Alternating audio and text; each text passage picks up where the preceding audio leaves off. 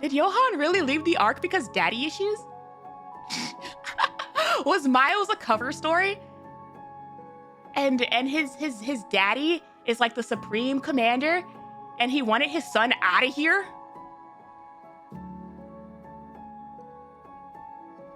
We were slaughtered, powerless to do anything.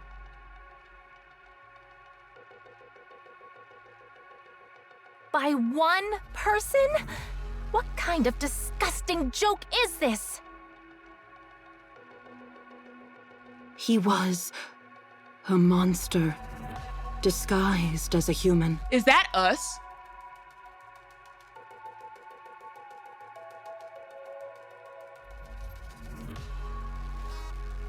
Did we get reincarnated? Question mark? Or wait. No, oh, Anderson! I was like, what color are our eyes? What color I'm like thinking of all the commanders and like their eye colors. And I'm like, what are the designs of this game? What is it? Oh my God! He avenged his wife! As you should! As you should! That's crazy! All right.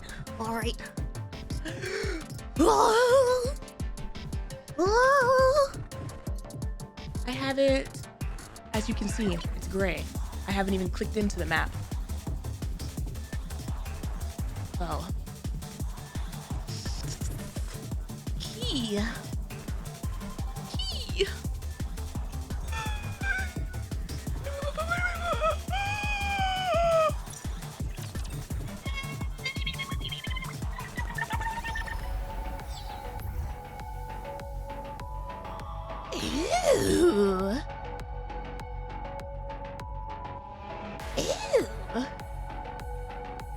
Talk about the complete opposite of where we just were.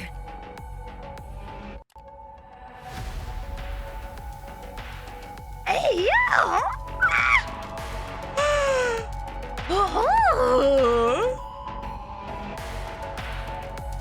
Ooh.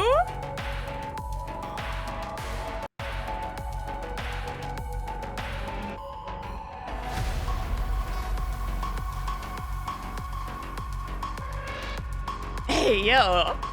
This song! This song!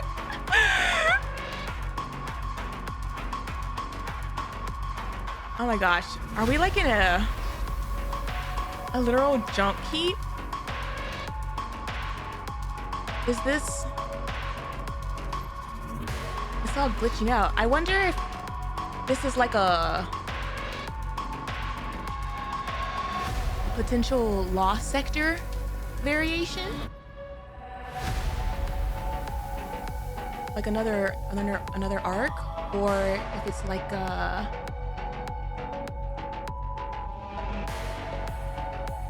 corrupted White Town. But a lot has happened. A lot has happened. Jesus. Since the last chapters, we've gone through Goddess Fall. We've gone through Arc Guardian. People died. We became a father. Cindy and Old Tail's crew, they're going to go find the twins. We have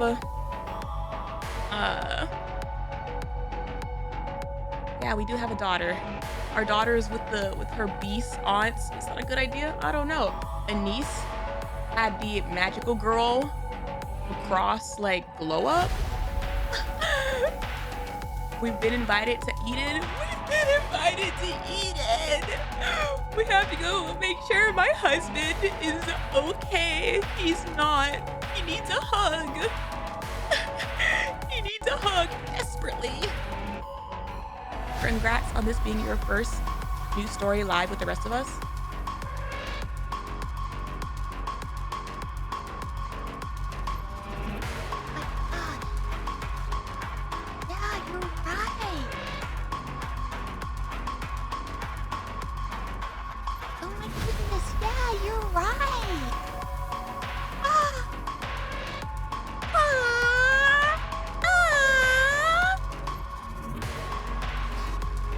had to sit in the waiting room for a bit, kicking my feet and you know, twiddling my thumbs. Wow. Twirling your hair, just falling asleep. You know, like having I made like half the waiting room into a freaking FBI looking board. The amount of pictures and string and conspiracy theories.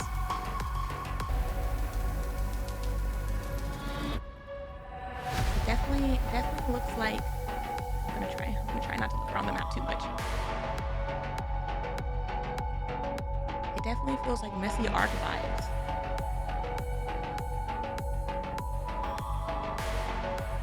It could be the outer rim, but I feel like, well, it depends. It depends on where we are. All right. Oh, here we go! Here we go! Here we go! Wow!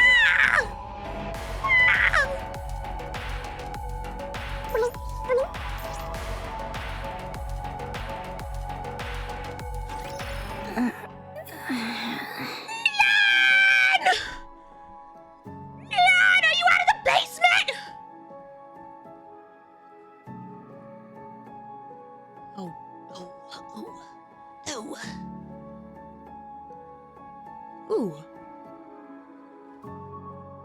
Hey, yo. Music? Music?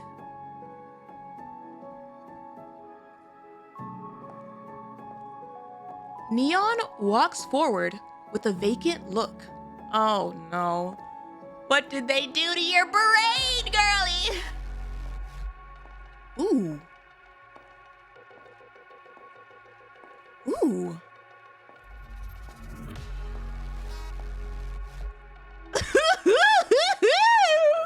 Cosmo! Cosmo! Darkness surrounds her.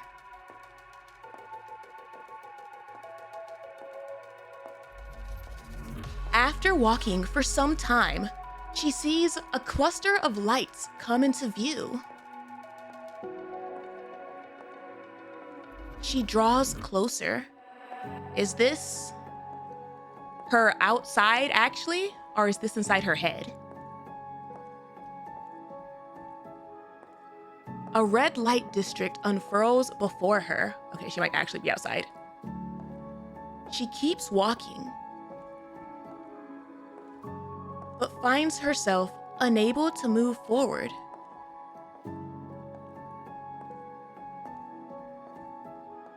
She walks in place as if trapped on a set of rails. Oh, maybe not? Her facial expression remains blank as she mechanically puts one foot in front of the other. Did they do something to your head, girlie? I will say, musically, that little sound, that sound right there, it's not exactly one-to-one as TV static, but it does feel reminiscent to the music that they played during Art Guardian to indicate a mind switch, like a little bit.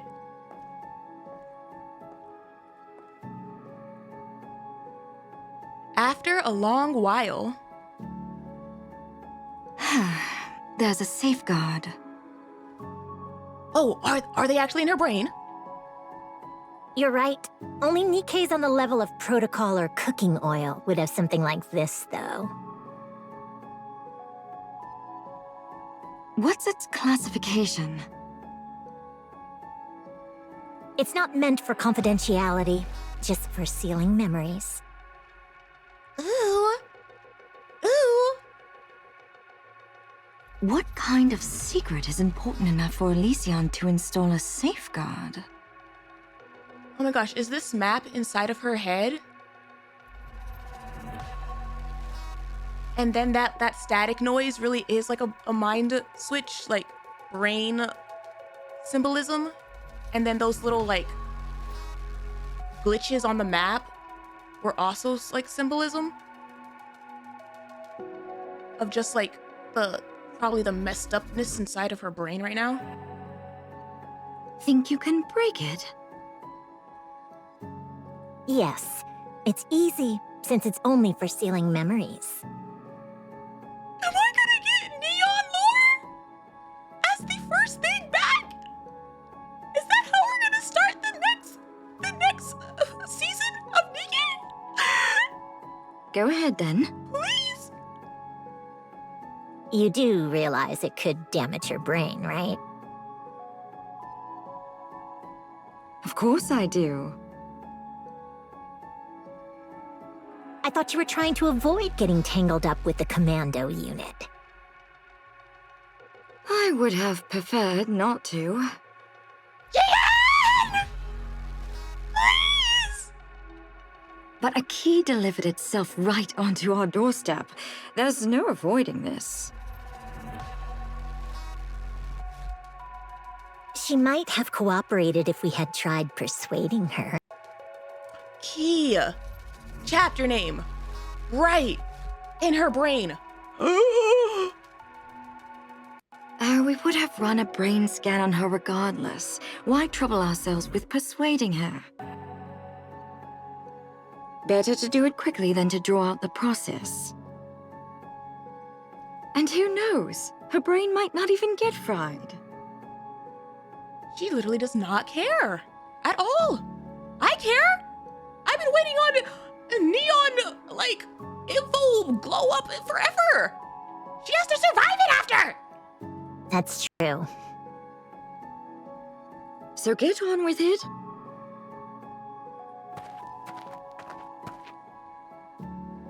Neon walks forward and enters the red light district. Her body turns transparent, then disappears. Luckily, her brain made it through unscathed. Oh my gosh, now I'm like slowly trying to dig up every single bit of Neon theory that I've been cooking and sitting on for like years. Whatever. Hurry up and continue. Yeah. Red light district is a crazy place for her brain to go though. There's another safeguard. Another one? It's just a simple firewall. Breaking it won't pose any risks. It's more of a gateway than anything. I'll just think of it as a rapture and destroy it. Do y'all not feel like this is so dangerous?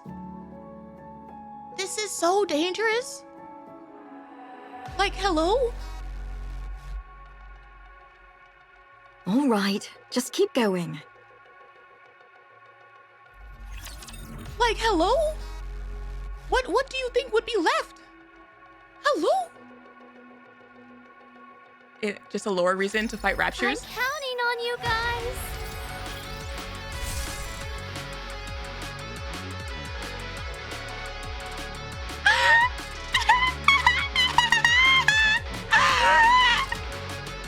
Music! Yo, Cosmo!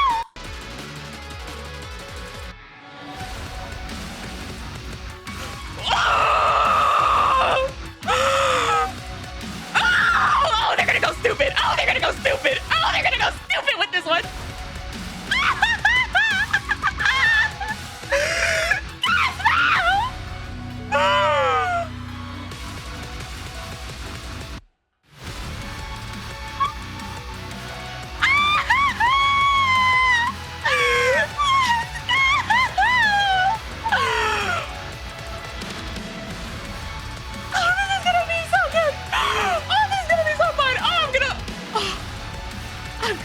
this soundtrack. Like the last soundtrack was already so good.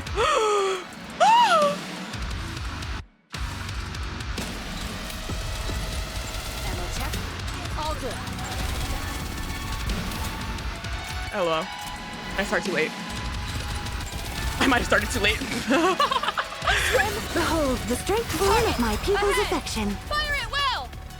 Hell yeah. I've got this. Starting with a loss.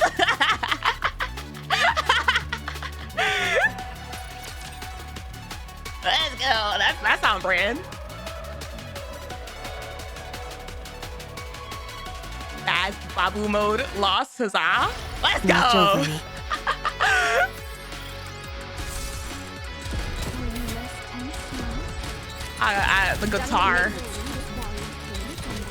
The guitar just got me. I forgot that like these mob fights actually take time. It's not like a boss. Behold the strength born of my people's affection.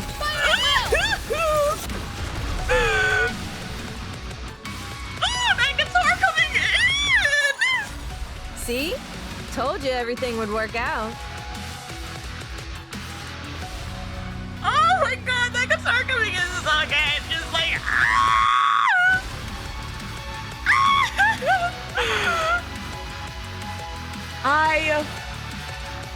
I thoroughly enjoyed the music, okay? From the last couple chapters. But this is like such a must needed energy, like ramp up, and just really loud noises. Really loud noises in my ear.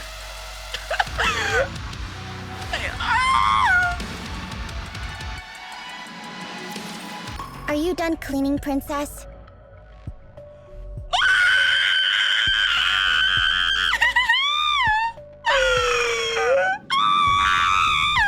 She's so cute, she's so cute, she's so cute, she's so cute! What? Oh my gosh, stop. I literally just met a super cute, like potential murder daughter in the new event, in the collab event, and now you're giving me more. Like I'm gonna start my own little orphanage, and it's gonna be a good one.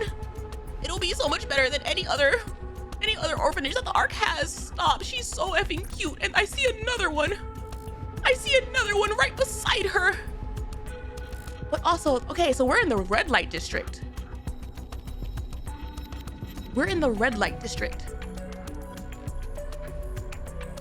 I remember, okay, so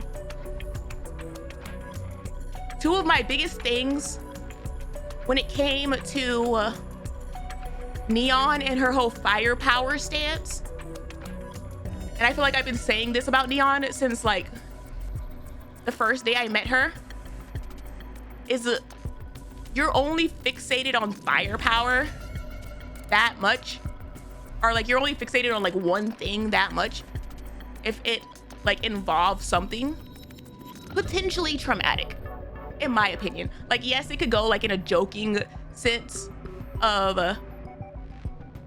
yes, it's a run-on joke, but I feel like there's like kind of potentially right now there's two paths it can take, and it's either you like firepower because it was something cool that you saw and then you looked up to it, you know, kind of like the Laplace route. Laplace like saw like the hero thing and then she like looked up to it. There's that. And then there's the other route that's similar to Crown and her her whole like king defense stance, where you want firepower because you want strength, because there was something that you weren't able to protect. Like there was something that required firepower that you didn't have like the means of. And so those have been like my two longest things when it comes to Neon. And I'm curious if we're gonna go in either path with those.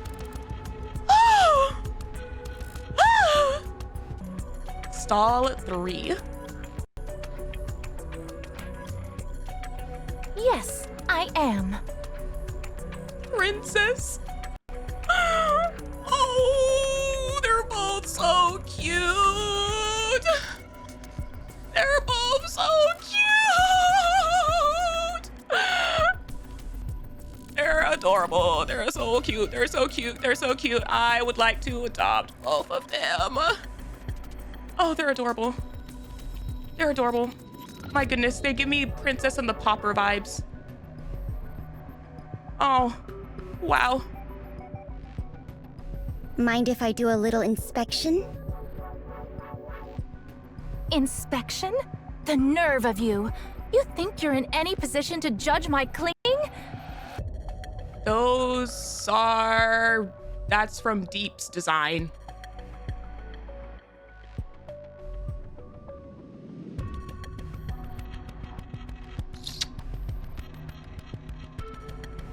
Don't even bother. This is not something a simpleton like you can Hey! Where are you going? Are they? This right here? Yeah.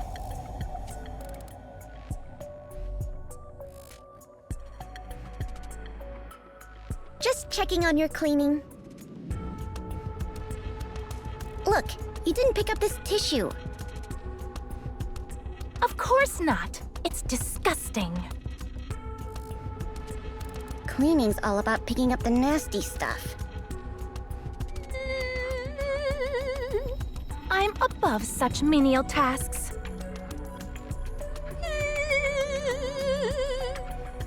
You've been saying that for 2 years now. Aren't you tired of it? I won't be here long anyway.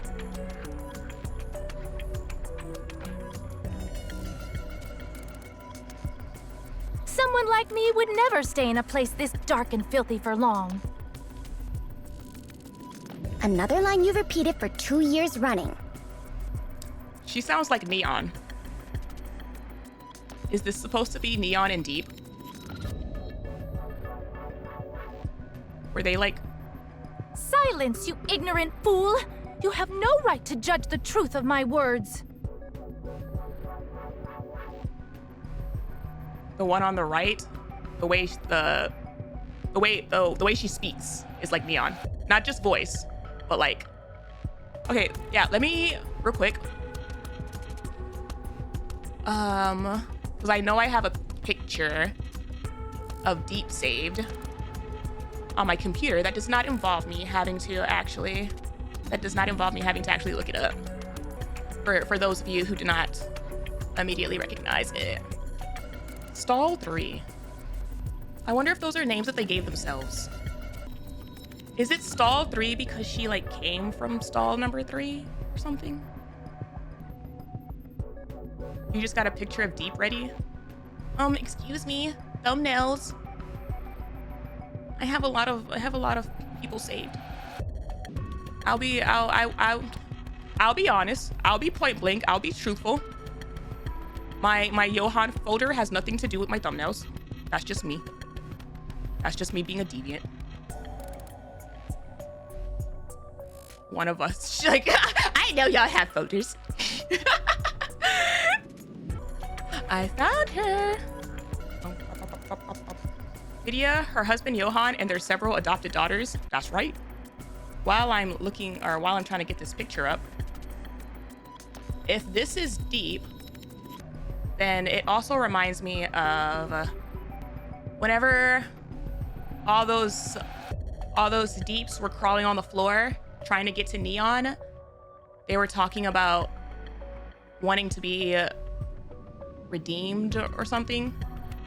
And then during Art Guardian, whenever we met that priestess lady, she was also kind of speaking similar. And so it makes me, I remember thinking like, oh, does this have to do with them like wanting to like redeem themselves? Or like the church wanting to like redeem themselves? So then potentially Princess grew up into this entity that felt that she needed to be redeemed, question mark. for stuff that she did later. Aha, welcome back to campaign with Vidyanaut. Cutscene number 2. Yeah, see? See? They're her earrings. If you didn't remember. Ta-da. What earrings? Chat, come on now. I know she's hot, but like. Continuing. Stall 3 picks up the tissue with her tongs and drops it into the basket. I just wish you'd put in a little more effort. That's definitely, at the very least, Neon's VA. This whole thing's a farce anyway. There's no reason to put in any effort. I hate to say this, but that person who's supposed to come get you, maybe they bailed. Uh-oh. Uh-oh. On what grounds do you make such preposterous claims? Let's hear it. It's been 2 years since you got here. And? And I'm sure that priestess who left you here said she'd be back for you soon.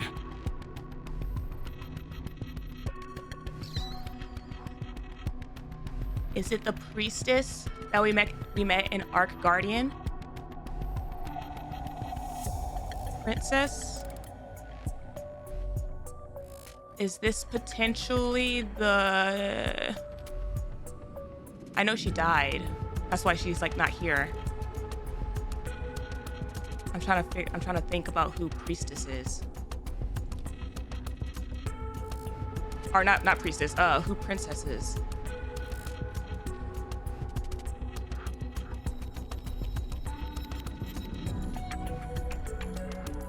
It's like one of those like things of, and this is gonna sound like, that doesn't make sense.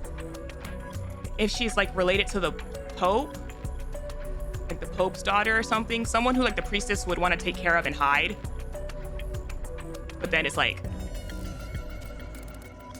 oh, the Pope's not supposed to have children, but like this is an effed up world, so like maybe, possibly.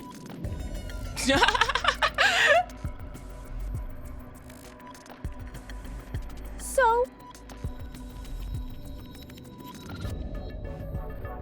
An illegitimate daughter. Like who would the priestess want to hide in the Outer Rim? So do you and that priestess have a different sense of time than the rest of us? What do you mean? No matter how you put it, 2 years hardly qualifies as soon. Do not presume to impose your simplistic sense of time on us. Our perception of time is different from yours. 2 years is but the blink of an eye. You know the money the priestess left us to care for you? It runs out this week.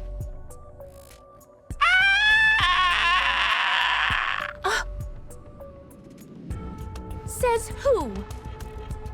Says Big Madam. Oh my goodness. Little Neon was born and raised inside of like, yeah, one of those like red light district. Are they called brothels? I forget if there's like another term for them. I think it's just like a brothel.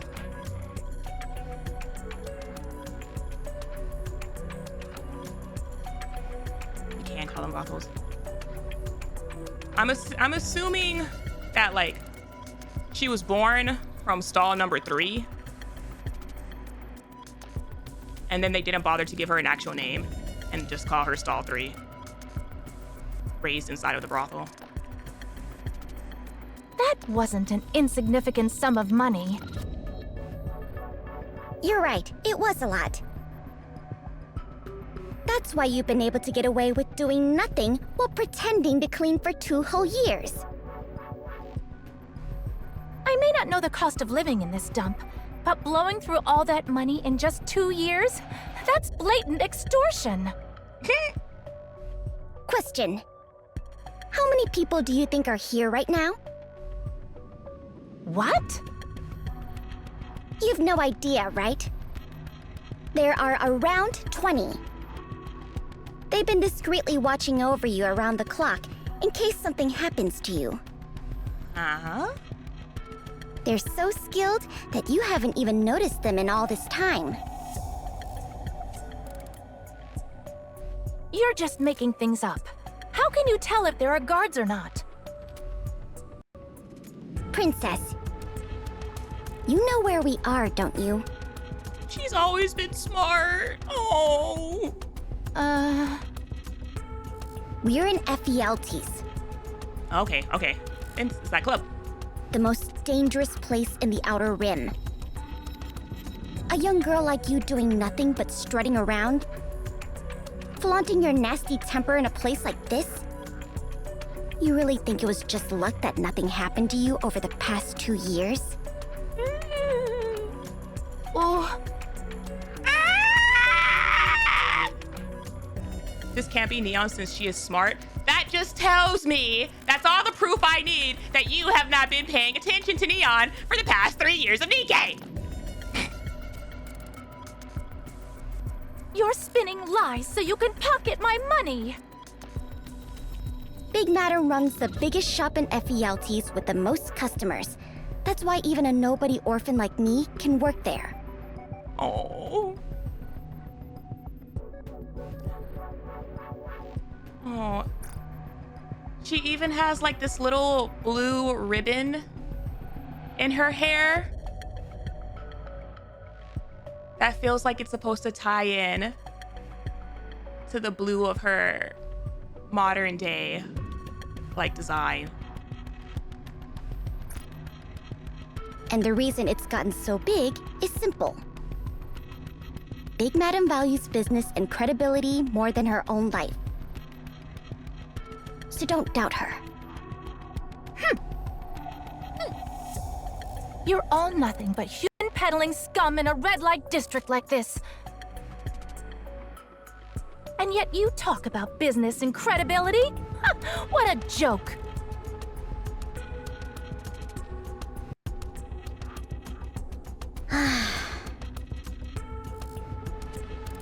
Please, I'm begging you. Only say that stuff when it's just the 2 of us. Nowhere else. Got it? You could really get yourself killed.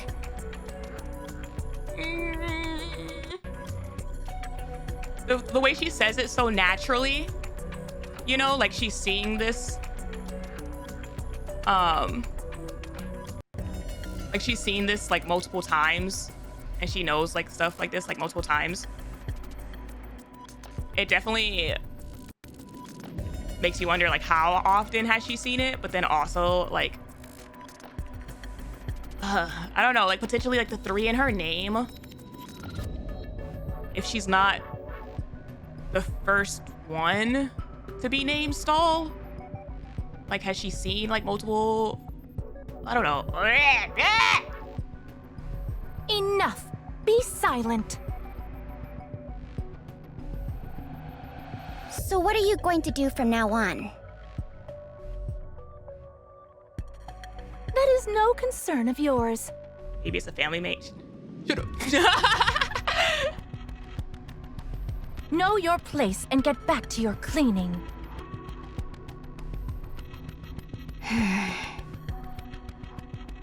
You know, Princess, the money the priestess left for your care also covered my wages. Oh, she's like, I'm about to be in trouble too. Huh? Once this week is over, I've got no reason to stay with you. And she's like, I'm a paid friend. Funny, you actually believe you matter? Priestess, you're about to lose your one friend, quote unquote friend. I'll do perfectly fine without the likes of you. Oh, yeah? Well, that's a really.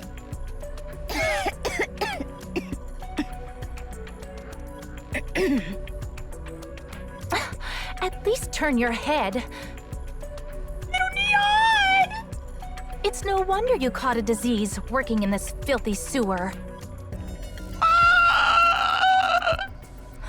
How absurd! Who do you think you are lecturing me? Oh, little Neon! Little Neon! Well, then this is the outer rim. Or like back then. Okay, 2 years after that priest died, our guardian was a really long time ago. Let us proceed with a renewed heart. Let's chase away these bad fish.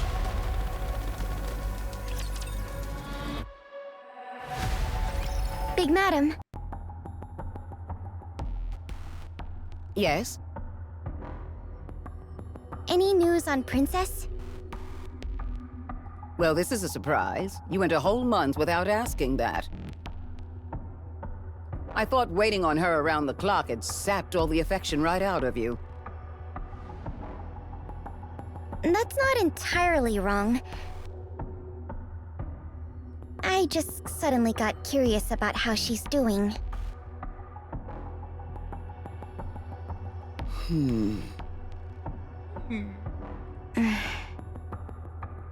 She's dead, isn't she?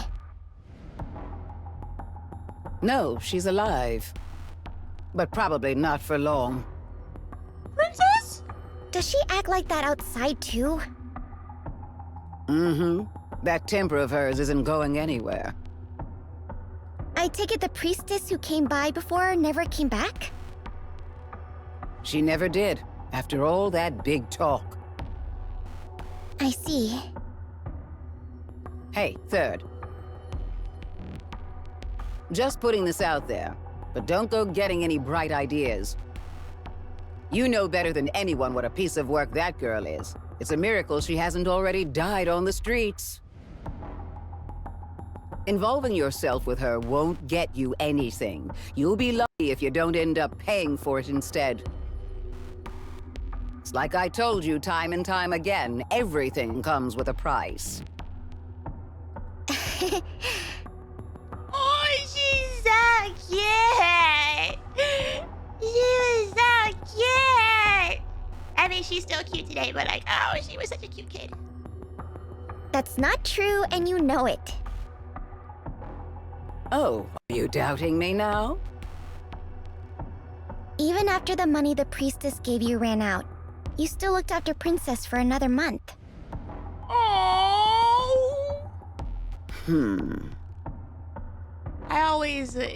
It always tickles my heart whenever the madams of these brothels get attached to like the kid. And they're like, It's basically like my kid. That's why I like you, Big Madam. oh. Word is she's often spotted behind Marcus's place. There's always plenty of leftovers there, after all. Got it. Thank you, Big Madam. Food. Food. Okay, I like what they're doing with the bows / ribbons. Cause Stall 3 had her little blue ribbon to like correlate to Neon's design, and then she has the like black yellow ribbons to correlate also to Deep's design.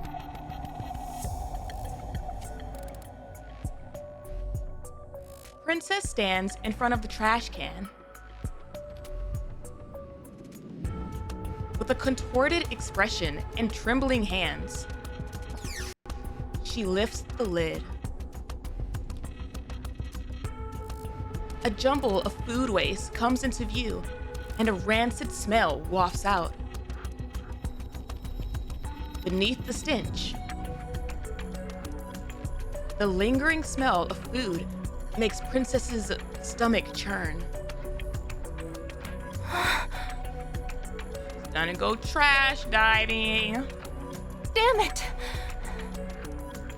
If I'd known it would come to this, I wouldn't have chosen to be a human this time.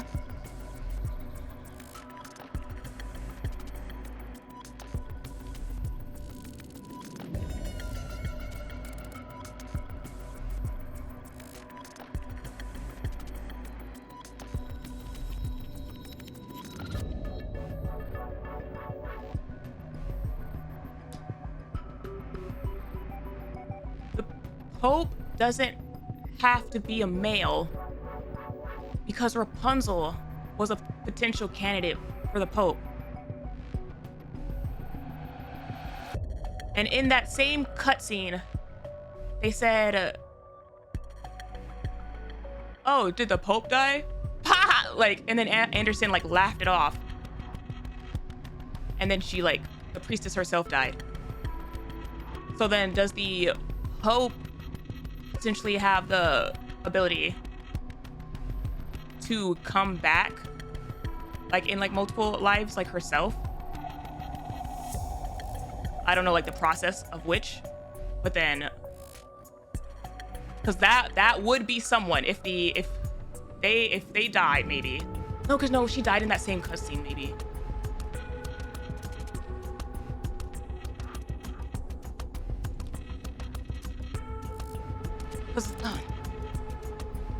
Because if the Pope died then, and then she came back as like the princess, this kid,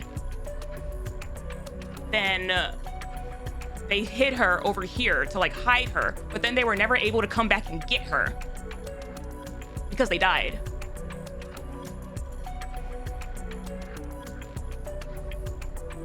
Princess as a name would also potentially make sense.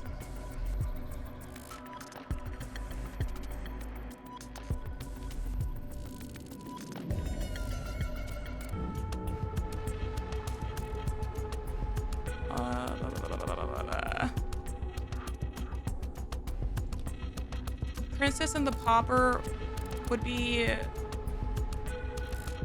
Why am I thinking of Barbie? LOL, Princess and the Pauper. Prince and the Pauper.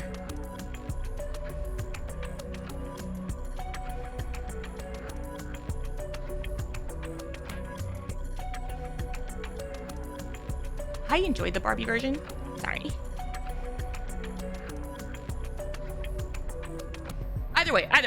Either way.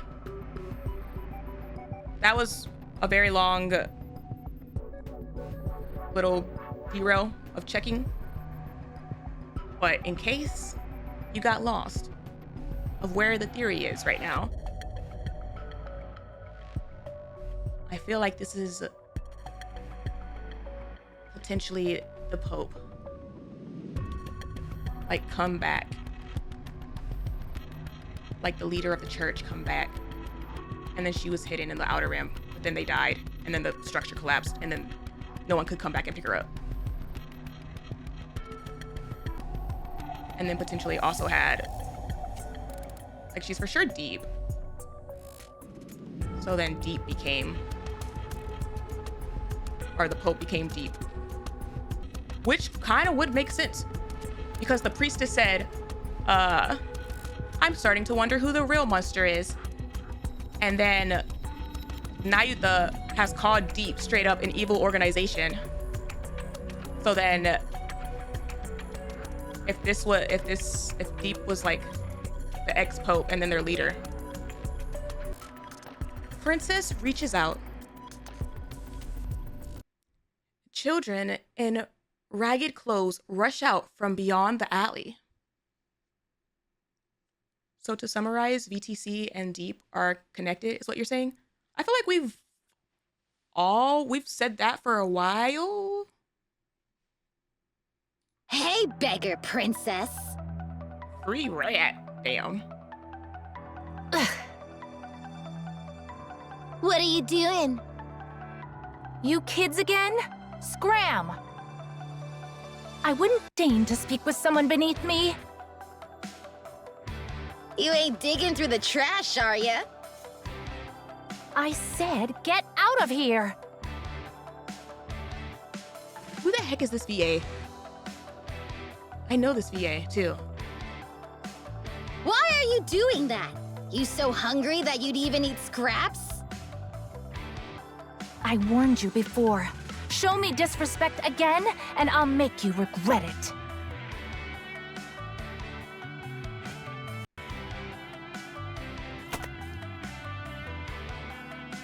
A piece of bread drenched in some unknown sauce hits the ground. Here, eat this. But The child takes a few steps forward. I don't recognize Free Rat's not Free Rat, the princess. Then plants her feet wide apart. I'll only let you eat it if you crawl between my legs. Ew. Laughter echoes from the kids behind her.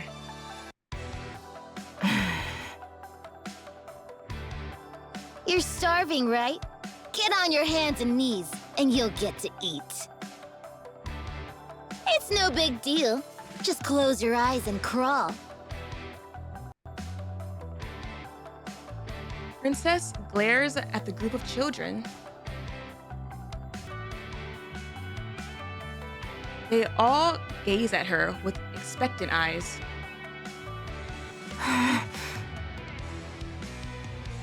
Pathetic fools.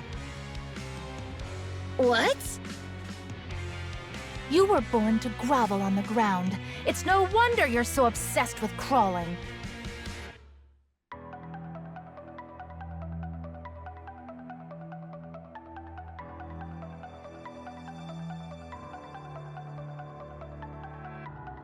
If this really is deep in some capacity, the irony of this entire scene and the mirror to the deep and neon scene.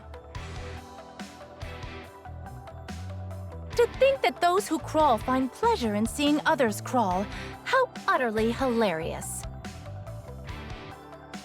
What the hell are you talking about? Are you incapable of understanding even plain speech? Then rot away in this garbage heap for the rest of your pathetic life, you insolent brat. Free Rat charges forward. Ah! Damn. Do y'all know anybody like this IRL? I know people like this IRL who, like, growing up, I would be like, if you don't, like, fix the way you talk, one day someone's gonna kick your ass. Like, struck by the swinging fist, Princess rose limply across the ground. You mean Princess? Yeah, I used to tell my sister this all the time, and then somebody did try to kick her ass, but luckily for her, my brother was with her. And my brother won the fight.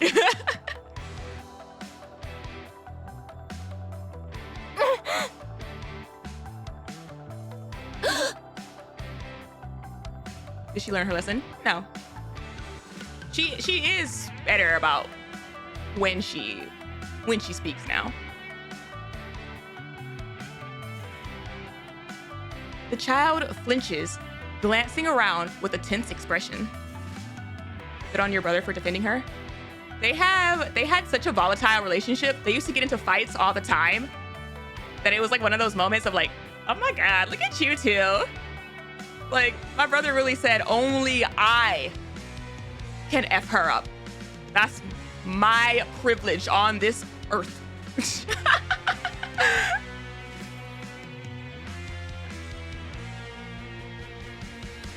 video was spectating. I wasn't there. After a moment, a smile spreads across her face. They're gone! They're actually gone! Those weird guards aren't here! Get her! The beating begins. Damn.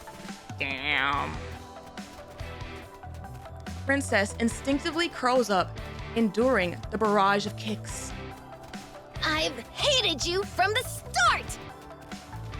Hey, yo, how long have they wanted to do this? Man! Always looking down on us, acting all high and mighty! I heard you're from some big shot family in the Ark! But guess what? This is the Outer Rim! I mean, I'm not gonna lie, that's kind of a badass line for a little kid. Like, I'll give her props for that. But at the same time, damn, man, jeez. The pummeling stops. I found this funny. It's like 110% jealousy fueled, you know? They're jealous and they're like, how dare you always act like you're better than me when you're just the same as me now? The children surrounding Princess gasp for breath. You better not show your face around here again! If you do, we'll sell you off to some collector! That's how you know the world is effed. When kids have this as an option of being like, I can turn you into a collector. The children vanish. Overwhelmed by pain she has never felt before, Princess lies there, unable to even utter a groan. Her vision flashes white, then goes black over and over again. It's like being poisoned in the old Pokemon games when your screen would like stutter out before you pass out. She turns her gaze and focuses on the soggy bread the child threw on the ground.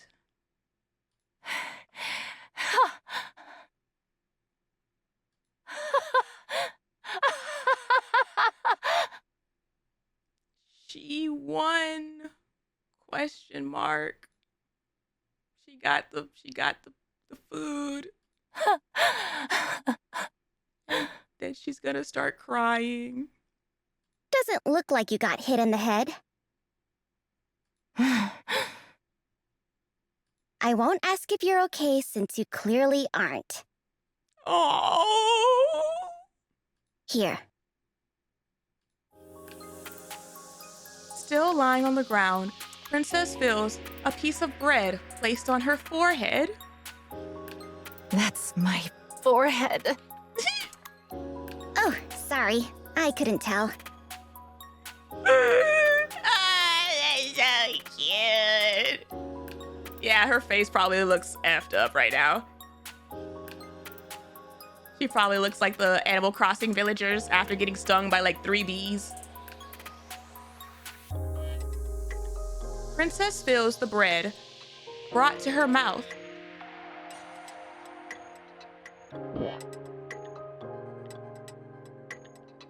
She reflexively chews and swallows it. Big Madam says it's important to eat after a beating. So eat up.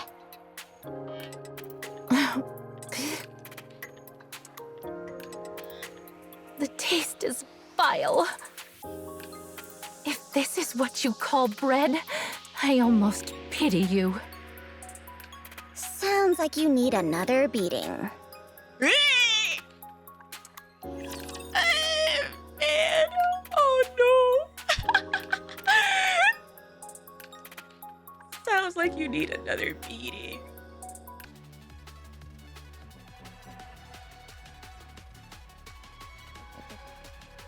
The women circle around Neon, all lying on the floor. Their arms stretch out towards her. Key.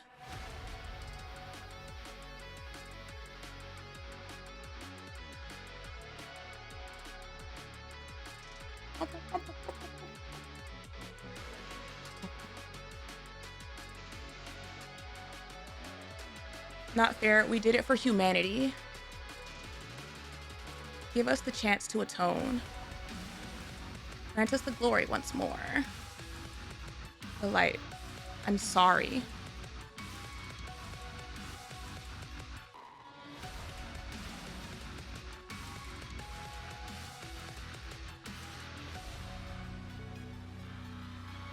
If this is Princess, now I'm wondering if this scene wasn't her apologizing to humanity, but apologizing to Neon.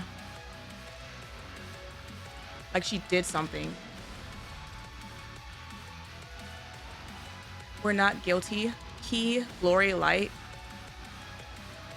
Let us atone. We must atone.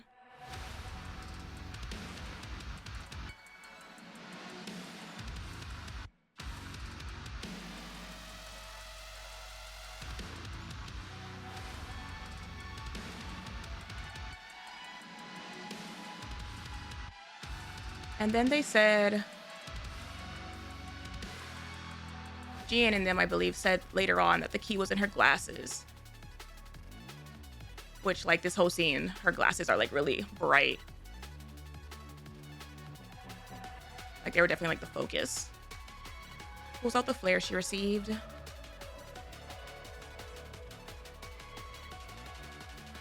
The light. Not the light, we're the Ark's darkness. The darkness is dying.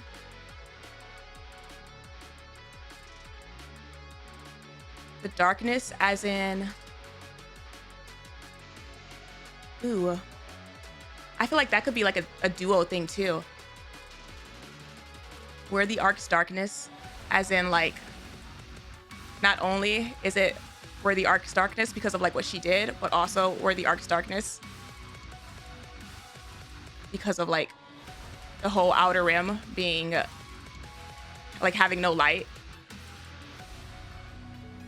and that like comparison between the Outer Rim and the Ark.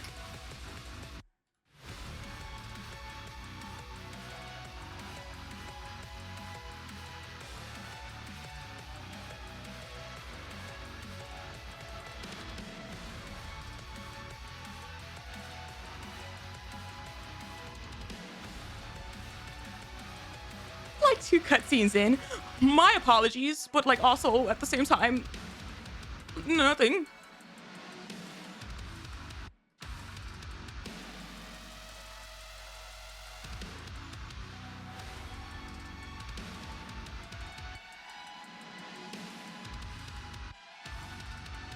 Because they had...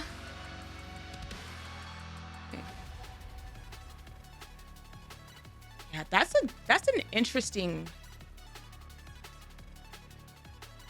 That would be an interesting, like, duo thing of her apologizing both to the Ark or whatever that she did, and then her also apologizing to Neon. And that entire, like...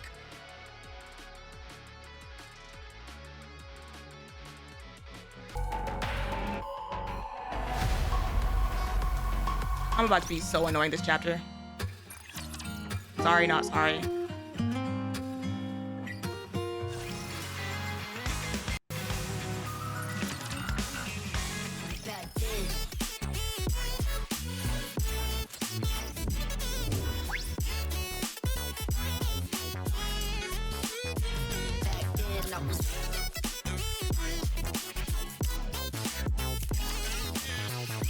Are you done cleaning, Princess? Yes, I am. Mind if I do a little inspection? Inspection? The nerve of you! You think you're in any position to judge my cleaning?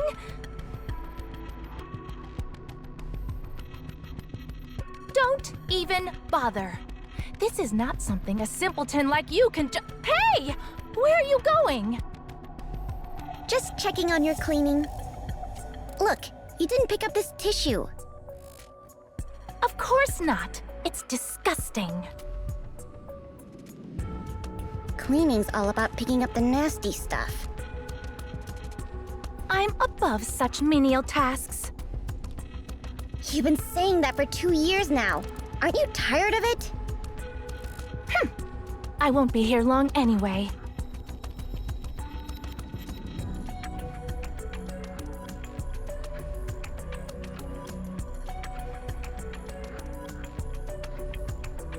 Is there something wrong with Stahl's eyes? Someone like me would never stay in a place this dark and filthy for long. Another line you've repeated for 2 years running. She said, sorry, I couldn't tell. And then she said, mind if I do a little inspection? Inspection, the nerve of you. You think you're in any position to judge my cleaning? Don't even bother.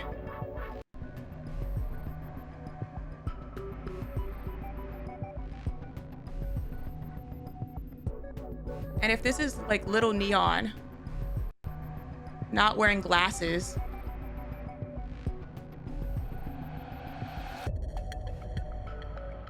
then I feel like that's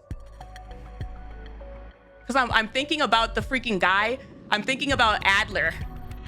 Remember from Neverness to Everness? When he had the glasses and then we found out that he was effing blind. And it was like, oh, the glasses are just a prop. Silence, you ignorant fool! You have no right to judge the truth of my words. I just wish you'd put in a little more effort. She didn't get her prescription glasses yet? Exactly. This whole thing's a farce anyway. There's no reason to put in any effort. I hate to say this, but This theory's raw. Listen.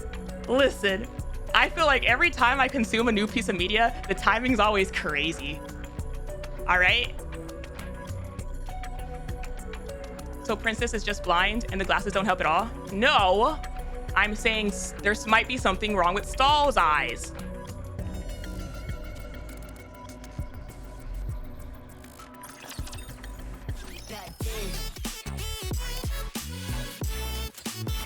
By coma. Recency bias? Yeah, absolutely.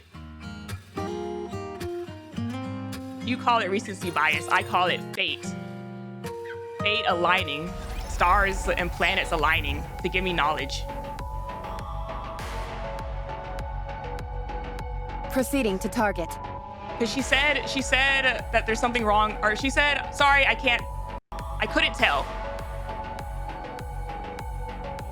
Whenever she put the bread on the forehead. And then whenever they're cleaning, she got all like upset, our princess got all upset. So then I feel like, I think she was being cheeky. I feel like if there's anything that we've learned about the way Neon speaks, Very it's well. a little bit of both. Let's go.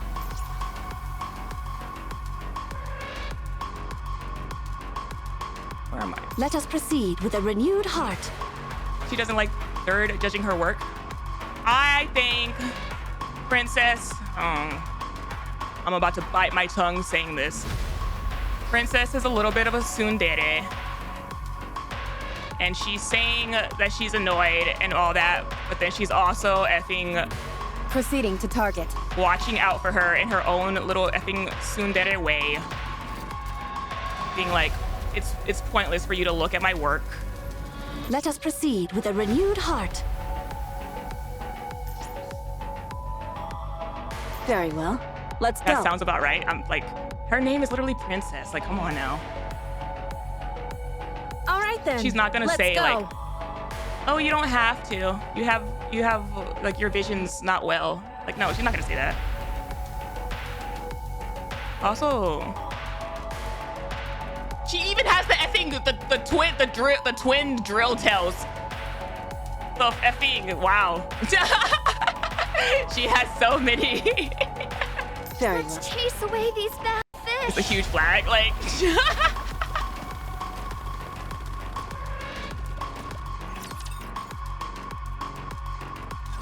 You can stay here.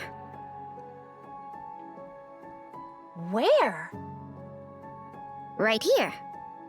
Is this also another new background? No, I mean, where is my room? Like I said, right here. Are you telling me to sleep on the floor? Yeah, the ceiling's sealed, so it'll be fine. This place wasn't cheap. I busted my chops to buy it. Aww. You bought this place? Yeah, it's my home. Don't be ridiculous. There's no way this could be someone's home. It is, though. It's my home. I'm getting Wreck-It Ralph. Like, Vanellope.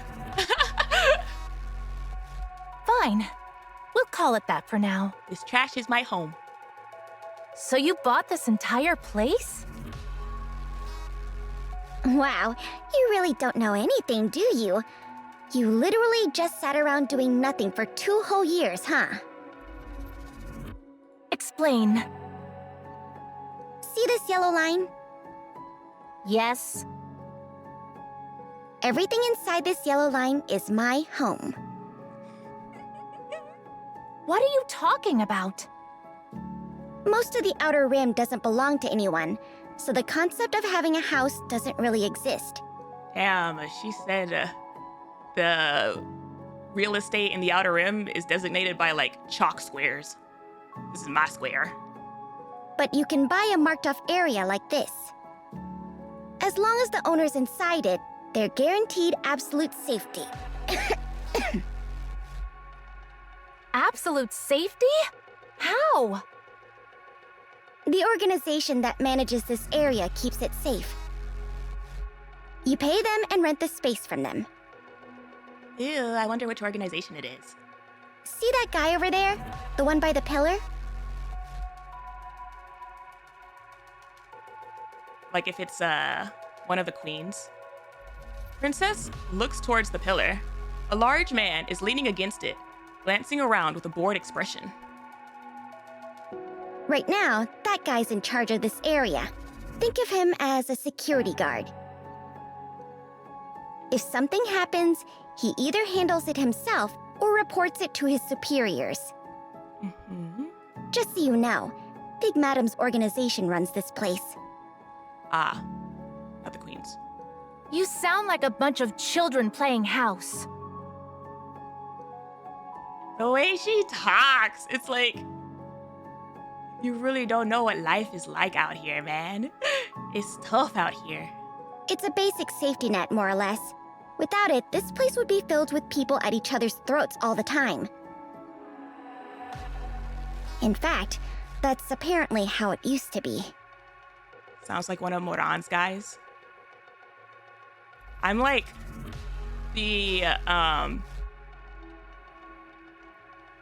if this is like how the queens have the Outer Rim divided to like watch, and then like I was thinking Moran got like a favorite item that would be like a cute little connection of like early peony association.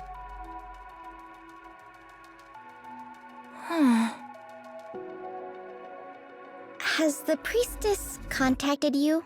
Could also be before the queens. Well, their organizations have been around for like a while, even before they became like in charge of them. Or at least that's the impression I got. That is none of your concern. I heard you've been wandering around the whole month. Looks like you've gained nothing but people's resentment. Simpletons like you would never understand my thoughts. Princess, you're going to get yourself killed if you keep acting like this. You think you can survive another thrashing like that? Work and earn your place. That way, you won't get ganged up on like that again. You expect me to work in this filthy dump? You're in the Outer Rim right now. This place decides whether you live or die. I did nothing wrong. They attacked me for no reason. Gosh, I love that little static sound in the music as like a constant reminder indicator that we're dealing with mind and thoughts. That's the problem. Most of the inhabitants here did nothing at all. That's what Heavenly Ascension believed was the main reason the Outer Rim's being eaten away from within. That, and this is a flashback. Well, yeah, we know it's a flashback, but I'm saying that little static is a continual reminder that like you're still in memories and dealing with like the brain. Heavenly Ascension. So that's what you call those terrorists? Ooh. Ooh. Ooh. When Heavenly Ascension gained influence out here, their words started to carry weight. Before long, most folks in the Outer Rim ended up with jobs. Scavenging for rapture parts, selling corpses, running black market trades. You call those jobs? Selling corpses? In this place, yeah. How embarrassing. I'd laugh if it weren't so sad. Cosmo didn't compose these, I think. Well, Cosmo is like the overseer. Like all music goes through him, even if he didn't like arrange it specifically himself. Yeah. So at some point, anyone in the Outer Rim who does nothing is seen as either a leech or someone with a death wish. A leech? Especially those from the Ark. Most of them are considered suicidal. They despair over their situation and then go around causing trouble everywhere. Just like you are now, Princess. It would be funny if we like somehow saw early Dobon somewhere in these memories. You've got a way of making people dislike you. That's why you keep getting into fights everywhere. That'd be effed up. Yeah. Yeah, it would be. You need to work. The priestess isn't coming back for you, and you're causing way too many problems. Work under someone, and you'll naturally receive protection. The Outer Rim isn't just a stopover anymore. It's a place you have to survive. Isn't just a stopover. You're not getting out of here. Enough. I can always just go back to the Ark. You fled from that place, remember? I didn't flee. I merely sought temporary refuge. That's what fleeing is. Whatever. There's no point in talking to someone like you. I'm going back to the Ark. I merely sought temporary refuge. That's what fleeing is. Bad. Fine, then go. Want me to show you the way? Big Madam says you get used to corpses if you see enough of them. Maybe this is my chance to start getting used to them.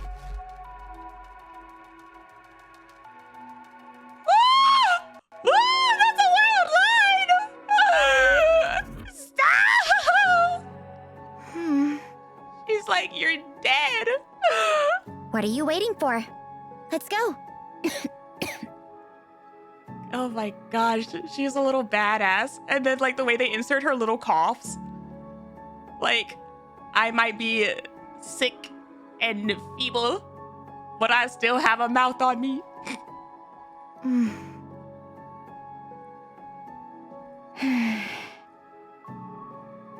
Get some sleep.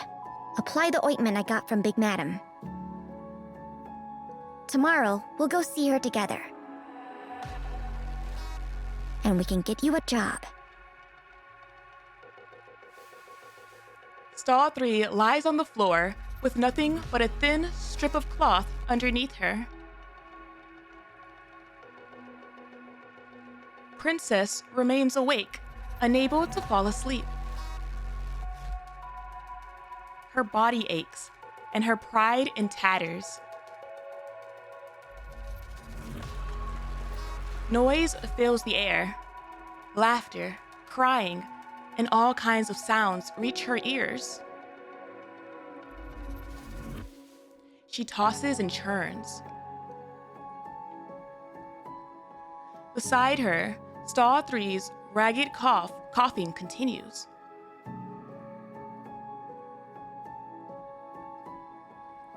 A closed-off ceiling, faint light. She lets out a deep sigh and closes her eyes.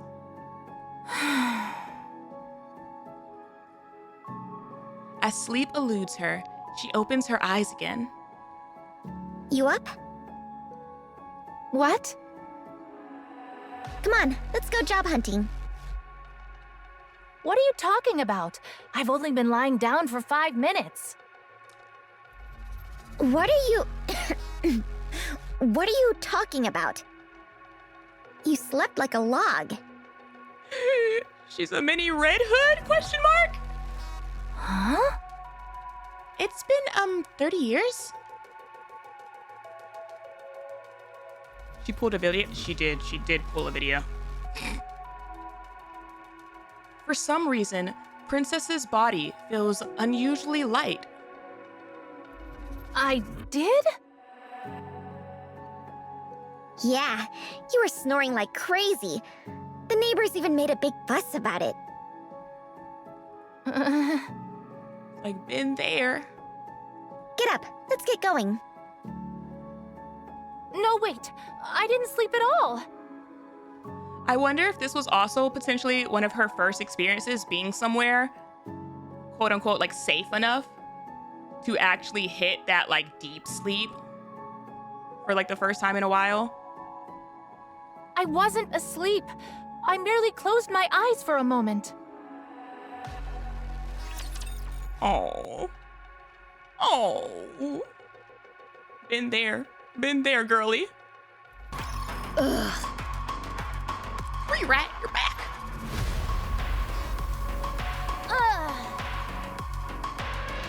I'm telling you right now, no fighting. They're co-workers now? But she's the brat from yesterday! Hey, Third. This is the new worker Big Madam talked about? I can't work with her. Setting aside the fact that she'll obviously bail in no time, what do I even do with a nutcase like her? Free rat has a lot of yap for someone without a model. Silence! You've got no right to speak after beating an innocent person senseless! Beating an innocent person senseless. Huh?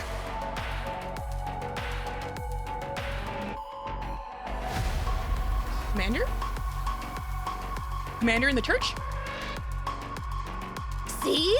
She's got some loose screws! Still, you went too far with that beating. What? Are you still her lackey? No. Is she not the Pope? And is just straight up the priestess herself? Then Then why the hell do you care? Do you even know how much it pissed me off? Watching this nobody bark orders at you like you're her servant. I was getting paid, so I was fine with it. Oh, so money makes it all okay. Mm-hmm. Back when she had money, we didn't make a peep either, remember?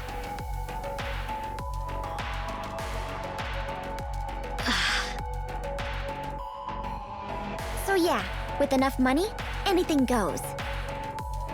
I mean, yeah. Y'all ever hear that thing where it's like, money doesn't buy happiness, but it damn well helps. It pays for food and groceries and like in a house and therapy, like. Ugh. But seriously, she's so useless. Can she even do anything? She said she knows a bit about computers and electronic devices. Real fitting skills for a precious princess like you, huh? Computers and electronic devices. Enough, forget it. I have no intention of learning under someone so utterly devoid of class. Sounds like you didn't get beaten up hard enough. It doesn't buy happiness, but I'd rather cry in a Mercedes.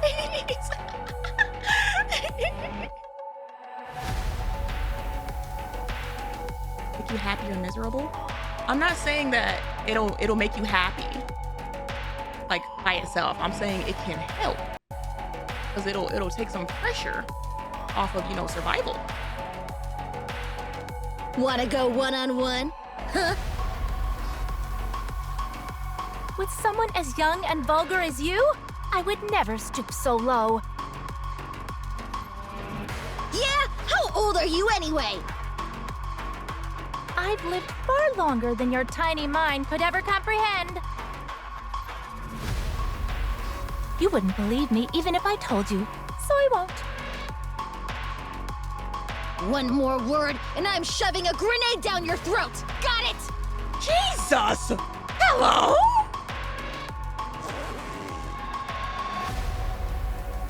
Rat opens her jacket, revealing the grenades hanging inside. She literally has them!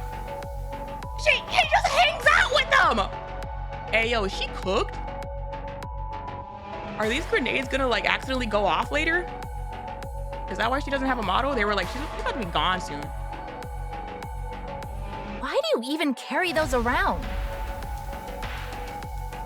To shove it down the throats of punks like you. That's why. Why not blow yourself up instead? That seems like a rather fitting end for you. Oh, if this ages. If this ages. Oh, no!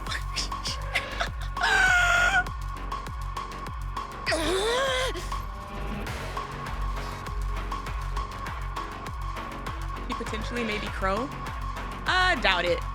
Crow didn't have the grenades on her. EH had the grenades on her. But I don't think she's EH. Yeah, well. Oh yeah, she's totally dead. That's why she doesn't have a model.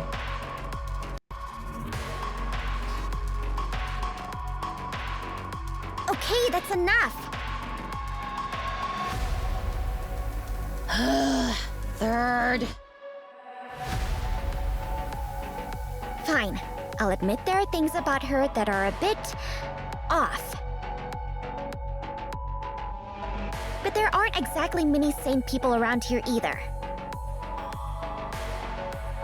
All right, fair point.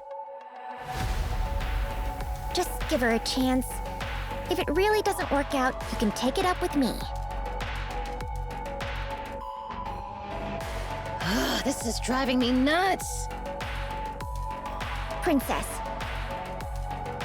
whatever you do, don't go causing any trouble. For Big Madam's sake, if nothing else. Got it?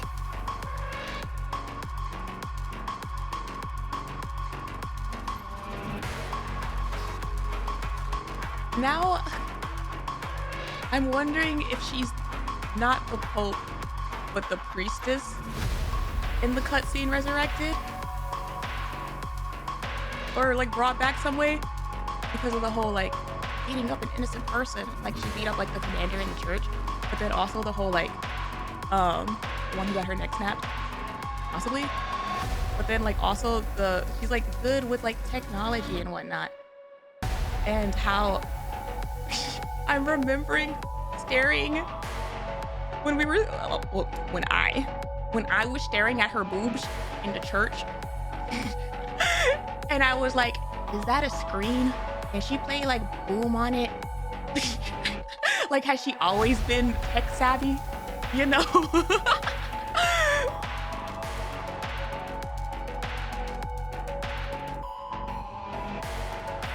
Commander's not exactly innocent though. In the scene / moment of like reasoning of why she was beating him up, he was. Sure, as long as that fool doesn't mess with me. Everything will be fine if you just keep your mouth shut. So do me a favor and be quiet, okay? It would make sense.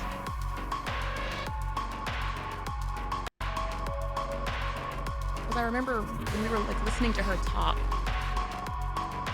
I was like, well, they definitely have something to do with Deep. Because he was talking, she talked similarly, like atonement and all that. Free Rat, I probably don't need to remind you, but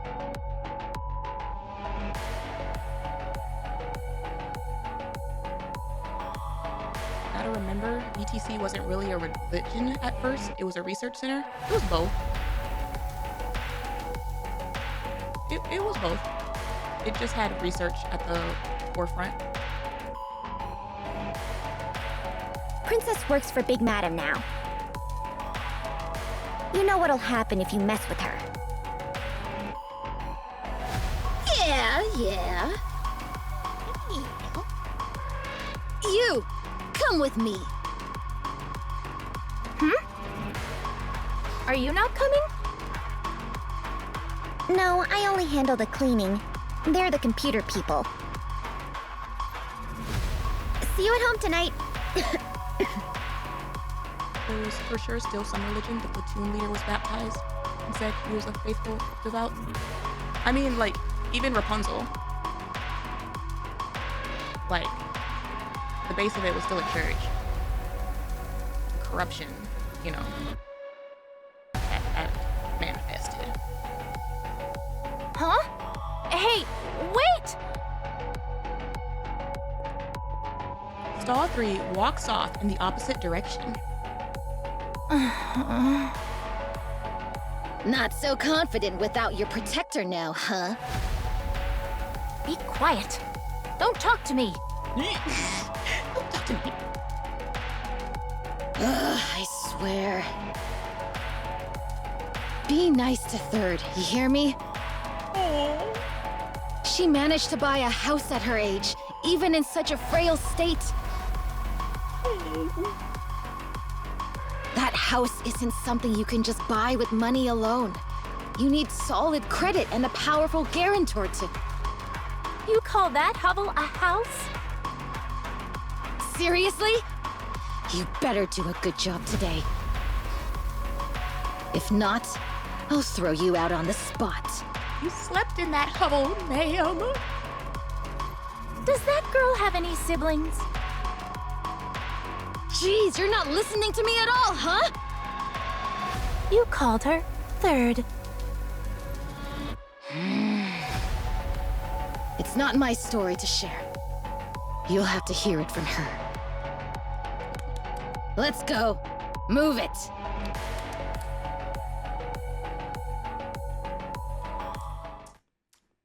That night. Oh, Princess, you're back? How was it? You didn't cause any trouble, right? Her curiosity's itching. Princess trudges over without a word and lies on the floor. Moments later, she begins to snore. Must have been quite the day. Damn, she falls asleep fast. Should I be concerned?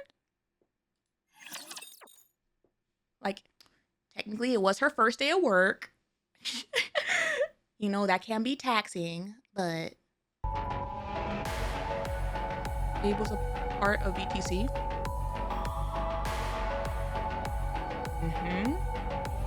Do you not know the running joke about how the VTC has the thick requirement? All right then, let's go. Encounter.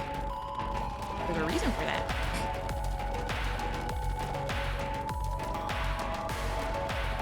Very thick clergy. Yes, it's a running joke. A few days later.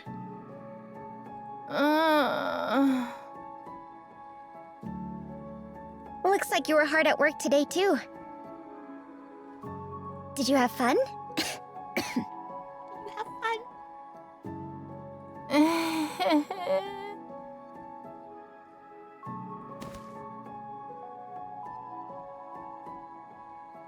I was actually paying attention to the story to notice that. Well, apparently you need to get good because guess what? You can do both at the same time. Princess trudges over without a word and lies on the floor. Moments later, she begins to snore. A few more days go by.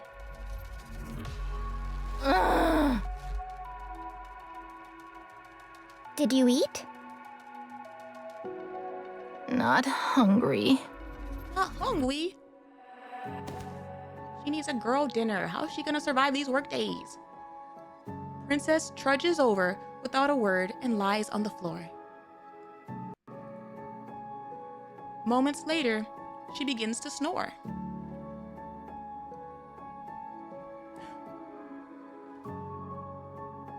Wait a minute. How is it? This is off topic. This is me being petty.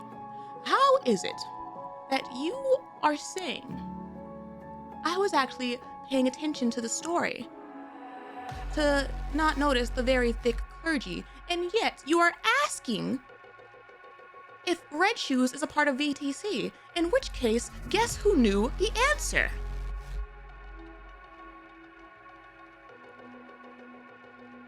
Like, sometimes chat, I feel like y'all, because I wasn't paying enough attention, like, I'm just saying, like, sometimes, I'm sorry, my apologies, I'm an asset streamer, I don't know what the hell I'm talking about. Moments later, she begins to snore.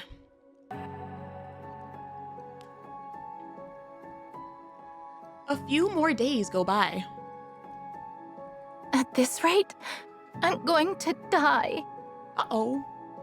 Uh-oh. Have you eaten? No. Wanna eat together? It's on me today. It's so cute and sad how she keeps asking her, have you had food? Have you had food? Okay. Oh. With unfocused eyes, Princess hungrily devours her meal.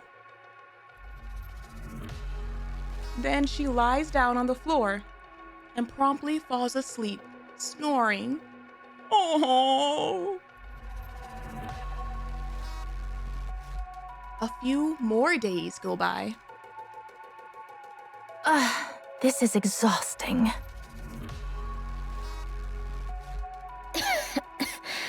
How was your day? Same as always. Why do you keep asking? Have you eaten? Oh. No. This is like one of those things where you're annoyed by it, but then like when it stops and you like don't have it, you're gonna be like you're gonna hear, you know, like the echo in the empty house where it's like there's nobody to like welcome me back home. There's nobody to check if I've had food. Let's eat together then. It's on me today. That Tadaima. Like Ooh. Sounds like you're finally starting to realize how much it means when someone gives you food for nothing in return. oh. Now that you've worked, you get it, don't you? It's the same as laboring for someone else.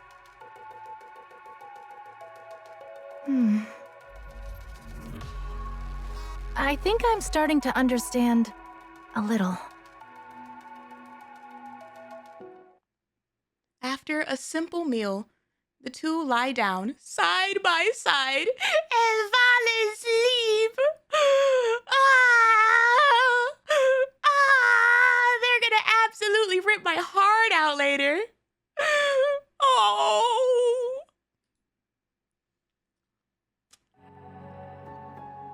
A few weeks later. Big madam, can you not count? You gave me more money than you should have. Here's the excess. Consider yourself lucky I have a conscience. I did mudfish. I've played this game before. Take it. It's yours. What do you mean?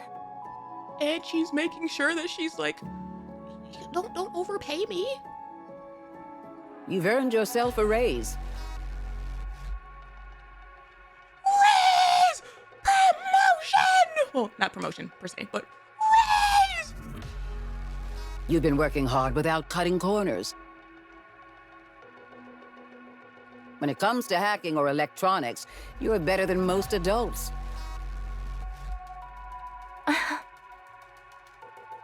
I used to think your story would end with you dead in some back alley, but you're holding out better than I expected. Damn, everybody in the Outer Rim thought the same thing. They were like, Princess, she's cooked.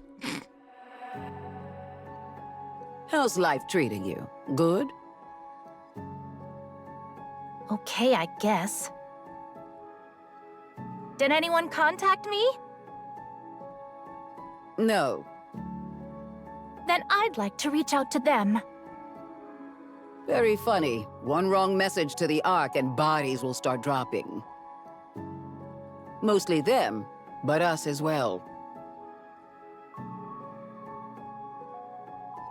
Mostly them. That's why people use secure lines or go through brokers.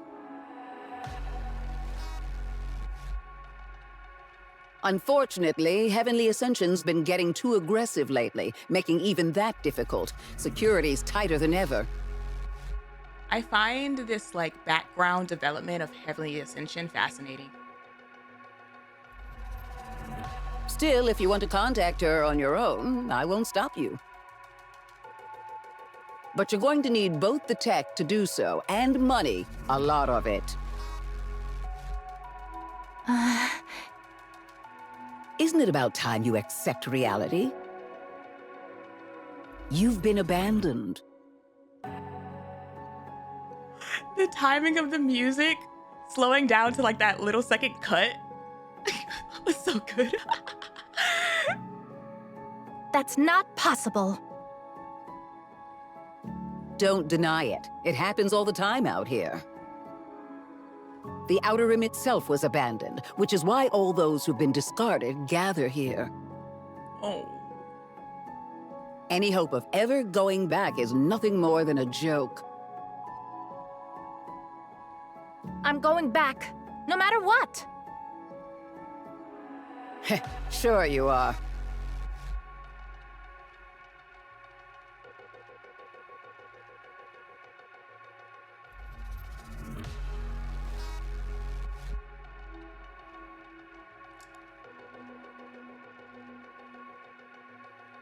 what's honestly a really nice visual cue, going back to the beginning, whenever I had Neon walking through the dark, and then she like goes towards like the red light district. Like, yeah, that's probably, you know, her and her like brain, like symbolically walking towards like these memories, but also the possibility that like back then the red light district probably was one of the only areas in the Outer Rim that had like some kind of light is like very, very likely. After, I forgot what chapter it is, that they said how dark the Outer Rim is. Like that just like stays with me. It's like such a fascinating detail. I guess in a place as humorless as this, even a sad joke like that helps you get through the day.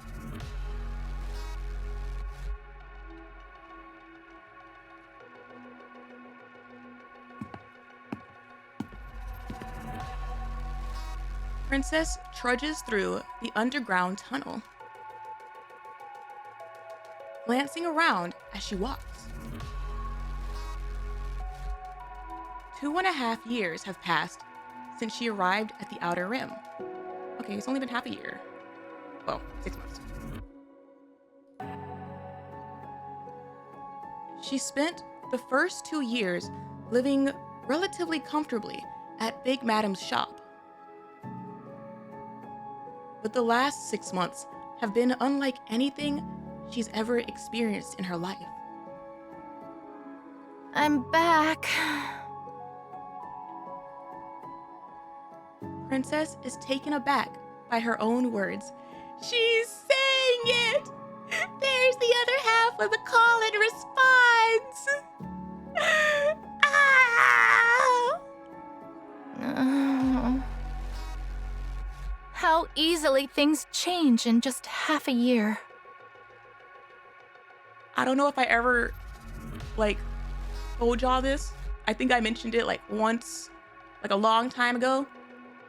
But one of my all-time favorite anime scenes came from the Fruits Baskets, remaster?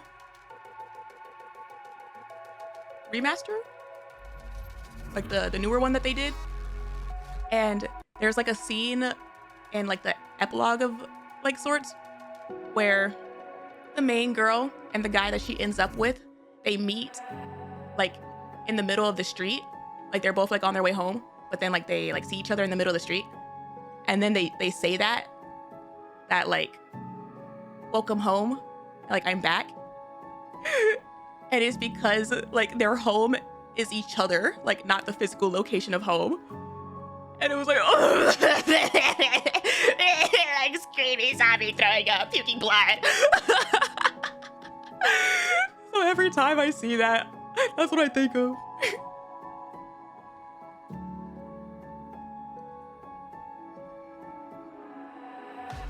On her way back towards Stall 3's home, her eyes meet those of the guard leaning against a pillar. The man, wearing his usual indifferent expression, tosses something towards Princess.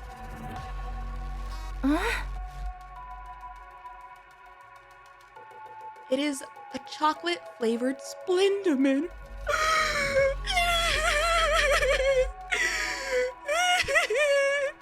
Everybody's noticing. Everybody's noticing her work. The guard turns his head away again, scanning the area with that same apathetic look on his face. Oh! An unidentifiable emotion wells up in Princess as she puts the chocolate-flavored Splendamin in her mouth. It tastes sweet.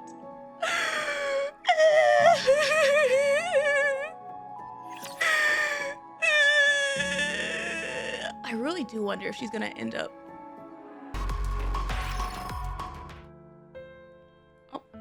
Oh, not the piano. Not the piano. Stall 3 stirs awake.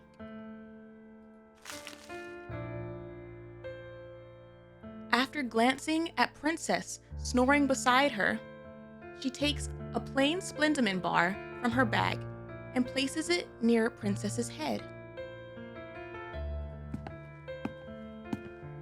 She gets up and walks out, offering the guard a quick greeting as she heads to work.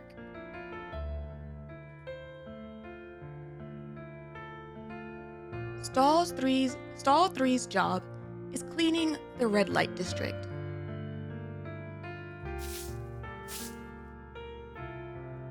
She picks up any trash she sees while making her rounds. Getting Angelina flashbacks from Miracle Snow.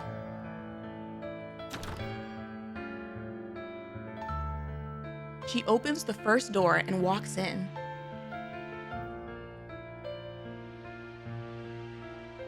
Inside, a table is piled high with hazardous items. She cleans carefully, mindful not to get cut. She opens the second door, then steps in. Inside, she encounters a worker who has not left the room. They exchange a brief greeting, and she begins cleaning. The worker hands her some bubble gum, a popular item on the ark.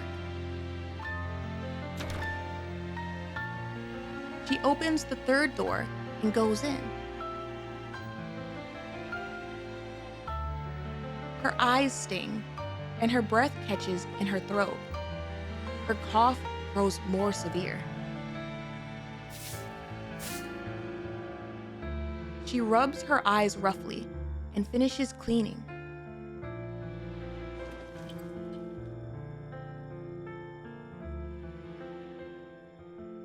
It's lunchtime. She sits at a random spot on the filthy floor and rummages through her bag.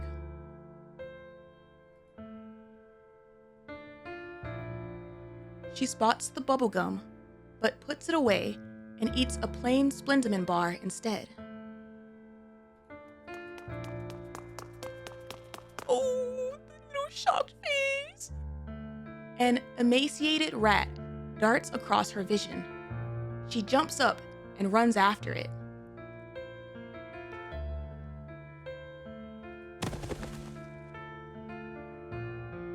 She slips on a puddle of muck and gets scraped by a nail, but she catches the rat.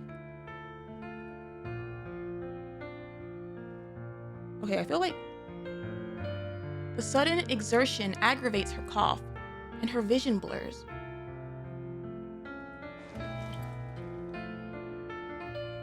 It sounds like her vision's bad, but not blind all the way? She lightly wipes the rat to clean it before slipping it into her bag.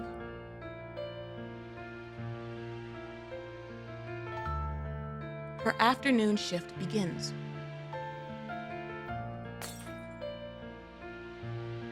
She opens the fourth door. A liquor bottle flies through the air, smashing against her head and breaking apart. But how the hell? Why the hell are you up? What the hell? Dizziness washes over her as the sound of running footsteps approaches. A brief commotion breaks out, then dies down. She wraps her bleeding head with a filthy cloth and resumes cleaning.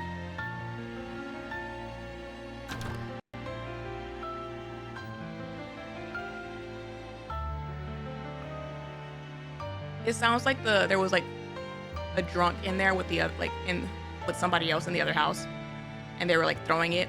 They meant to throw it at them, but then threw it at her, and then the other person like went to like fight / like stop them. She opens the 5th door. 2 people are lying on the floor. Huh?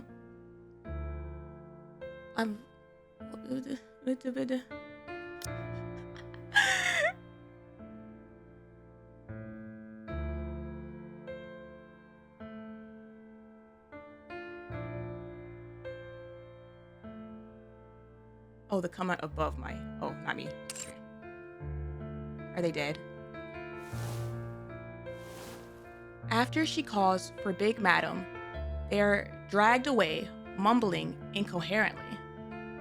Oh, are they just drugged up?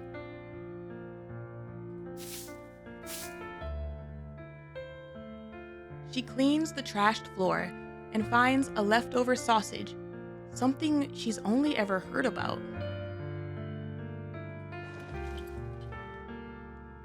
After a moment of hesitation, Stall 3 classifies it as trash and puts it in her bag.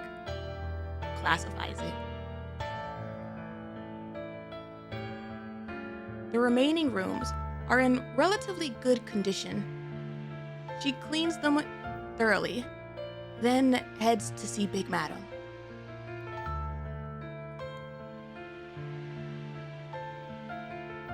After receiving light treatment, she has a cup of tea with some unknown grease floating in it and rests for a moment.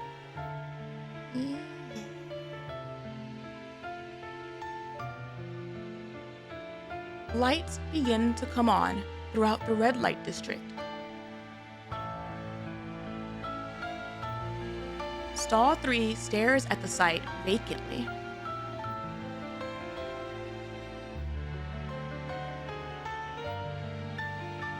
The supervisor completes the cleaning inspection and reports to Big Madam.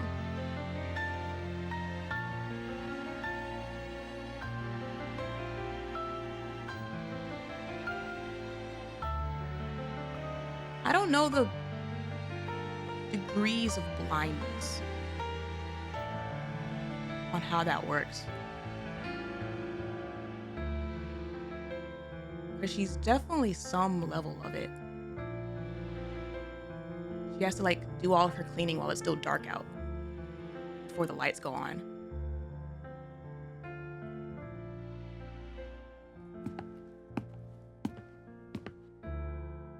She receives her daily pay and leaves the shop.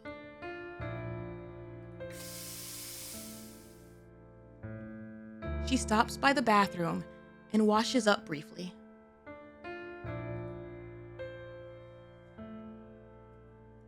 On her way home, she stops by the exchange booth and trades the rat she caught for cookies.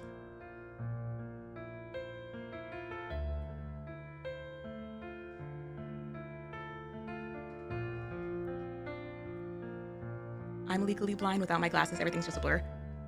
Yeah, there's like blurriness like blind, but then there's like can't see like anything blind and like light sensitivity.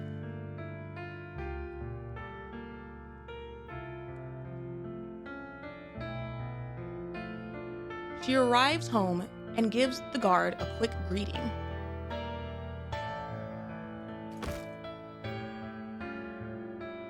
She drops her things on the floor and takes a breath.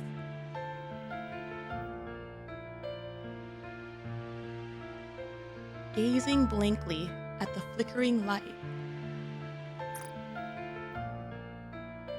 That's a wild shot, Shift Up. That's an absolutely wild shot.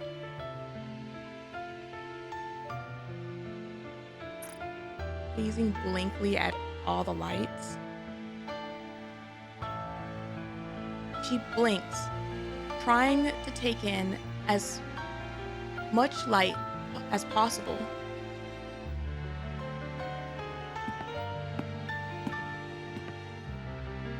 Familiar footsteps approach.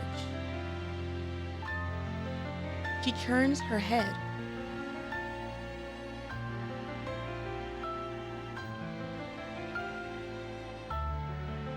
It's her beautiful princess, a flower amid the filth.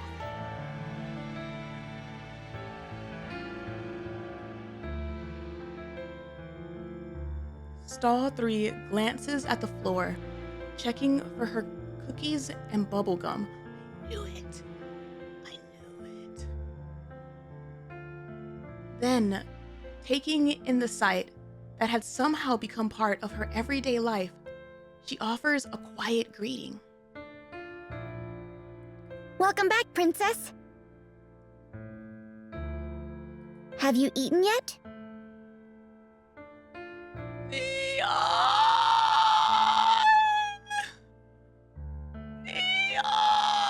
Her effing name just got so much more effing sadder.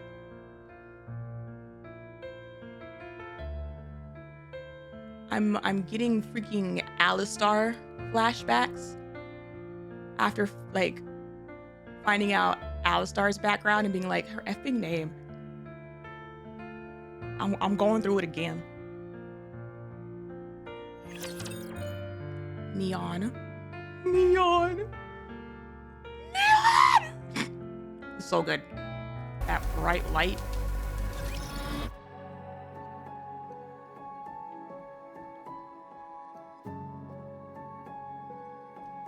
A few months later.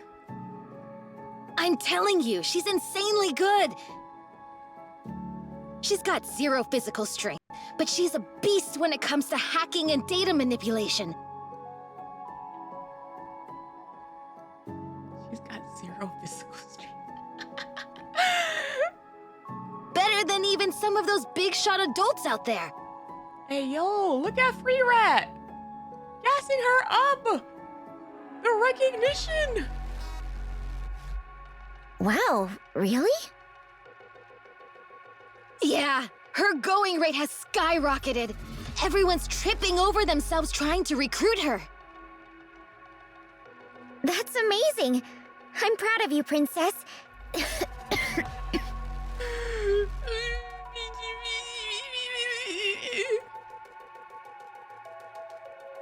I merely imparted some knowledge to those fools.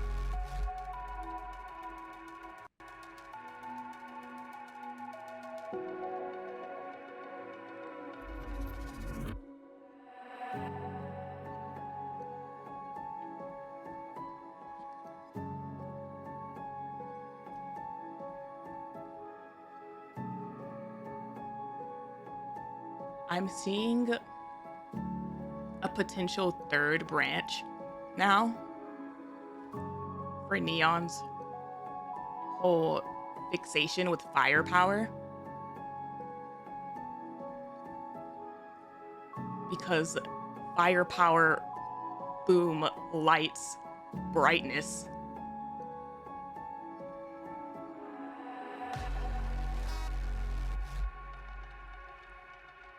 Like more firepower means more light.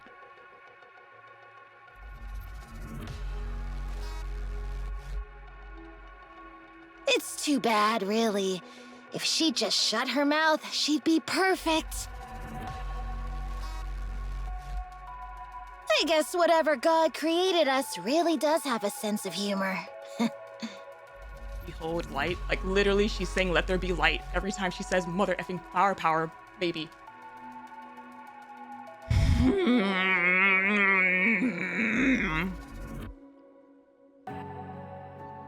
Which would be really effed up if she got it from Free Rat dying from all those effing grenades. Like, yeah, Free Rat dies, but like, oh my god, look at the light. Look at all that light.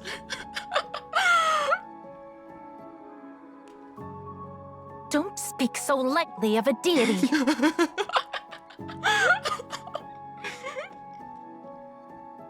Hey, when are you gonna spend money on me? What do you mean? You owe me, after all. What do you mean, video? Why? I'm like, she's literally walking around with all these grenades. Why do I owe you anything? You mean from when you showed up, insulted me, and beat me half to death? Come on, you know you deserved it back then. You really did. Stop trying to mooch off me. I don't have the money for that. Oh. What are you saving all that cash for anyway? You've probably got a decent amount saved up by now. None of your business. She's trying to send a message.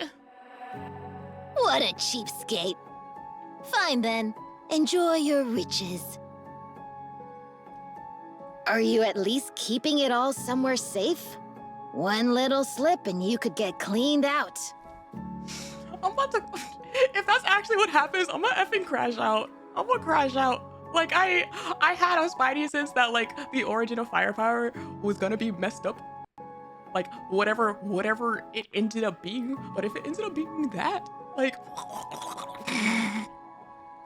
never will firepower be the same. Neon. The name Neon already is not the same.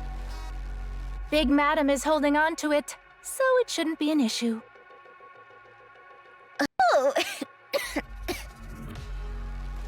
You really have become an Outer Rim citizen through and through. Oh. Enough. Let's go. Marcus has some discounts at his shop today. Someone's done her homework. Today's actually this month's barter day. Oh. You know all that junk I told you to pick up while working? Bring it with you. You might score some Nutrium if you're lucky. Nutrium? Nutrium? Nutrium? You know, the stuff Big Madam gave you a while back. Calling that Nutrium would be an insult to the real thing. Funny. I seem to remember you scarfing it down.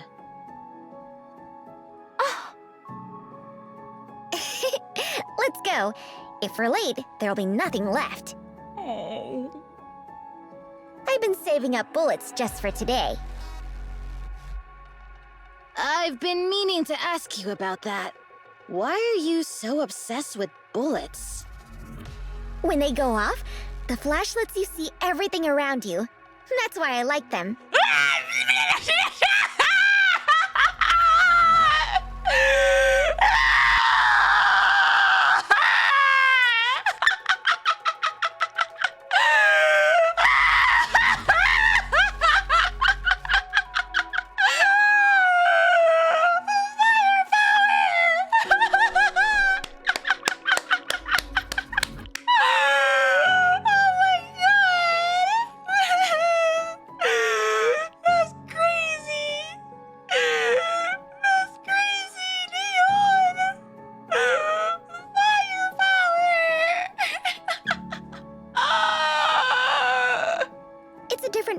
From fire or regular lamps. There's this flash, and everything suddenly gets all bright. It's exciting! That's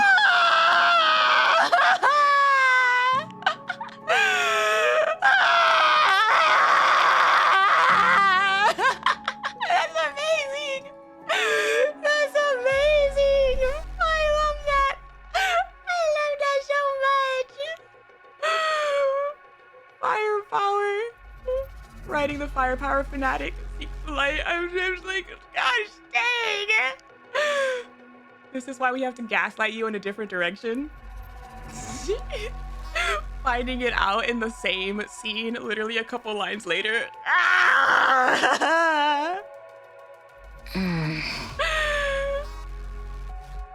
The greater the firepower, the brighter the flash.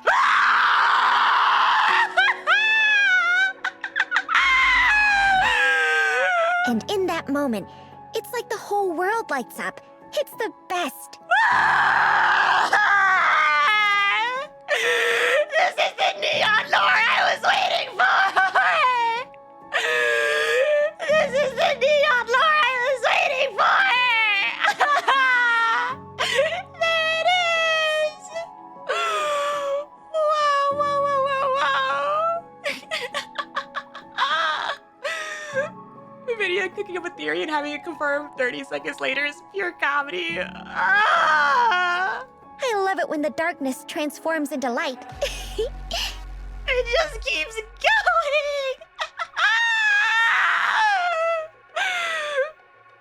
Oh my gosh. Oh my my gosh. That's so effing good. That's so effing good. How many times has it been literal lines different? Oh my god. I still think that free rat's gonna blow up, but like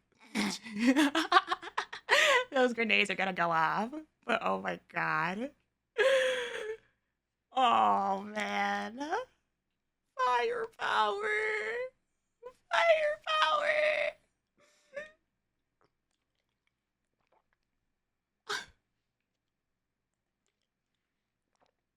Damn. That screech hurt my throat a little bit.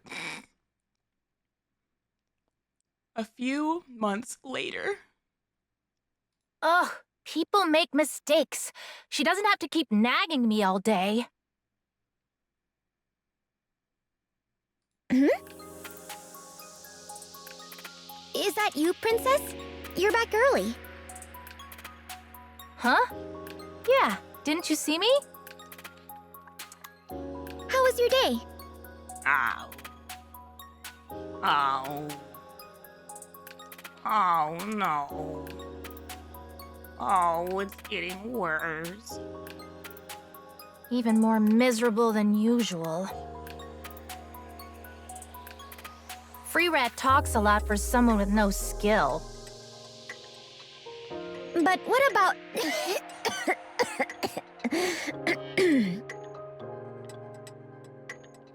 Ugh, will your cough never get better? No. They say it... won't.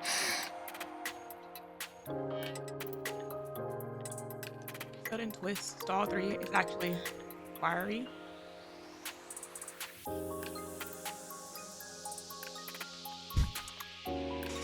Hello, question mark? So right now, I'm pretty like certain on Neon. Princess is the one that I'm like bouncing around. Because now I feel like she might be the priestess. But like,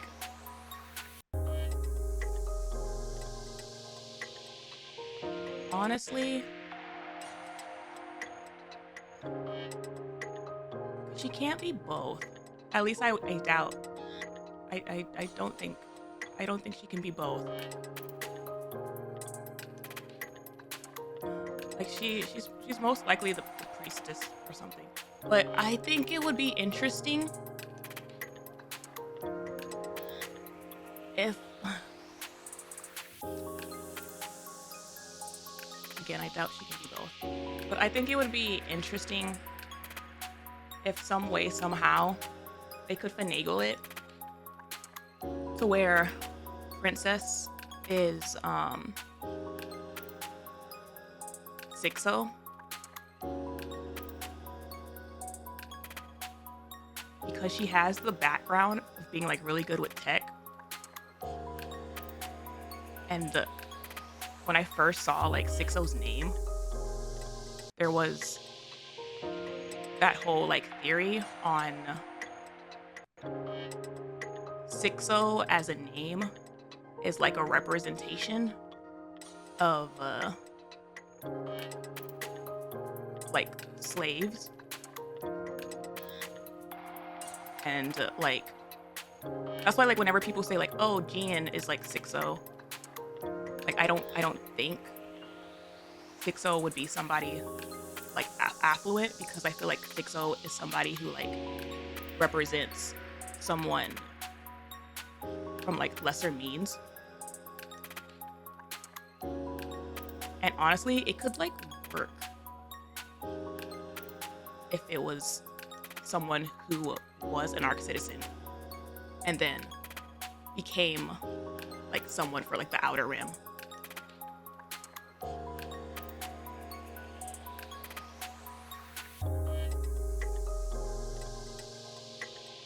Like I think that would just like be interesting. It would fit the name, basically, is what I'm saying.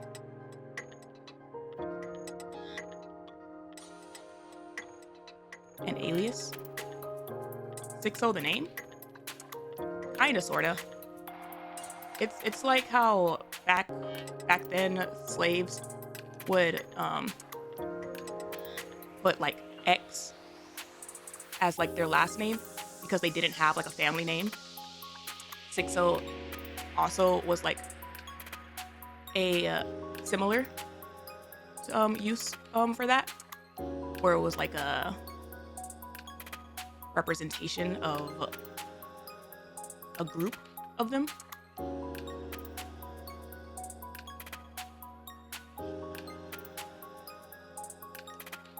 But it would be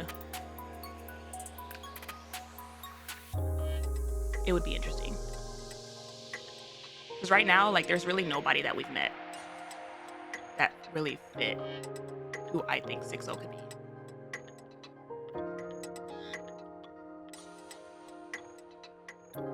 How is anyone supposed to sleep with you coughing up a storm? Sorry.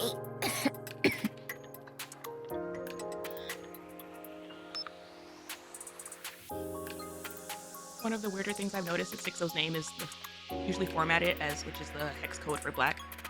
Not sure what that means though. It basically is like, it goes back to the whole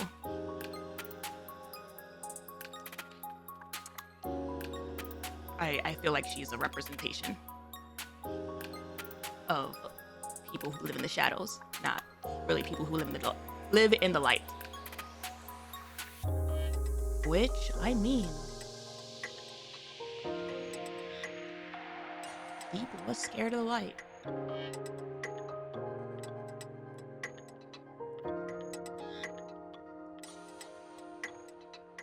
Princess sits down and powers up her laptop.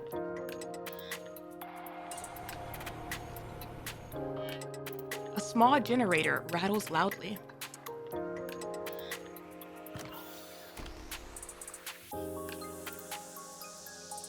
After glancing around, she connects the cable trailing from the laptop to her glasses.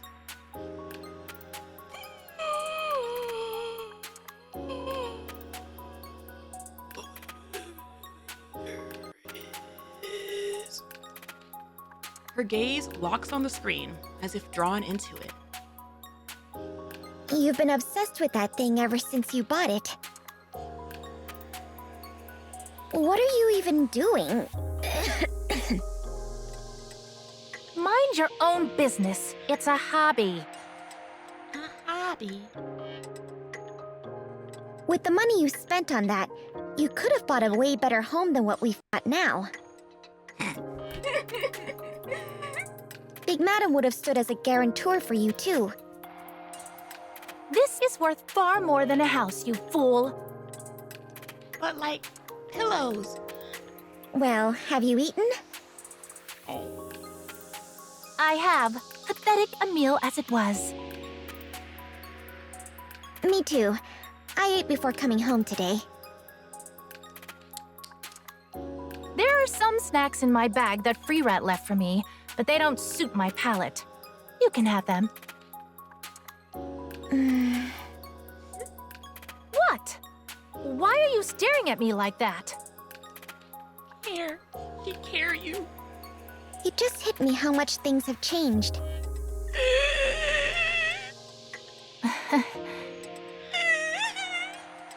Can I touch your face? What? Your face. I want to touch it.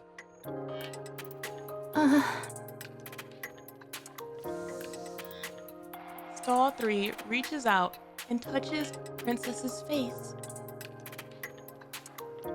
She caresses it gently. Your face is so small.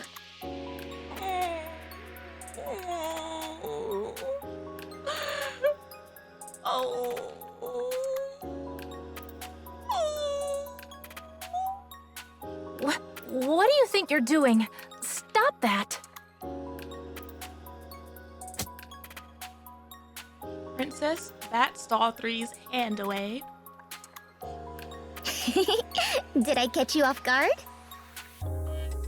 The amount of hints that they're trying to like indicate for her eyesight. It's like, make it stop. It hurts. Just go to sleep. I'm busy.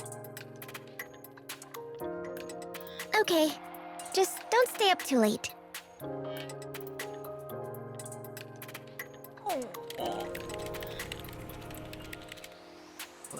Clicky clacky.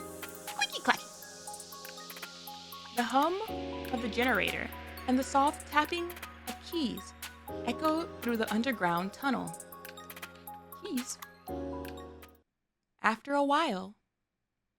Ugh, this generator is useless. My laptop's battery is draining faster than it can charge. Maybe I should buy a better one. I've saved up a good amount of money. Princess turns her head and looks at stall 3 sleeping. The sound of coughing continues. Her eyes then move to the yellow lines drawn on the floor. There is barely enough room for 2 children to lie down. I still don't think you can really call this place a home.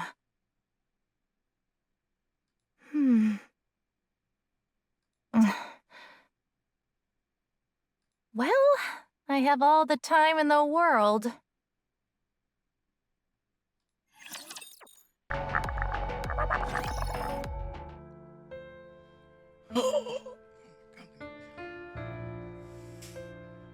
Let me sit up. The piano is back. Princess awakens.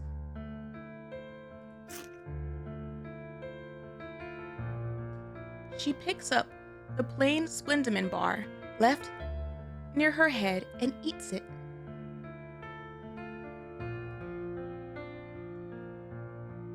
Sleeping Beauty? She rises groggily, casually greets the guard,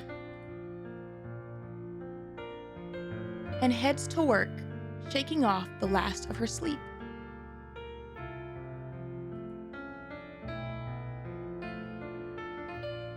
Princess's job is scavenging through the electronic waste yard. Amid the mountains of discarded devices brought down from the Ark, she searches for anything that might still be usable.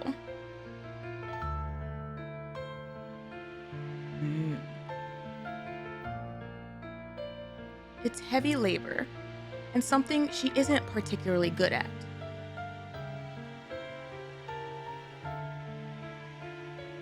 Free Rat nags at her from the side, but she ignores it and does her best. This is her least favorite time of day. The morning's work ends, and they spread out makeshift mats to gather for a meal. She always wonders what difference morning and afternoon make in a place this dark. She puts a slice of bread soaked in a questionable sauce into her mouth. Despite its appearance, it doesn't taste bad. After a short lunch break, they inspect the collected electronics. This is her favorite time of day.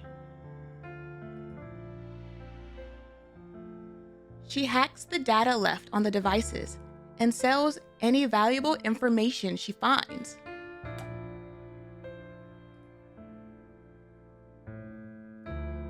It pays far better than selling the devices outright, and fortunately, she is exceptionally skilled at it.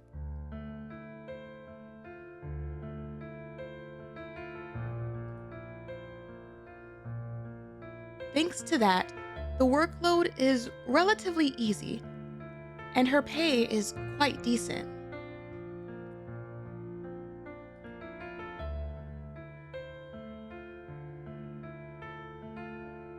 Free Rat says Princess could easily make a name for herself in the Outer Rim if she wanted to.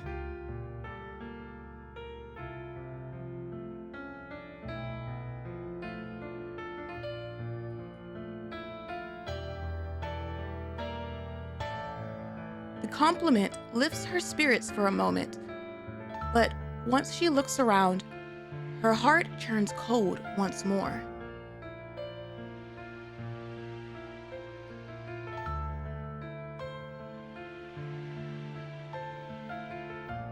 She sees a place that is dark, foul-smelling, and covered in filth.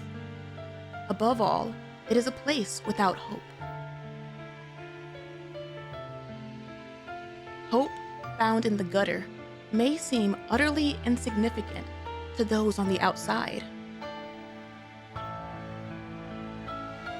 But everyone here clings to it.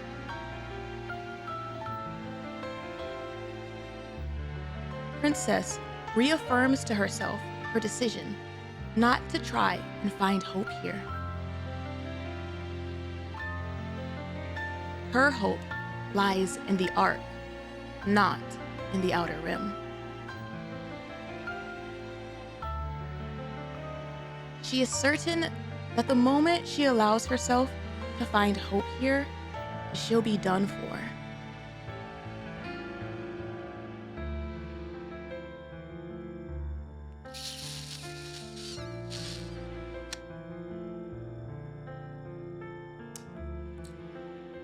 Well, that's certainly not a red flag if I've ever effing seen one.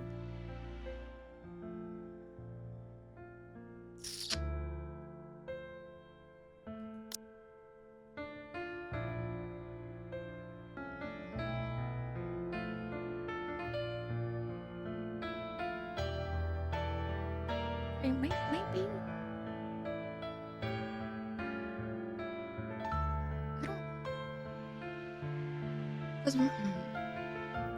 Okay, first off, I feel like she's dying.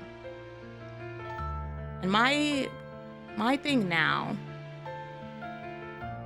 is if she was the priestess and involved with Deep or whatever, one of her first lines was something about in this life, or I should have done something there's definitely some kind of indicator of living multiple lives. So if she's dying and at the end of this little memory thing, what is she coming back as? Or who is she coming back as? Potentially.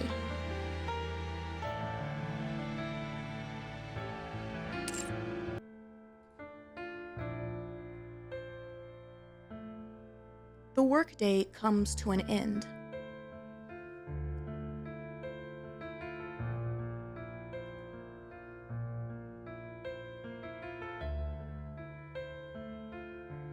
She visits Big Madam, engages in small talk, and receives her pay.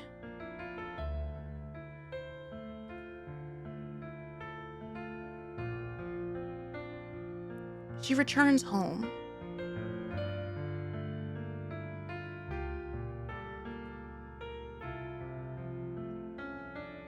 After briefly greeting the guard, she turns towards the sound of coughing.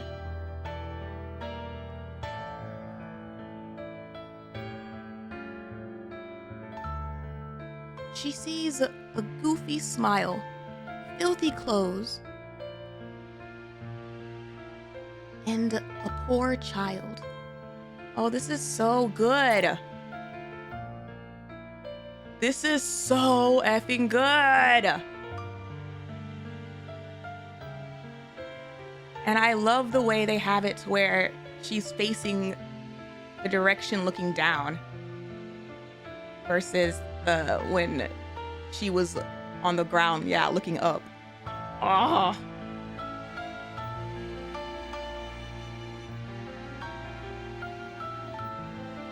The red glasses. The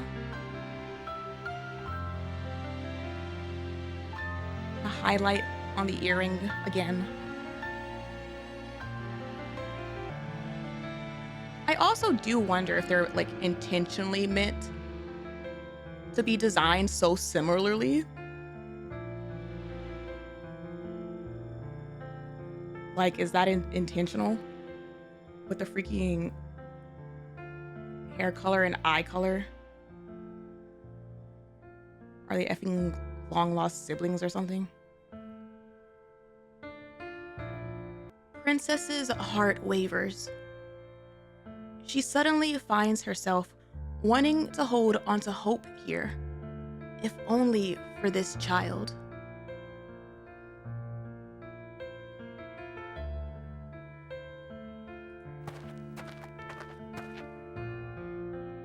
She approaches the child and responds to the greeting that had somehow become part of her everyday life.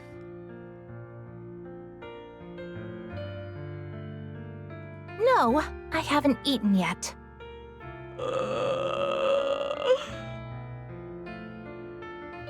Let's eat together.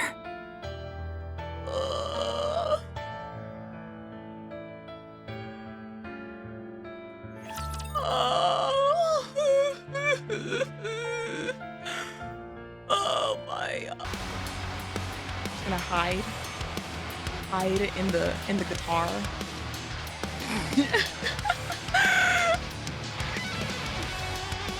Because my fear is increasing. Nothing can hurt me inside of this guitar. Ooh! Ooh, hold on, wait a minute. Hold on, wait a minute.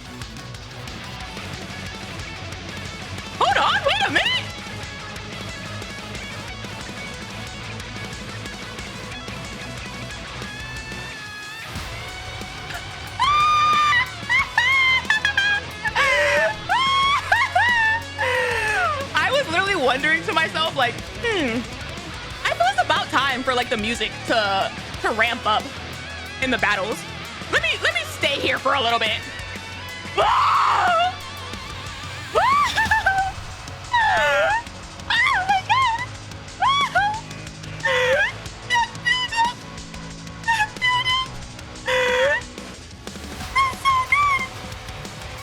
Again.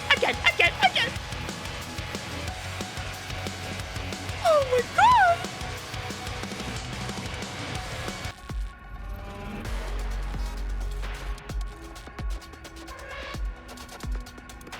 Did the map music change?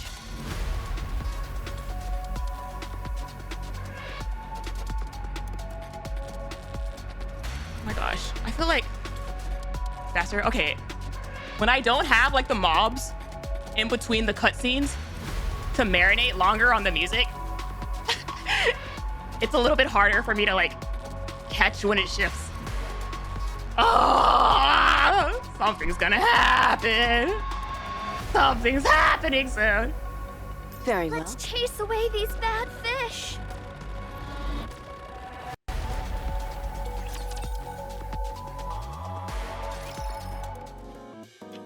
What? 2 months later. You mean this place? Yes. This place is our home? She got in a house!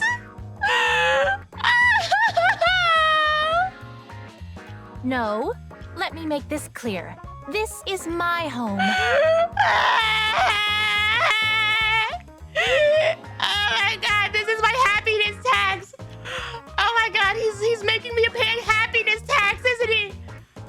Before he F's me! You may live here as well. I'll allow it. Star 3 moves around the room. She bumps her head against the wall with a thud. Ow! What are you doing? You bought this place? Yes. Big Madam helped out a lot. It probably won't mean anything, but I tried to find a place with decent air. With decent air? I thought you wanted to get a better generator. She cares about you and your help. How do you know about that?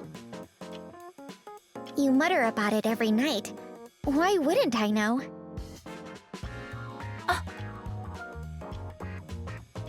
Do you not need one? I do. Then why didn't you get one? Oh.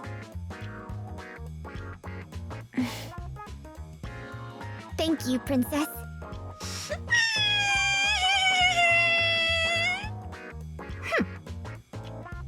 Now it's my turn to tell you something. What is it? I bought a generator. My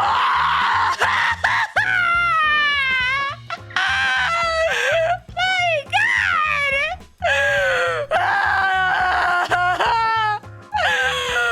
Oh my God! Oh my God! Oh, it's the pain. It's coming. It's coming. Oh my God. Oh my God. Oh my God. The pain's coming. That's so effing cute. What? Oh, I have to go pick it up today. that's so cute. What are you talking about? But they're incredibly expensive. She was saving for a house and she was saving for a generator. I'm good at my job, and I saved up a lot. Oh my goodness. Why would you? I don't know. Maybe for the same reason you bought this house? She loves you. She loves you. Huh. You're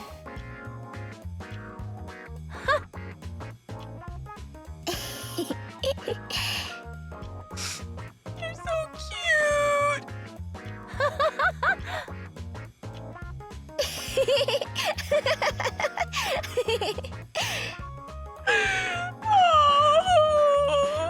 Oh man, let me have them.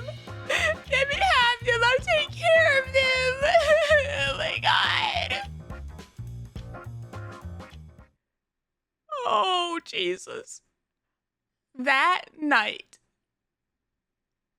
Wow, the floor's so soft. Damn. This isn't soft. It's as hard as a rock. Hey yo, but if it's a new floor compared to the ground outside, that could be a good sleep. It's so quiet, like someone turned off all the noise. The other place was just ridiculously noisy. Are you not using your computer today? Shaggy carpet. Honestly, it could be wood and still be comfortable, honestly. You always have that pretty lady on your screen while you're working on it. That's a blueprint. Never mind. I'm not really in the mood for that today. A blueprint of, I see. your body? A Nikke?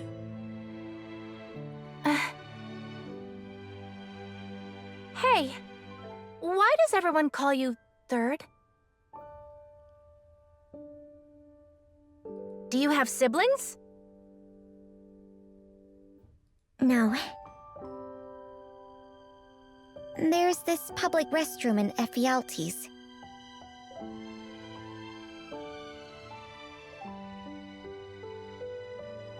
It's poorly maintained, and most of it doesn't even work. You know how public restrooms are.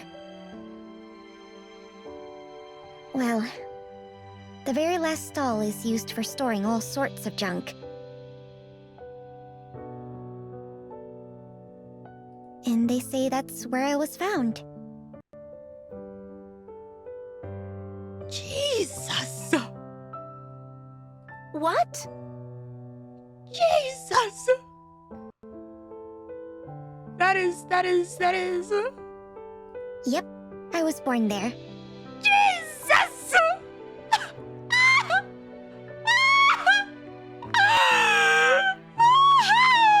What? What? Is that better or worse that you called out? Oh my god! Obviously, I don't know who my parents are. Anyway, I was the third kid they found in that stall. That's why they call me Third. Jesus!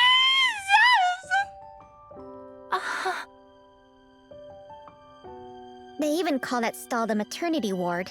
Isn't that funny? Not even slightly.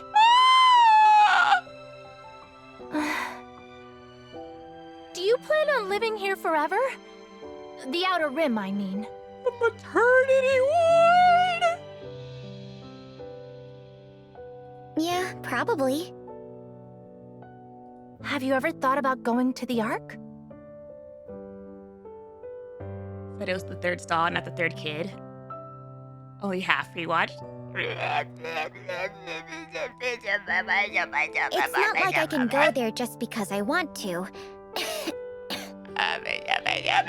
Are you going back to the Ark, Princess?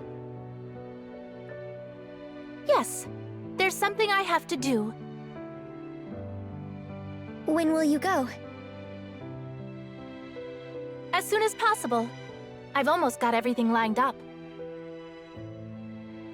I see. Can you tell me what the Ark is like? Why? You said yourself that you'll never be able to go there. I'm just curious, and it sounds interesting. Oh my Jesus. First of all, it's bright. It's bright? Are there tons of lights? No, it's bright even without lights. I can't even imagine what that would be like. If you ever do go, you'll know exactly what I mean. And there are so many tall buildings. The two talk late into the night in their new home before falling asleep. Their new home. Oh my gosh. What the hell? Bubbles at the ready! Saw 3's epic. How heavy your burden has been. Damn, no kid can be happy in this game. Behold, the strength of No my child peoples can of be Arion, happy in just this so. game.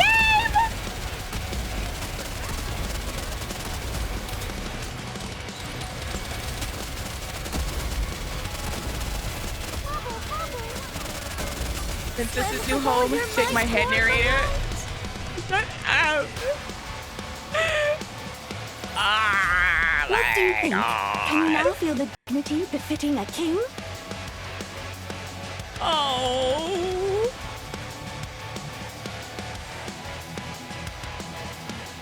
Except Frisia, as far as we know, there's still a lot of time.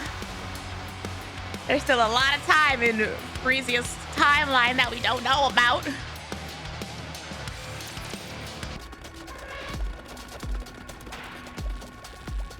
VTuber.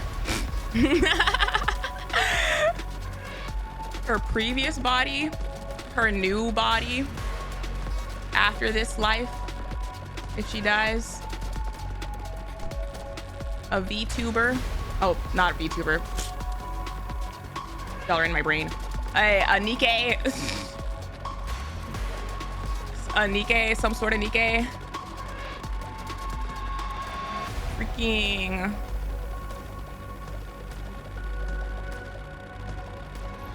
I can't see any point in it being an AI. Shut up. I'm like trying to think, and then I like glance at chat and I like read what I say what I'm reading.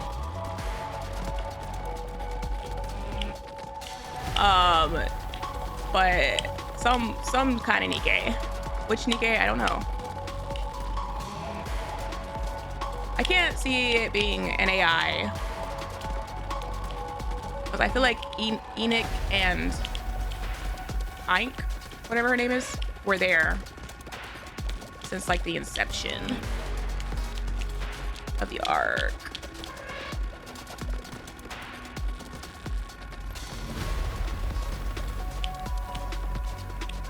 What's that sound? Oh, is it too close to the mic? I'm sorry. It's I'm rubbing together two bottle caps.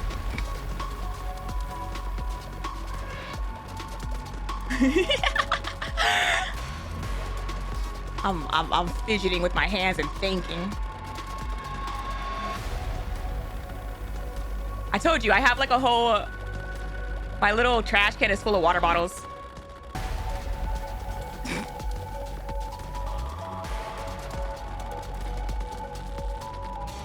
Just be happy we don't hear her fidget spinner.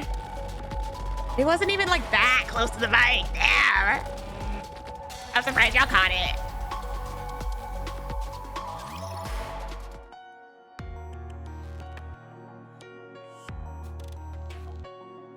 A few days later. Whoa! Is this your new place? It looks nice. Get the hell out of here, free rat. Get the hell out of here. You and your freaking grenade jacket are not allowed in here. Take your jacket off outside before you come in our new home.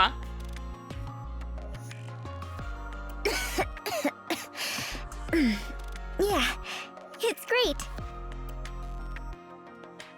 Where's Princess? Can a girl chill with her friends? This friend needs to leave her jacket outside before she's like shoes at the door, jacket outside, and then you can maybe come in. Huh? Isn't she at work? What are you talking about? Today's our day off.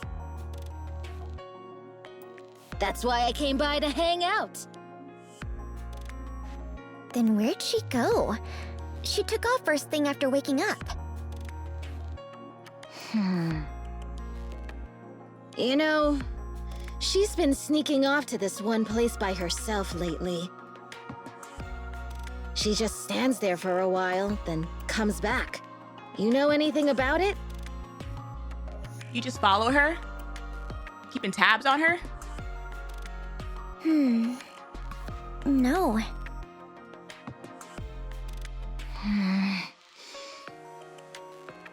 Over where she's been going, there's this crawl space that connects to the Ark.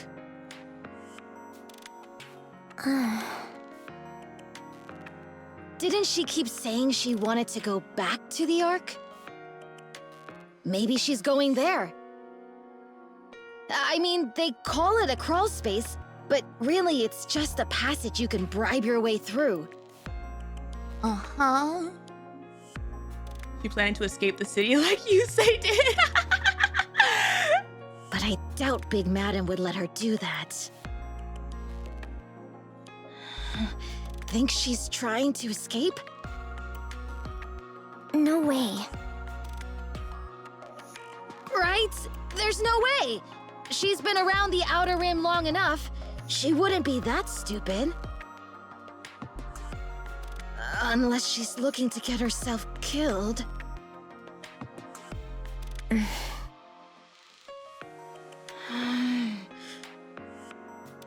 Let's go check it out. I've got a bad feeling about this. Can you leave your jacket here? I'm jacket and the stupid grenades. Me too. Lead the way. Found her. She's over there. But I can't see too well. It's just in a grenade We've gotta video. get closer. It's multiple.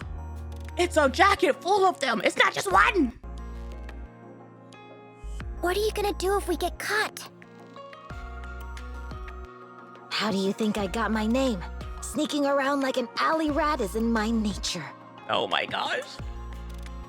Your cough. Can you hold it in? Hold my hand. Why are you suddenly asking me to? You can't see. My eyesight's gotten really bad. Oh my god. You said you were fine lately. Here, grab my hand. Let's go. My stomach hurts. My stomach hurts. My stomach hurts. Stall 3 and Free Rat move cautiously while holding hands. Hiding near a pile of scrap, they spot Princess standing no more than 20 paces away. Princess taps her foot anxiously. After a short while, oh, damn, there you are! A priestess clad in white and gold emerges from a small opening in the partition. Well, damn! Is that a different one? Same one? Who? Her face is veiled, but she seems visibly shocked the moment she sees Princess. Your Holiness.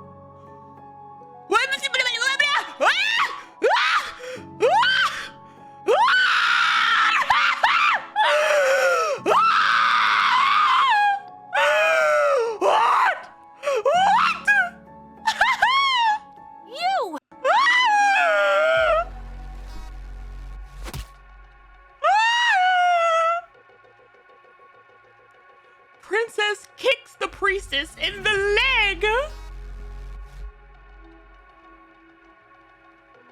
The priestess staggers for a moment, then regains her footing. I bet you she deserved that kick. Oh my gosh! Wow! I'm proud of myself for that one. Damn. Your Holiness, you're truly alive. 3 years. For 3 years, you left me rotting in this place without a single message. What exactly were you doing? Explain yourself.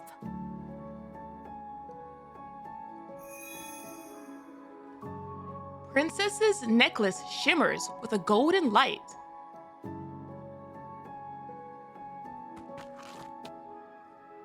The priestess recoils in fear.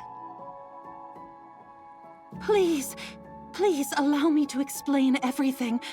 I beg you, temper your anger.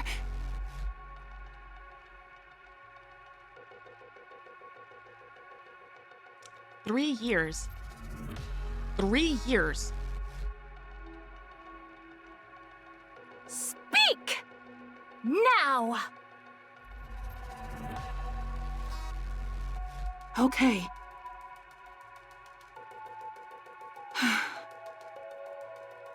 That day, the day of your corporeal transference,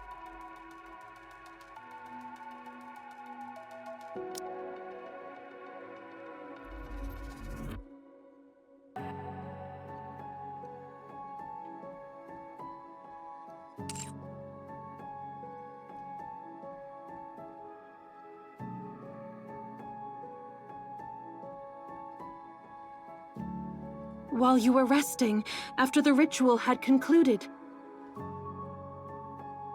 a man suddenly appeared. What the hell? What the hell? What game is this?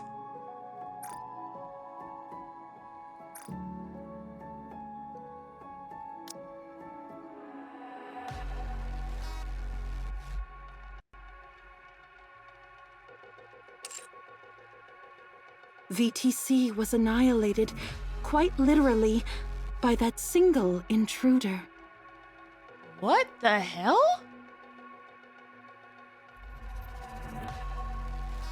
Okay, first off, it being a man is like blowing my mind. Like, what? A guy that's not a commander is like having an important role in this game? What?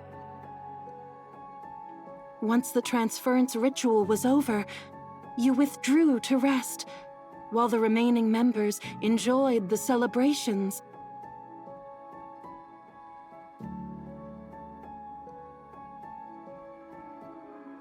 Remaining members?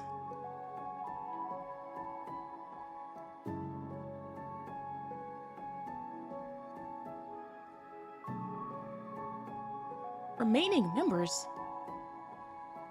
Okay, wait. Let me say this real quick before I forget it, because this is making my brain was like thinking about something, and then this scene started.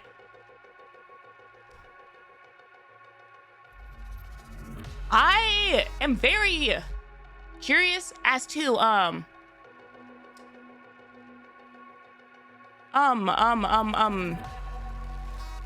Pine's role in this game. The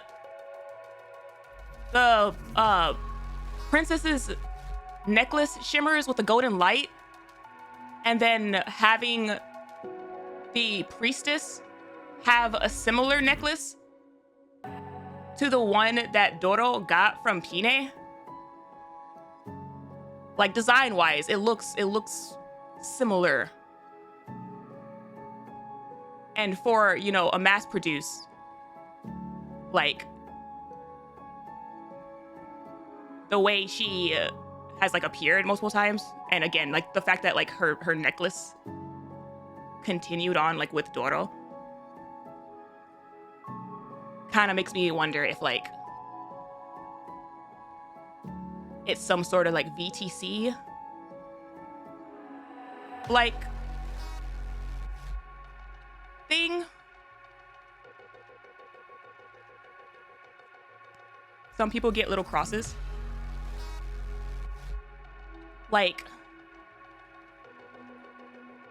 and the fact that like Pine is even like coming back, makes me like just wonder.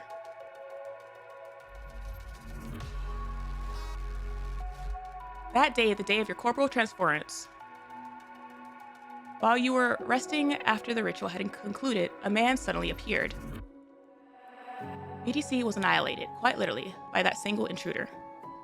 What? But once the transference ritual was over, you withdrew to rest, while the remaining members enjoyed the celebration. I don't like that homie has blue eyes, because it reminds me of Johan. Like, I think Johan's daddy is the freaking Supreme Commander.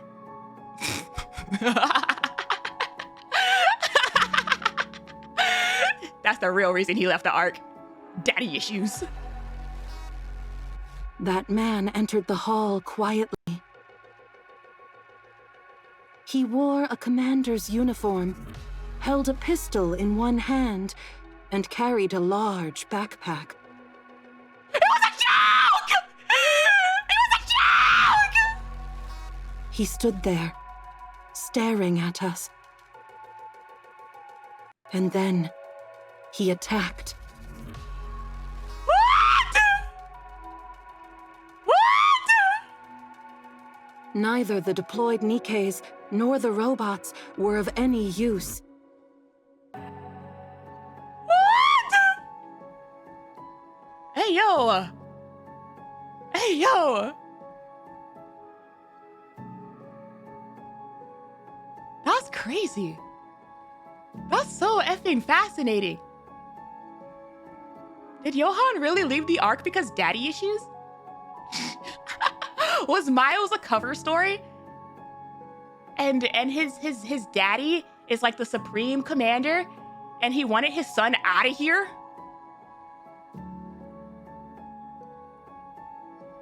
We were slaughtered, powerless to do anything.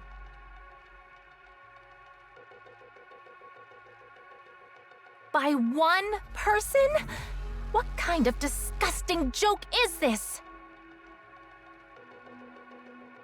He was a monster, disguised as a human. Is that us?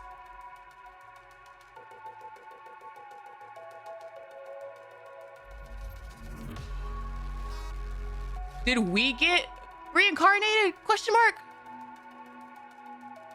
Or wait. No, oh, Anderson. I was like, what color are our eyes? What color I'm like thinking of all the commanders and like their eye colors. And I'm like, what are the designs of this game? Oh my God, he avenged his wife! As you should! As you should! That's crazy! I still can't wrap my head around how he did it. How he killed everyone. You separated him from his wife! Only a handful survived, including myself. I think it's Johan. No, it just showed brown hair. Brown hair, blue eyes. That would either be us or Anderson. Like I said, what kind of disgusting joke is this? Trust me. Huh? Is this her? Is this the priestess, like looking through like a crack in the door or something? I love that imagery. I do not wish to believe it either, and yet it is the truth. He single-handedly killed more than 200 people.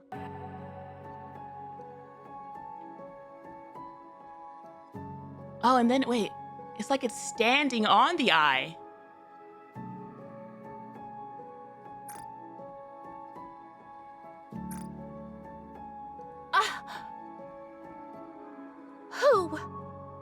Who was it? It was Anderson.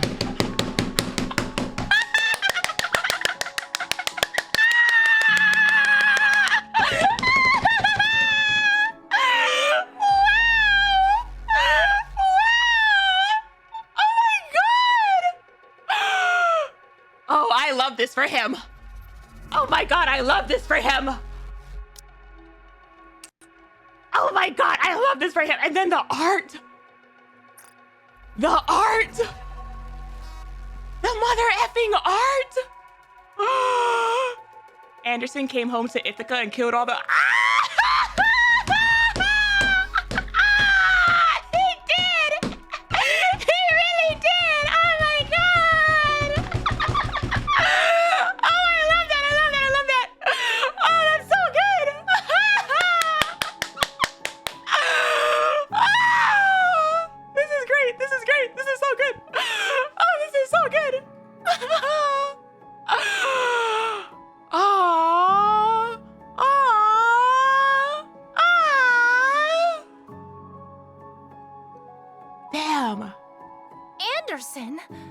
Commander of the Goddess Squad?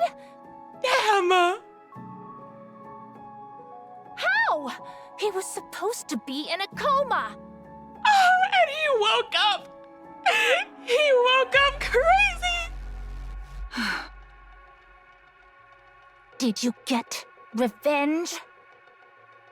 Oh, the mercenary title. He's so hot. Oh, he's so hot. My thoughts are filthy. My thoughts are filthy. My thoughts are absolutely filthy. I'm so sorry. We could not. Absolute degenerate thoughts right now. The senior officers who were involved in the transference ritual all perished, and VTC's chain of command collapsed.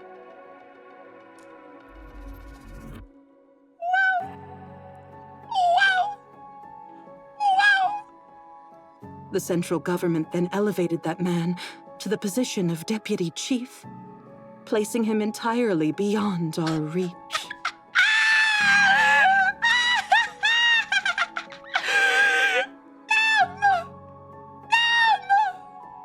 Damn those central government dogs! All that time circling me, and now they finally bare their fangs?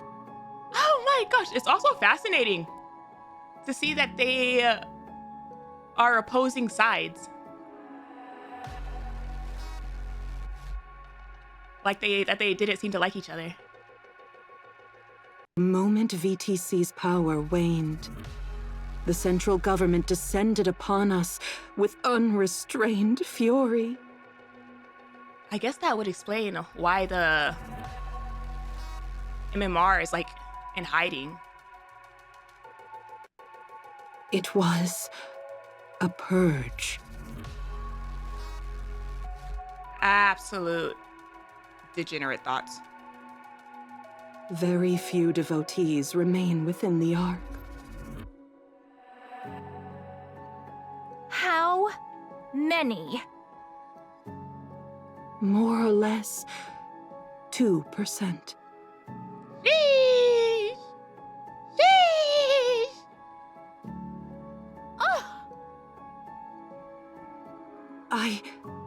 I persuaded and rallied the remaining devotees, Your Holiness. I never expected it would take 3 years, but I did everything I could.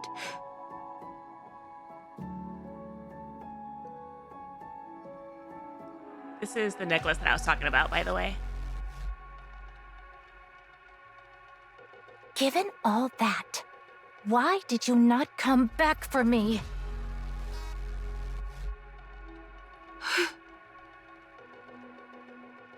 Answer me! You dumped me in the Outer Rim while I was unconscious!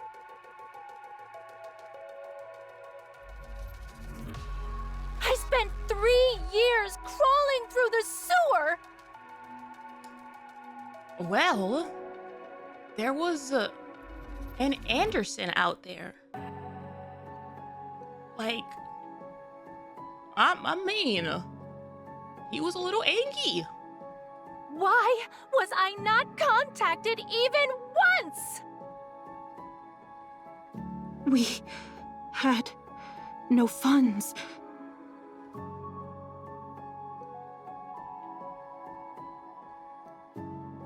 Entering the Outer Ring safely requires an enormous bribe. Money we simply did not have. Damn. Damn. Do they have more? Does she have more money than them?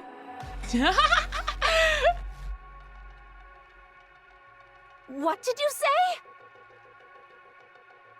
The sum we paid to the Madam of Ephialtes when we entrusted you to her care. It was everything VTC possessed at the time. Damn. So they only had enough money to last 2 years. I barely managed to scrape together enough money just to get here today. Are there more words on her veil? You really expect me to believe all this? That VTC... Yes. Oh, really? The rulers of the Ark of Mankind couldn't even afford a single bribe?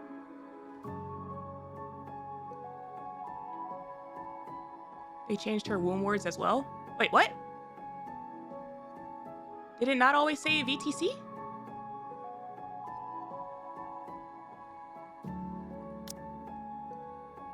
It used to say Vatican.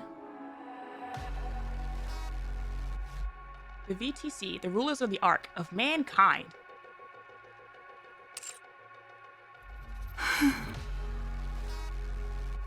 me the truth. What's the real reason? Everything I said was the truth. Forgive me, Your Holiness.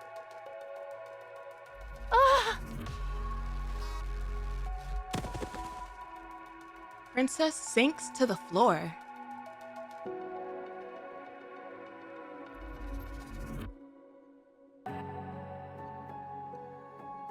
She looks up at the sobbing priestess with a blank expression.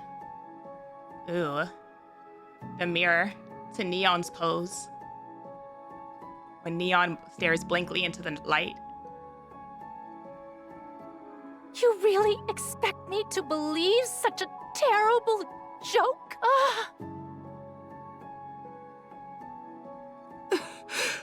I'm sorry. I'm sorry.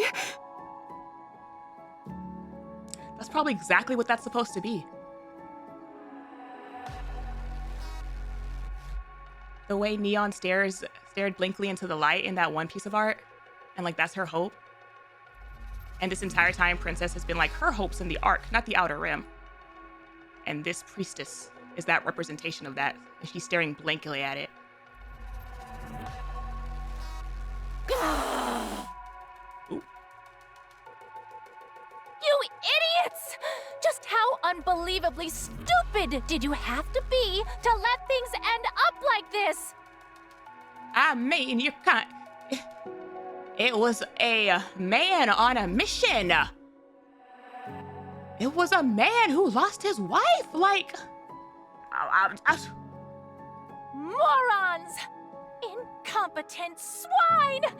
Utter dimwits! The whole lot of you!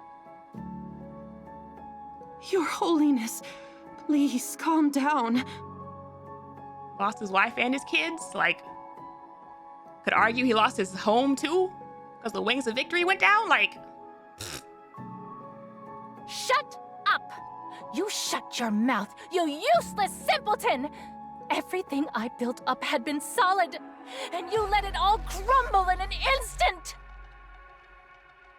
But you're still alive, Your Holiness. Vault above, tethered deep, connected golden line. Tethered deep. So long as you're alive, there's still hope. When your message reached me, I was shocked beyond measure. To be honest, I believed you had already passed. You were in the Outer Rim, after all. Even though we paid the madam, I assumed that the creatures of this refuse heap would never honor such an agreement.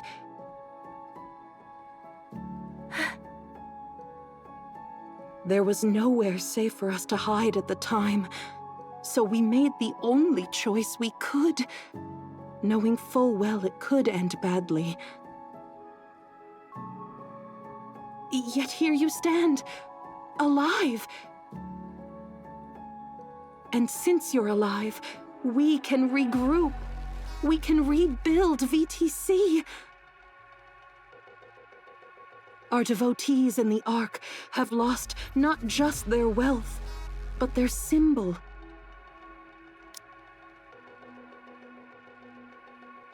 You're still alive. As long as you're alive, there's still hope. Shocked beyond measure. Even though we paid the madam, I assumed that the creatures of this refuse heap would never honor such an agreement. LOL. They're the creatures after that, It makes you wonder who the real monsters are, teehee. There was nowhere safe for us to hide at the time, so we made the only choice we could, knowing fully well it could end badly. Yet, here you stand, alive. And since you're alive, we can regroup, we can build with their symbol. All they've witnessed is our one-sided purge at the hands of the central government. But if you show them that you still stand strong, they will rally once more. Damn. So I still don't know who the hell the effing Supreme Commander is. How? Do you still have the key? As if abandoning me wasn't enough. Now you dare question my authority? Not at all. I merely wondered.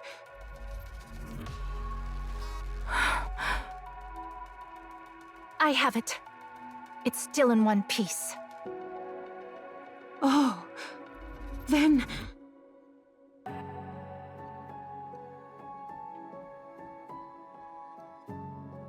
What exactly do you think you're going to do with it? So long as we have the key, and all the dormant ancient technology contained within, VTC can rise again at any time.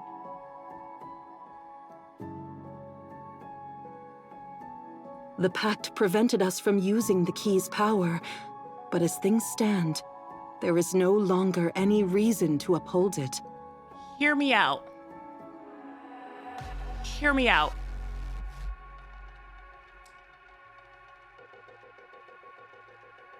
If we're going Kingdom Hearts with this, all right? And there's like keyhole to open something, right? Usually with like doors and everything.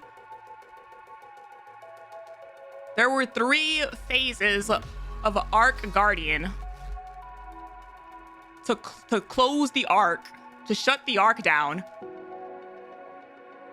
If they split up 3 different keys for each, like, lock to open the Arc back up,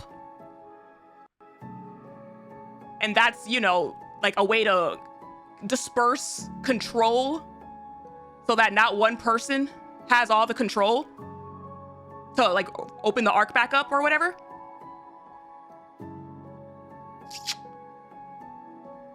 Nukes, code, like 3 keys, the VTC had one of them. And so it was always meant to be 3 phases to close it down. Potentially. That's my Kingdom Hearts theory. Once we demonstrate technology generations ahead of its time, all those foolish humans will again fall under our thumb. Why 3? Because there's 3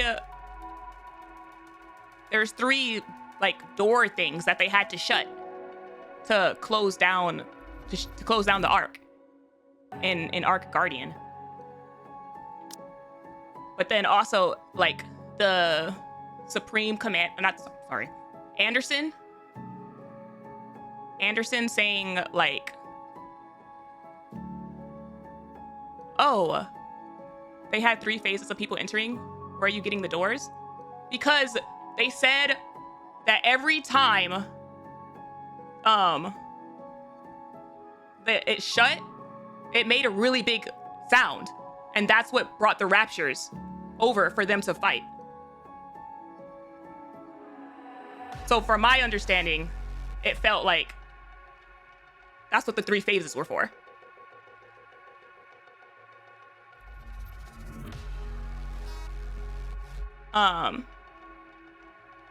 What was I gonna say? Oh, and then this whole, so long as we have the key and all the dormant ancient technology contained within, well, it kind of feels like the Arc itself might be some kind of technology that the keys are connected to. Because Anderson was already saying, like, y'all started building this Arc before the Rapture invasion, huh?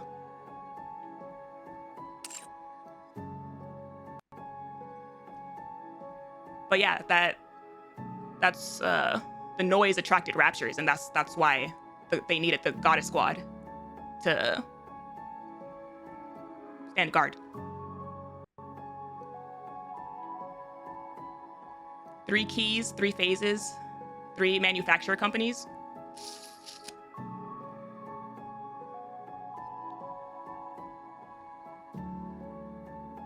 Maybe.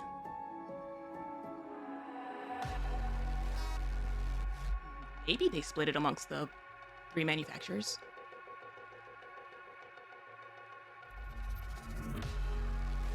And the VTCs went to Missilis. It will certainly take time. But time is of no consequence to us. If we endure a brief humiliation and work in the shadows, we can reclaim dominion over humanity.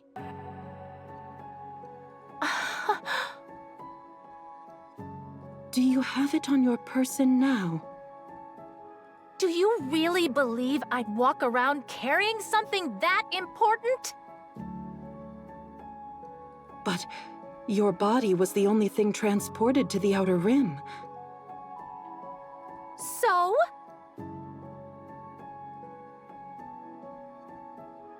The priestess's gaze travels over Princess, stopping at the necklace.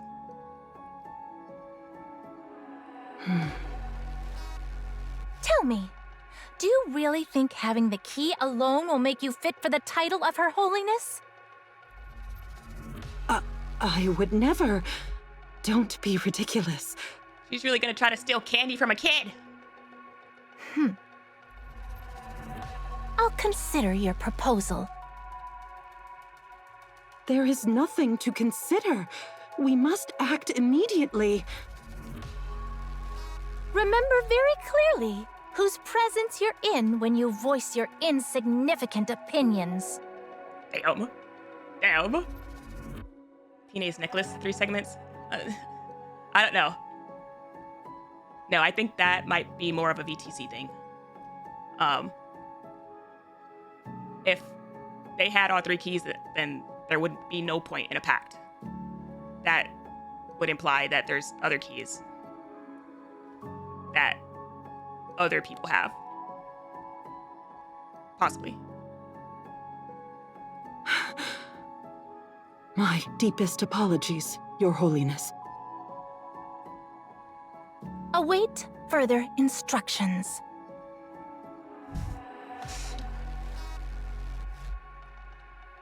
As you command.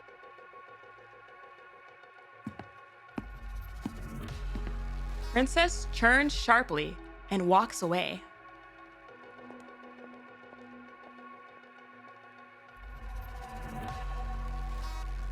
I wasn't saying Kine's necklace was all 3, more of a symbol representing. Oh.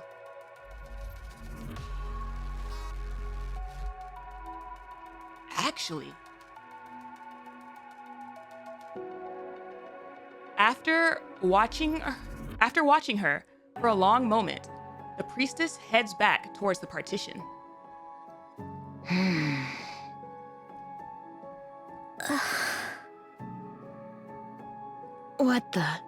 What was that about? Oh my gosh. They overheard all of that. Free rat. Uh-huh. What is it? First of all, don't tell anyone what you saw and heard today.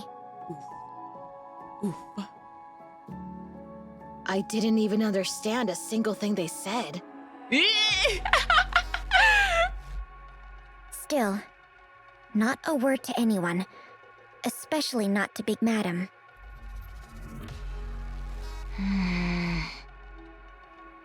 Fine. My lips are sealed. Good. Thanks. Gosh, where? So it's been 3 years. It's been 3 years after Arc Guardian.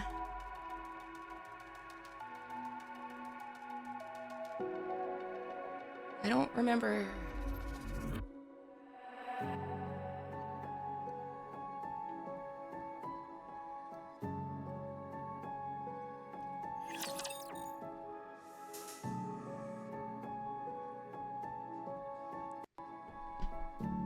I need to see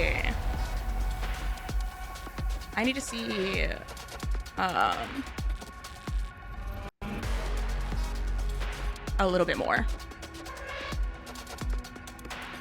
to see if there's like a potential of 3 keys and how those would be split up. Because if there is, because as far as like organizations go,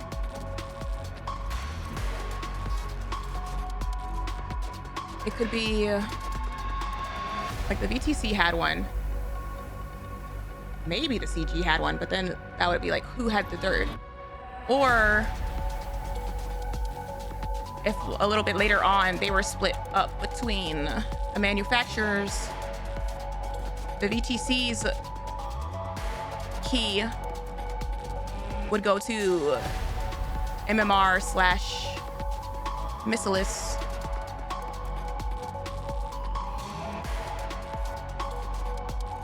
I really want to know if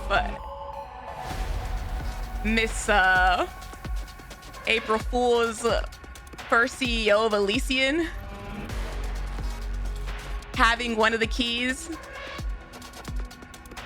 and that's the Elysian key.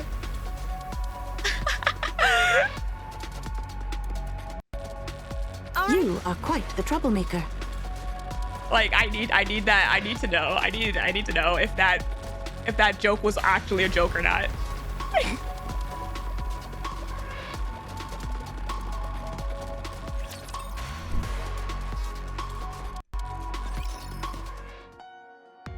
The CEOs collectively might have had the third key.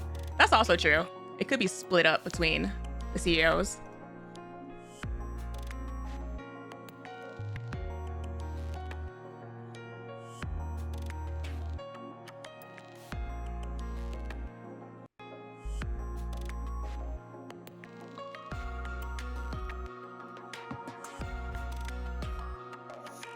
After their meal, Princess and Stall 3 lie down side by side on the floor.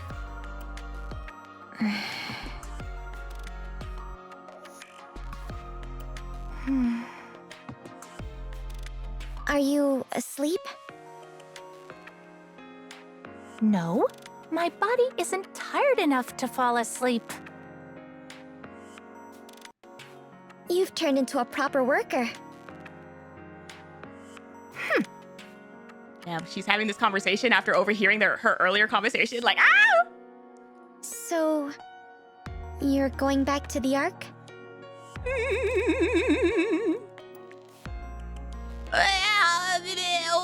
Welcome in, Raiders! Jade, I hope you had a good stream. I am, well, if you need to raid and dash, I completely understand. Take care of yourself, rest up, drink something, do whatever you gotta do. Otherwise, you and your community are totally free to hang out and lurk as I continue with chapter 43. So, if you're a Nikke fan and you have not done 43 yet, spoiler warning, we're doing 43.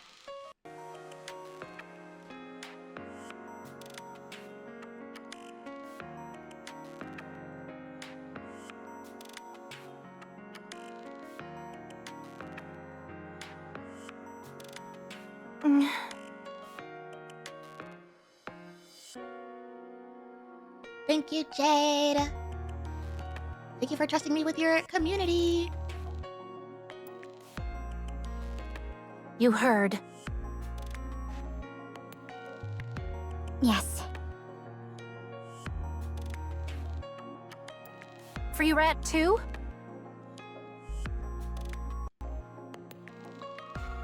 How'd you know? Both of you stink. Damn.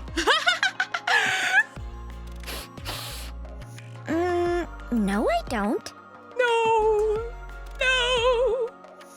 You do. I'm deliberating about whether to go or not. Why? There are too many variables. I see. Who exactly are you, Princess?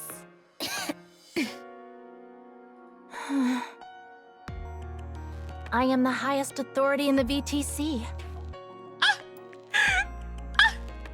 She's just gonna be. That's how deep their bond is. She's just gonna come out with it. I used to be called Your Holiness. What's that supposed to mean? I'm the head of VTC, where I'm regarded as a deity. I'm very old, even though I look about your age right now. I'm very old. My real age is closer to 200.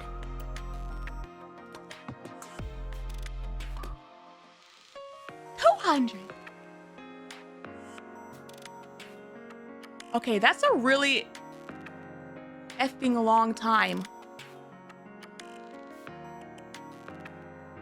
Because this isn't even like modern, like after the 100-year arc, like modern day. This is like still back then. So it's like 200 before that. And that was like before Evergreen. So like how long have they had this technology before the invasion?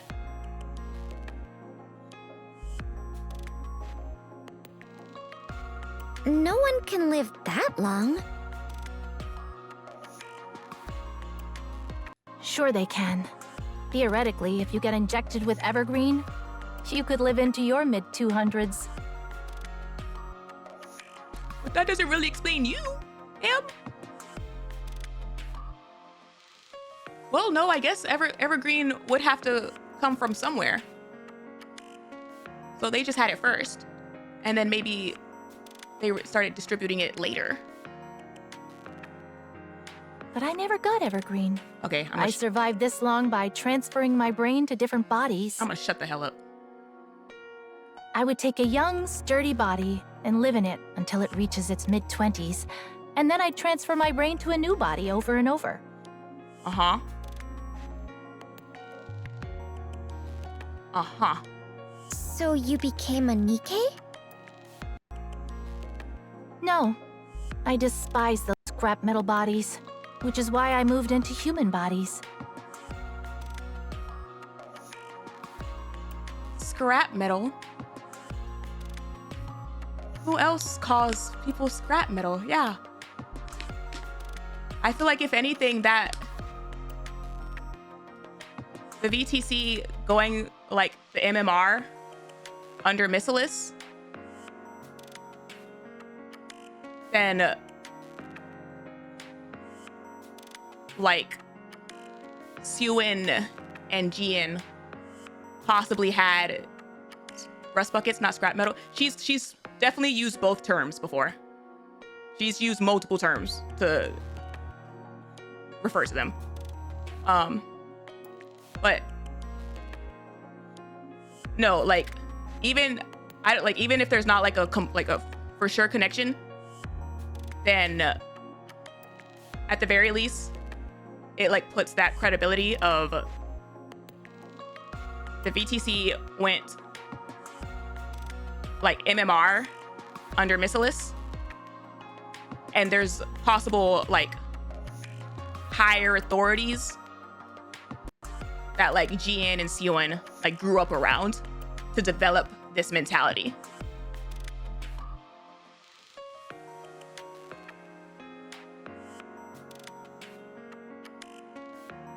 Granted, I'm starting to regret that decision now. In any case, it was one of the crown jewels of our technology. The central government shut it down, but they made an exception for me.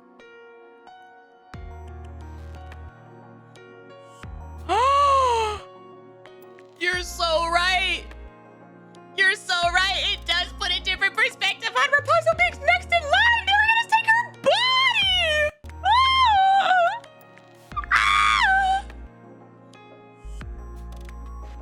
But what about the original people in those bodies? dead, probably. Or their brains got taken and they were turned into Nikke's.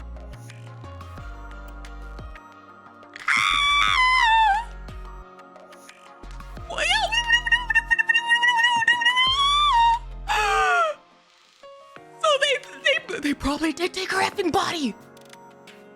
Or it's possible that they took her body. Oh, so you were a bad person, huh?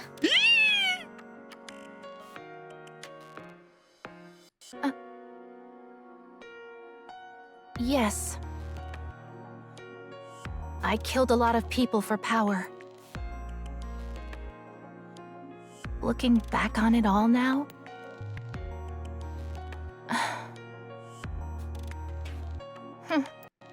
I lived gloriously. Does that mean you're going back to the Ark to do bad stuff again? I told you I'm still deciding. I'm still deciding, she says. They really came back after our guardian and got his fall with Hell Lord. Oh my god.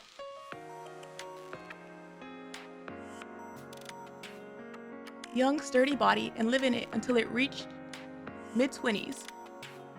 And then I transfer my brain to a new body over and over. Taken and were turned into a Nikke's.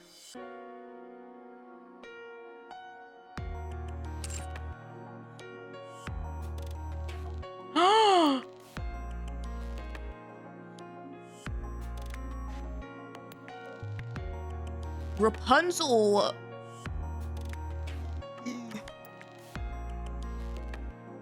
I don't know. Rapunzel needs a body right now.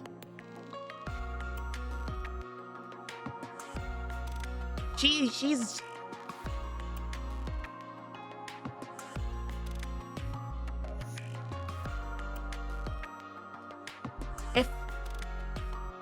If they have where are we going with this? If she took potentially Rapunzel's body was like next in line to be the Pope. And she took her body and became like a Nikke. And like Rapunzel became a Nikke. Then is it possible that there's something close to Rapunzel's original body that they can use to like remake it?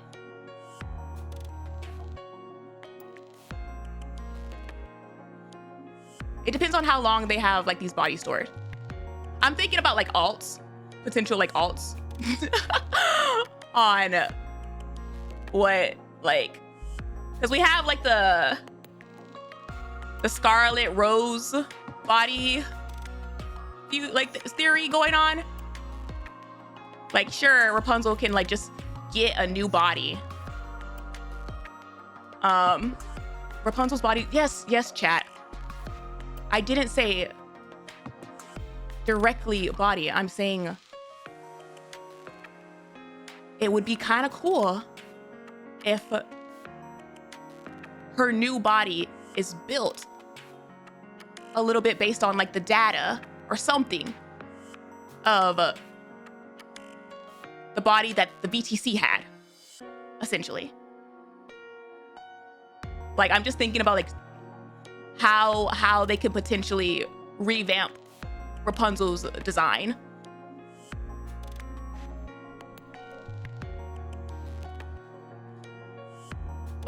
Like sure, she can just have like a new body that looks just like her old self. Well, you know, if you have the opportunity.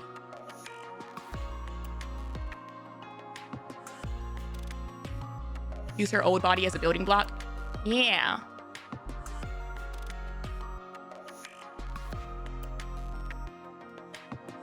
Are you out of money?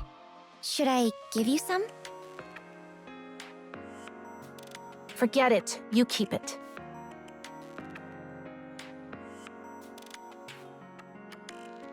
I think Princess would have added Nikke tech to her old body, considering I'm not saying that her old body would have the tech or that they would directly build the body off the tech.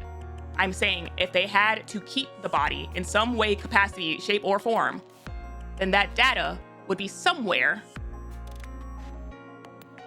that would, like, be potentially accessible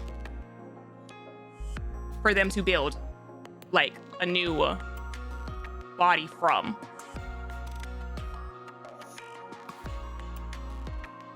I just think it would be interesting.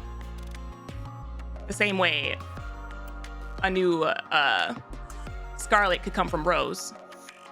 No, we're not giving Rapunzel a human body temporarily. Like, oh my God. I'm thinking about compatibility and data compatibility.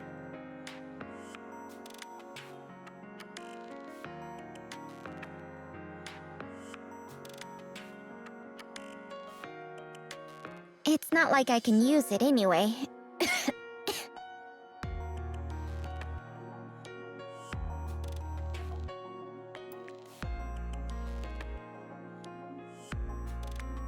You know what would be also an interesting opportunity for a callback? The sleeping princesses and those bodies.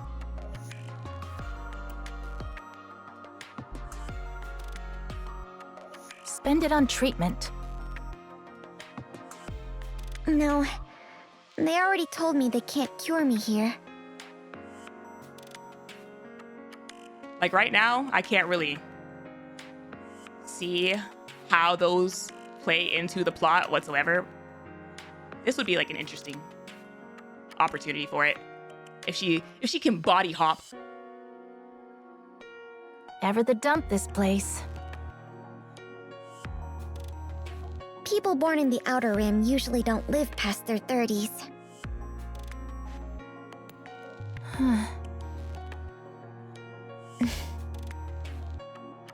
If you've got something to say, say it. Can I touch your face? Oh! You keep wanting to touch me every chance you get.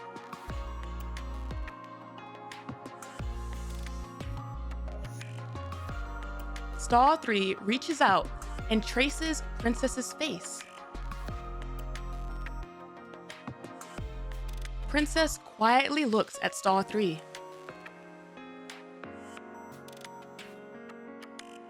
Damn.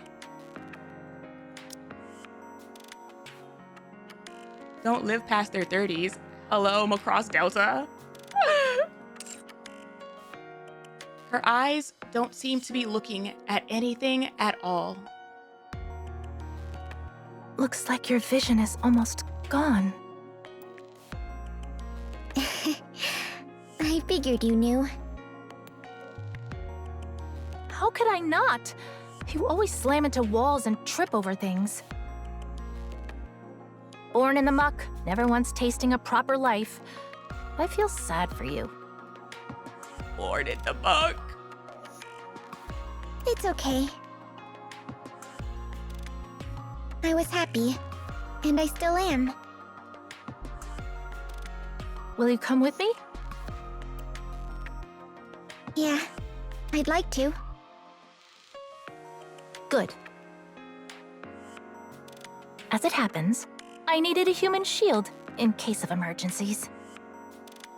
Hello. You'll be perfect. Hello, ma'am. Princess removes her glasses.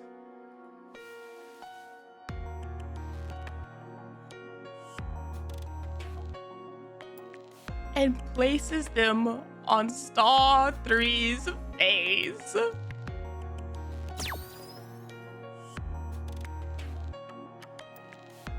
Huh? What's going on? Everything's flashing. Give it a moment. There. Princess puts the glasses back on. I've recorded your brainwaves. My brainwaves? When we get back to the Ark, I'll give you a gift.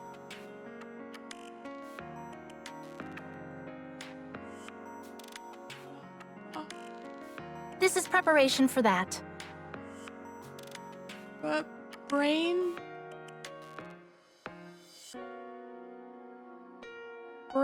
transfer?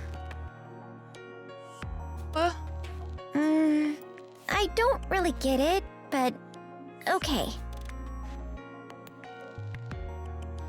Let's go tomorrow. To the Ark.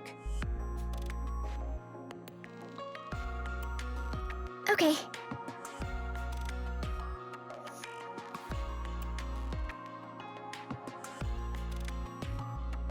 I don't think she'd need brainwave scans for a transfer. She would maybe if the body effing isn't available, question mark. So like the brain itself isn't available? I don't know. Because she had the blueprints on her computer of something.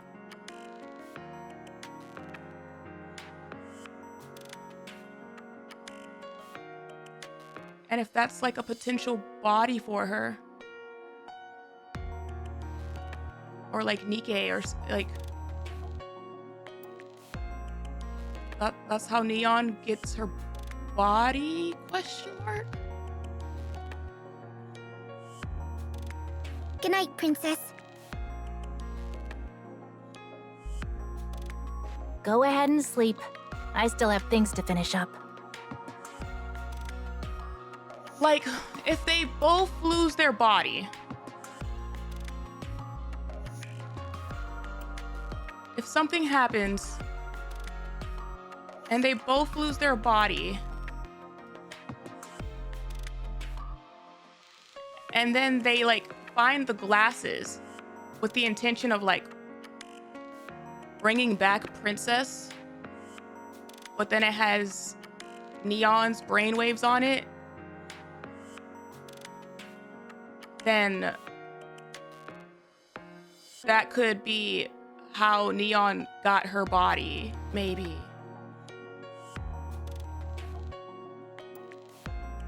Like it was like an accident. Is it something to do with that pretty lady that's always on your screen? Yes. Now that I've scanned your brainwaves, I can finalize everything. I still don't get what you're talking about.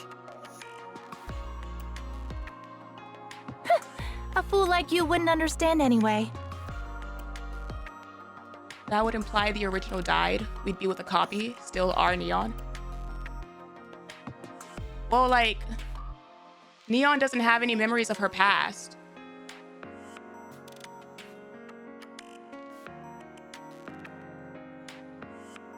Like, if the Neon that we know today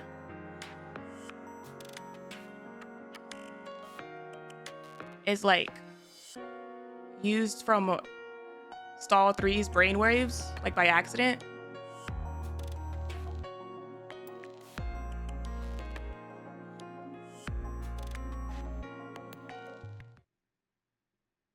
it would be cute because that would imply that Neon sees like a picture of her like future self and thinks of it as like a pretty lady.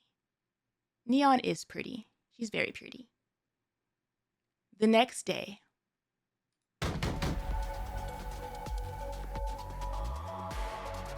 Princess is woken up by a pounding at the door.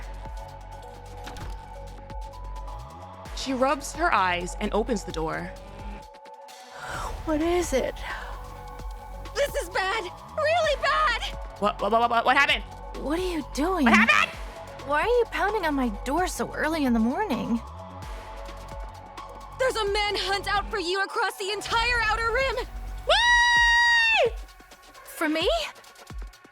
Yeah, you! The bounty on you is 100 million! There are already soldiers and Nikkes in the Outer Rim! Soldiers? Must be the central government. Did they get overheard? Or did the priestess... They finally found me. Or someone tipped them off. Let's go to Big Madam's first. It's risky, but she's got a hideout nobody knows about. And if you've got a bit of cash, she can even get you some guards. Are you ready? Ready. Oh, she's like, you're coming with me. Let's go. Where to? Big Madam's. We'll stop by there first, then head to where we were originally going. I've already sent word that we're coming. The Ark. Ah, who snatched? Did someone overhear them? Was it the priestess, or is the rat an actual rat? For now, let's go say goodbye. You really act quickly when you make up your mind.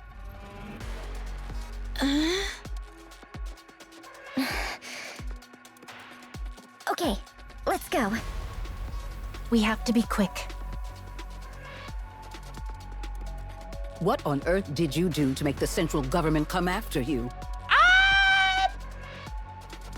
I must have sinned a great deal in a past life.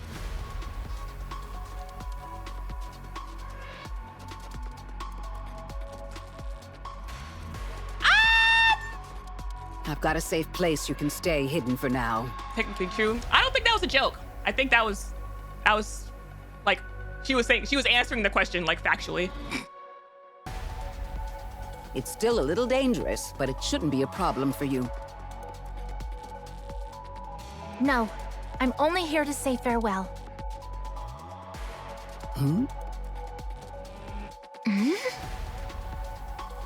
I'm headed to the Ark. There's someone who promised to come get me. Thank you for everything you've done, Big Madam.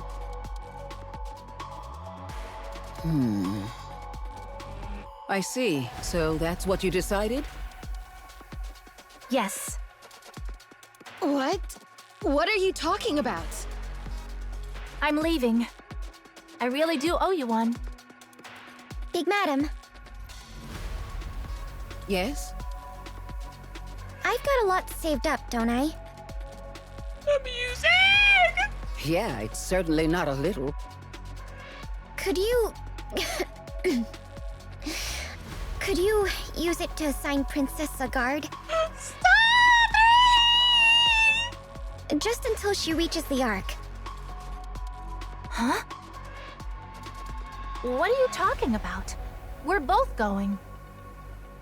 Princess, I can't go with you. You know why? I can barely see anything now. I'll only slow you down. Huh? Go and be happy, Princess. But don't do anything bad. What are you talking about?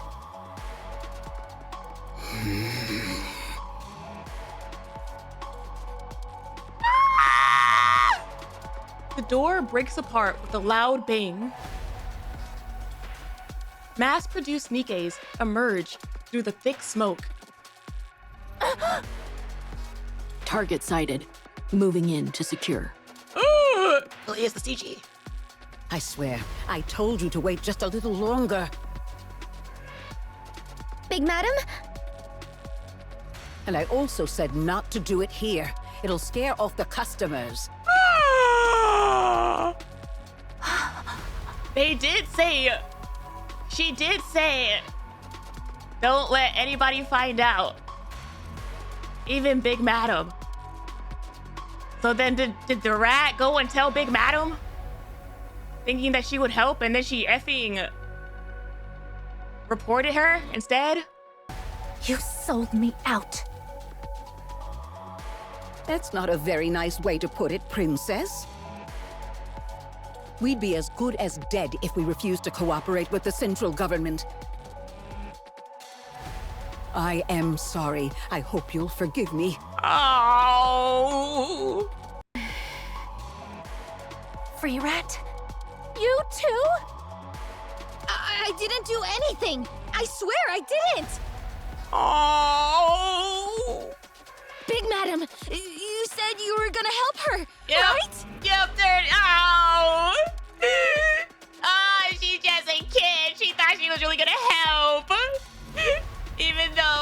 Leon literally told her, make sure nobody knows, especially Big Madam. Ah! Did you forget where we are? This is the Outer Rim. Oh my god, the callback! Oh, goosebumps! Oh my goodness! Oh my goodness! Oh, the words thrown right back at her! Oh, that's crazy! Oh, that's crazy! It's so much more intimidating when Big Madam says it compared to whenever Free Rat said it earlier. Yep. Oh, damn. Everyone, freeze. Cooperate and no one will be harmed.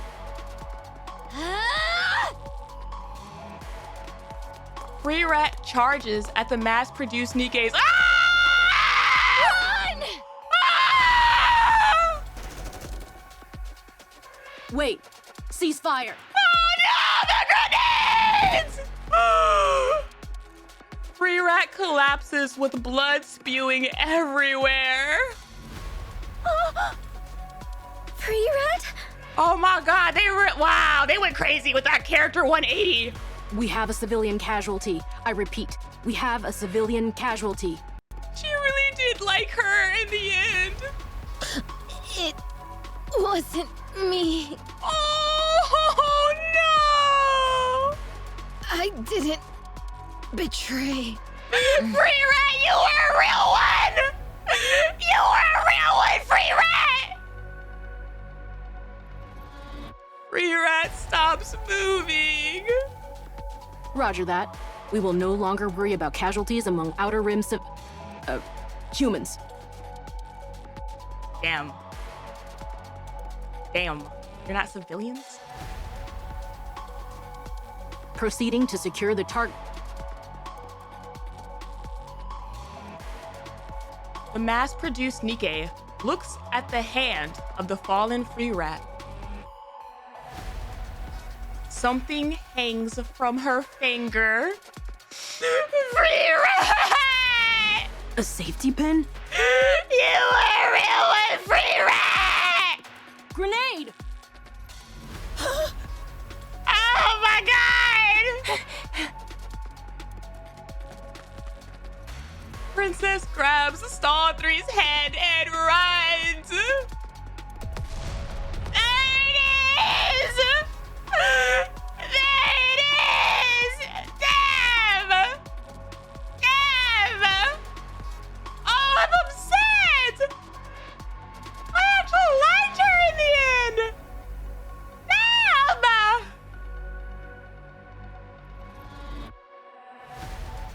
The explosion engulfs the area. God, I'm so mad. Guessing on chapters, like new chapters, is such a fascinating experience.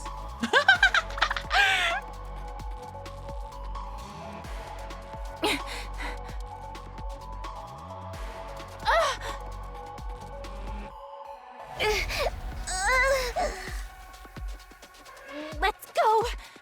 She'll be waiting at the partition. Princess, go alone.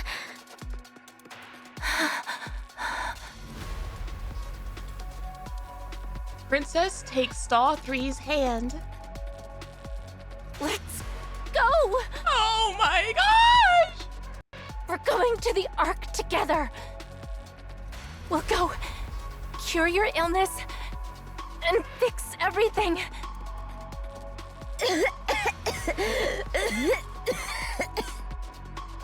Let's go. Let's go together. Oh my god! I can't see anything. It's so dark.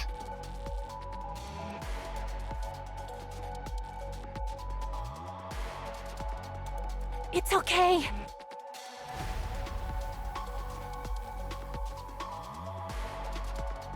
It's bright in the Ark. You'll be able to see everything there.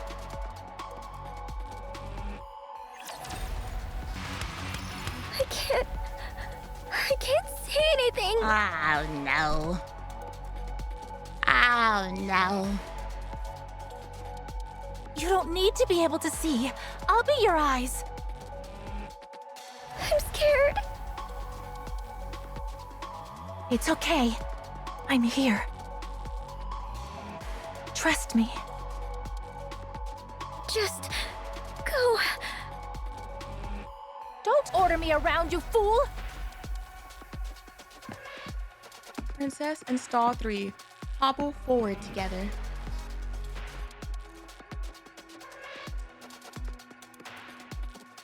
Is this because the outer rim is dark as hell?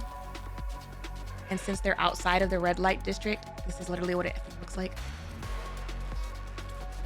The partition comes into view. Stall 3 is walking in darkness. I mean, I feel like, yes, she's blind now. It represents her sight, but also, I feel like it's also dark as hell outside of the red light district. Everywhere she looks is pitch black. Suddenly, she sees a faint light flickering ahead. Stall 3 twists her body and shields Princess. Ah, not the effing shield! Oh, they actually literally effing did it! Stall 3 collapses. Princess watches her fall. She looks towards the partition, only to see the priestess standing there. Oh!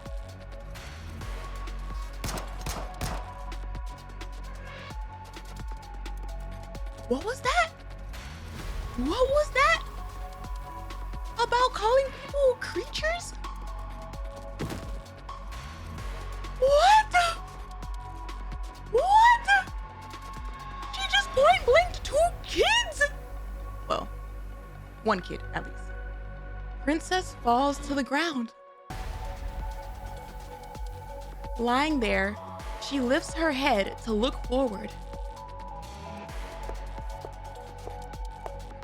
The priestess is approaching her with a pistol in hand. She runs over, visibly delighted. Oh my. Oh! Rolling Princess's body over, she pulls on the necklace. Princess grabs it with her blood-smeared hand. The priestess yanks the necklace out of Princess's grasp. Princess's palm is cut as the necklace is forcibly taken from her hand. Long live the herb clove. The key. It's finally mine. Finally? Finally? You irreverent little... Do not think too poorly of me. I made a deal with the central government. In exchange for revealing your whereabouts, they granted me a position within their ranks. Of course you did! Of course you did! They know nothing of the key. And with a prominent seat, I can quietly devise VTC's revival. With this key bestowed upon me by your holiness, I shall inherit your title as well. Oh my goodness. If you had been captured by the central government and forced to divulge information, it would have greatly interfered with my plans for VTC. Thus, I was compelled to commit this discourtesy. I hope you'll forgive me. The smile is crazy.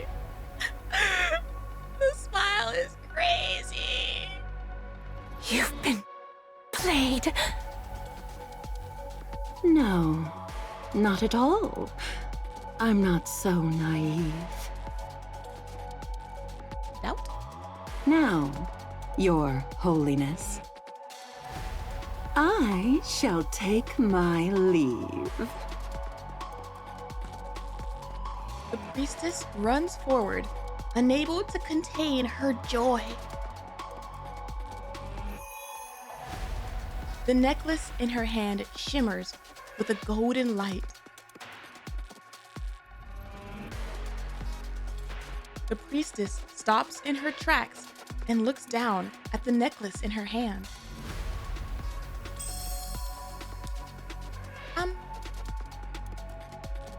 Golden light bursts outward, and the priestess vanishes. Oh! Oh! All that remains are the priestess's robes fluttering where she once stood.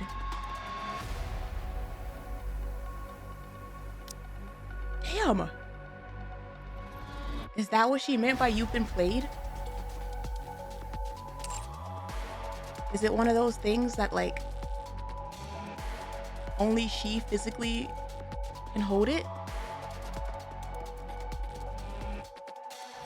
Princess laughs after watching the whole thing unfold.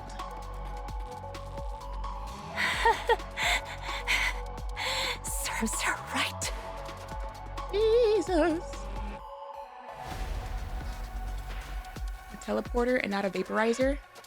I think if it teleported her, it would have taken her clothes with her. Doesn't it? Third?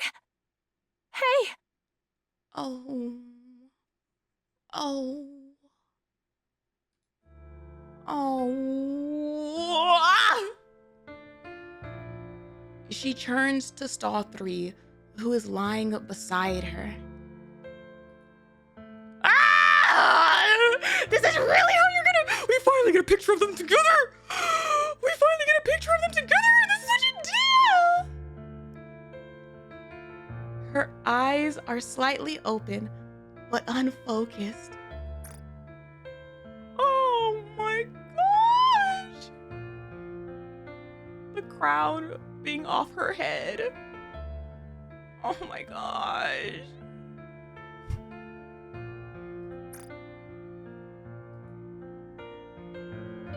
Red foam leaks from her mouth.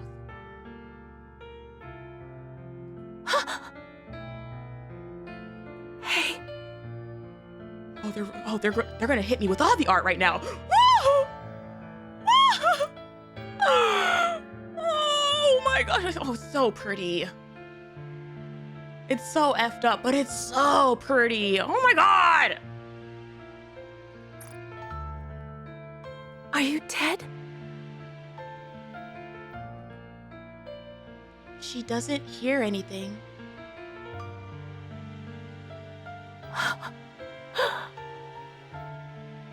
Are you really going to die in a dump like this? Like some kind of insect? You were plagued by a cough your whole life, and even lost your sight. Then you volunteered to be a bullet shield, only to die like this? You're just going to die in this sewer of a place without any last words? Is this their effed up way of doing the switch part of Princess and the Pauper? It's a fitting death for such a miserable life.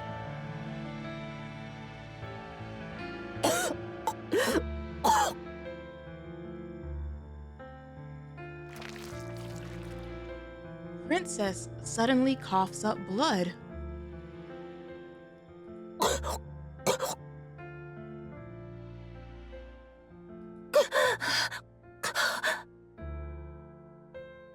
I repeat, a female in her early teens with red glasses and white hair. She is a high priority target. Secure her at all costs. She must be taken alive. I repeat, a female in her early teens with red glasses and white hair.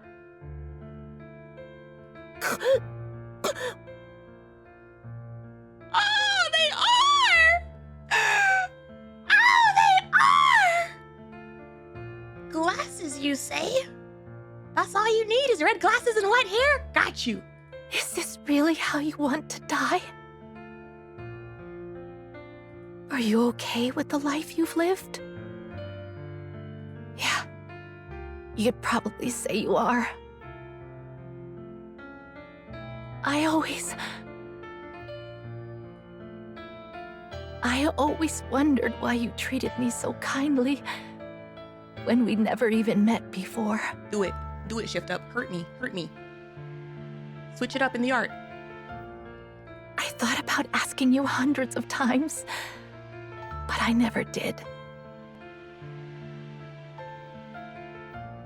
Because after living with you, I figured it out on my own. That's just who you are. You would struggle all your life to survive in a lightless sewer, only to die for someone else. You're that kind of a fool.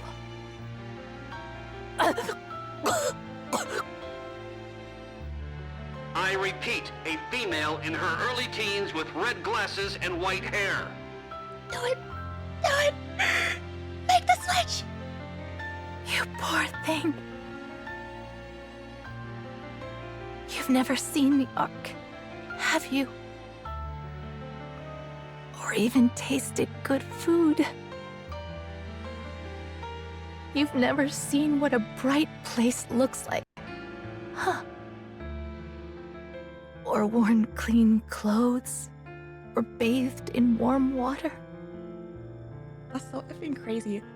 I was wondering if it was intentional that their designs were like similar. And then you have this guy just like saying it over and over. It's like, okay, she has the white hair, but not the glasses. Let me just, boop.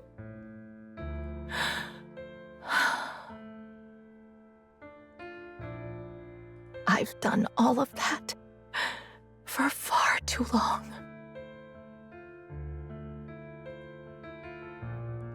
Princess uses the last of her strength to move her hands. She removes her glasses and places them on Star 3's face!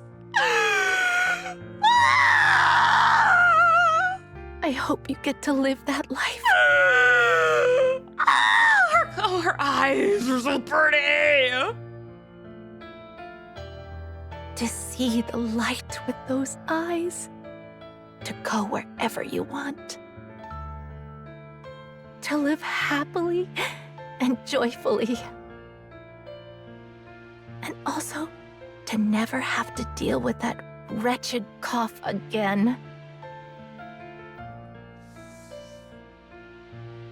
Princess gently traces her hand over Stall 3's features, as if trying to etch them into memory. Oh, I love that! I love that! But they freaking... Every time Neon did it to her because she was going blind, and then the Uno reverse of her doing it. Oh! She touches her face with care. Don't be sick anymore, please.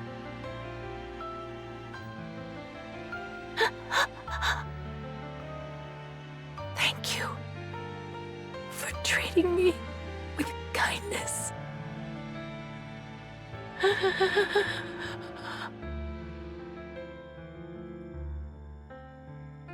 Princess's eyes lose focus. And her breathing stops. Target acquired. A female in her early teens with red glasses and white hair. Possible associate spotted. Abandoning and moving on. Proceeding to the Ark now.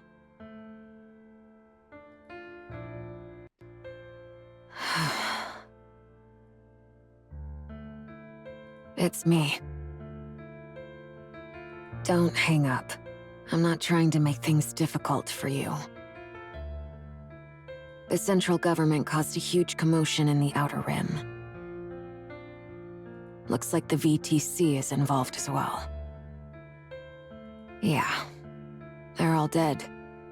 That's what happens when someone makes such a big mess in the Outer Rim. But that's not why I reached out. The central government was transporting someone. A girl with white hair and glasses. She seemed important. I figured it'd be better if you were the one to take her. She could be useful to Elysion.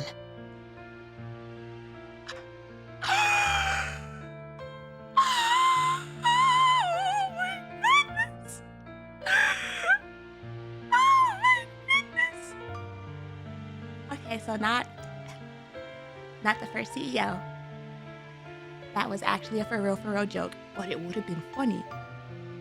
But oh my goodness, that's how she ended up in Elysium. Yeah. Hurry. You won't have much time. Thanks, Ingrid. That's crazy. Huh? Where am I?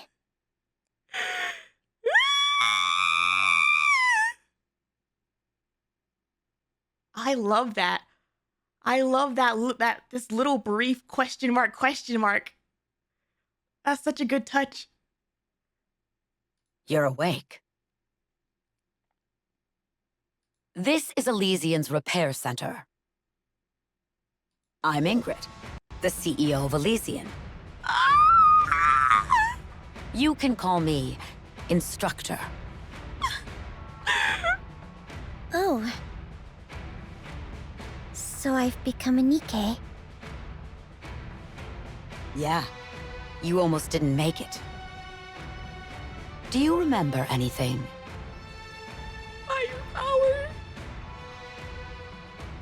She looks around. I vaguely remember someone being beside me. You were the only survivor.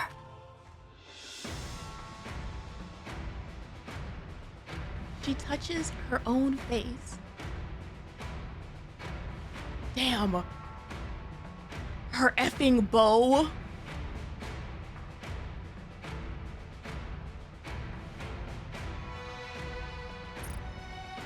Now I'm thinking of like all the ways Neon would like think about what does she see her like ideal form as in the Nikkification process. And this the bow and the similarities of Princess in her design. Combined with like her firepower and stuff. Oh, I have glasses. There was a bloody fingerprint on the frames.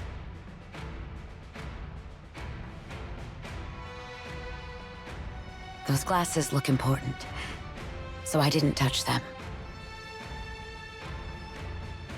Do you really not remember anything? But she couldn't see. She's a Nikke now.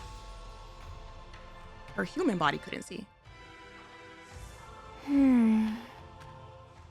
Yeah, nothing. Anything is fine. You can tell me. I really don't remember anything.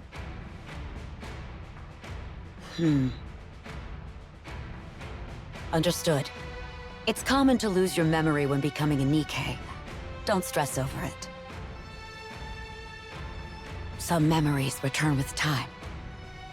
So we'll just wait and see. I see. Thank you. Now, about those glasses. There's a good chance they contain some sort of unknown technology. I'd like to run a few tests on them, if you're willing to cooperate. No. That's the one thing I can't agree to. Okay. I won't force you. Thank you. I love that. I love that. I can't remember anything, but I can't let you touch these glasses. All right then. From now on, you're a Nikke under Elysian. We can't all just keep calling you you, though. So you'll need a name. Neon lights. If nothing comes to mind, we can give you one. Otherwise, we'll register you with whatever name you like. The nameless Nikke stares blankly out the window. The place is dark, yet dotted with flickering lights. It's really bright here. I think I'd only ever lived in dark places before.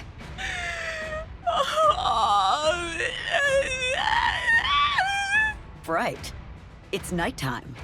Calling it bright would be a stretch. It's really bright. It's really bright. No, I mean it. It's really bright here. What are those glowing things over there? Are those stars? I've only ever heard stories of stars. The lights in the sky are stars. Neon lights. Glowing things. Oh, those aren't stars. They're neon signs. Neon signs? Yeah. Okay. Then I'd like to be called Neon. I get the feeling I don't really like the dark.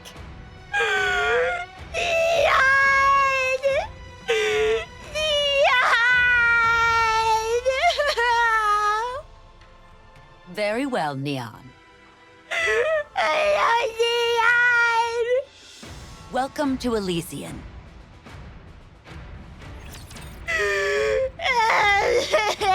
The lights in the sky are our enemy.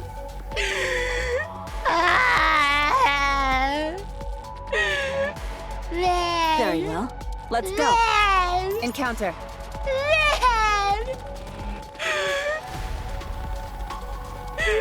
I was not expecting the first chapters after anniversary to get the long-awaited neon lore. Like, Oh my god, I'm so happy. I'm so happy. This is the neon lore that I was hoping, praying, and begging for.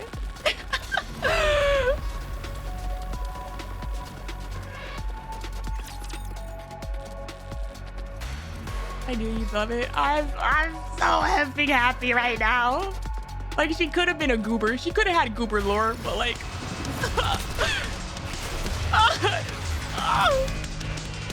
Heavy metal. God damn.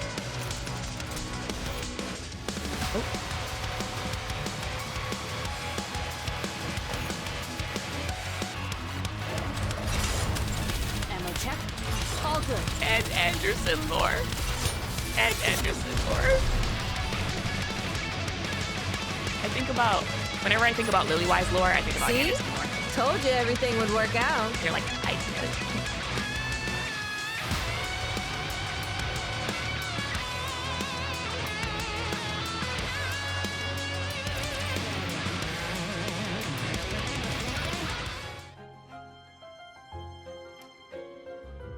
All right. All right. And then we get the... Oh my god. Neon lies atop a mechanical platform with her eyes open, staring at the ceiling.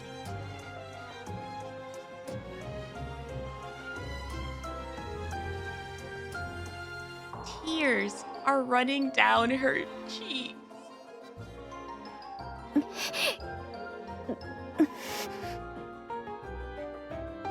Is Princess alive? We had Snow White and Neon both had a memory brain blast. Oh. No, there's no chance of that. Jian, Yes? did you find the password? I've tried everything I can think of, but nothing happens. For someone who accessed my brain without permission, you really didn't get much out of it.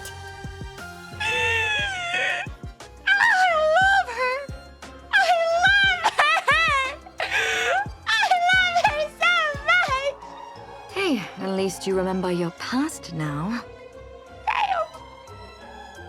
Yeah, I do thank you for that, even if it was a bit painful. Shall we start by talking about Deep? Just like that? It's something that concerns Princess as well, though I'm sure you've already guessed as much. I'm listening. Would you like me to get you some tea? Now Neon. Now Neon. I'll pass. Oh my gosh, we're learning! We're learning pattern recognition! Okay, well, if we're going to discuss Deep, we'll have to go all the way back to the distant past. Long, long ago, before even the Raptures appeared, there used to be a religion called VTC. This is effing crazy. This is insane. The like switch up of how they were treating Neon before and after. Like, I say religion, but in reality they were more like a biotechnology research institute. No one knows how they managed it, but the level of technology they possessed was extraordinary. Their work in the medical field in particular defied belief. They branded what they did as miracles and gained devotees by the thousands. Perhaps brand might not be the right word for it. Their work was miraculous, after all.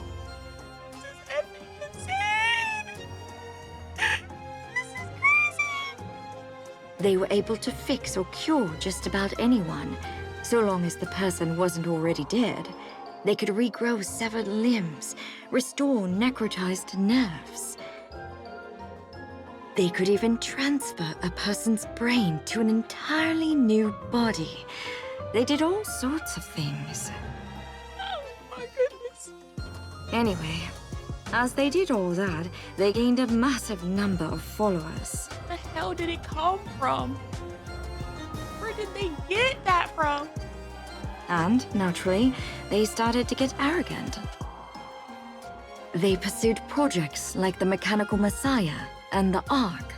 Projects that could change the entire fate of humanity, as if they were little pet projects.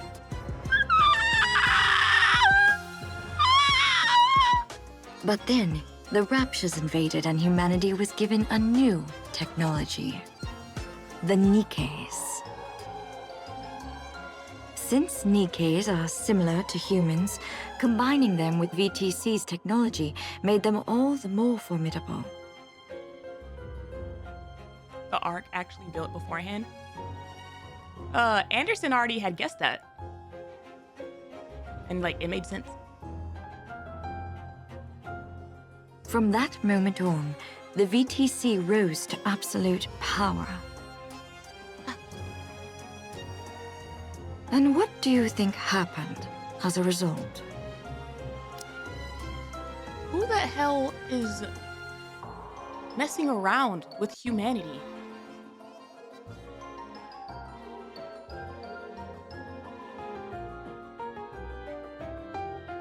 Like, who gave the VTC this, and then later on gave them the tech for Nikke's?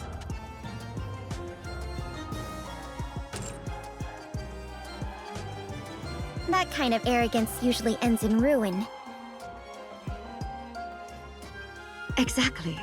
In their arrogance, they conducted every experiment imaginable, causing one disaster after another. That was something the United Forces of Humanity absolutely couldn't tolerate. Talking about that queen blood, for example? But what could they do? The answer is nothing, because at the time, the world revolved around VTC. Then came the decision to move humanity to the Ark, and VTC and the United Forces of Humanity merged into a single entity, the Central Government. They dressed it up as uniting for the sake of humanity, but in reality, it was just a power struggle. They eventually agreed to split the benefits evenly. But the real power within the central government rested entirely with VTC. Those from the United Forces of Humanity simply couldn't stomach it. All they needed was one angry man without his wife and daughters. I mean, that sounds like he would do it. In the midst of all that, VTC suffered near annihilation at the hands of Anderson, one of the current deputy chiefs. I still effing love that. I still effing love that so much. They were completely wiped out by a single person. Why did he do it? I don't know. But they took that opportunity to purge VTC from within the central government. The purge went very smoothly, not in part because their leader, Her Holiness, was gone after... well, you know what happened to her.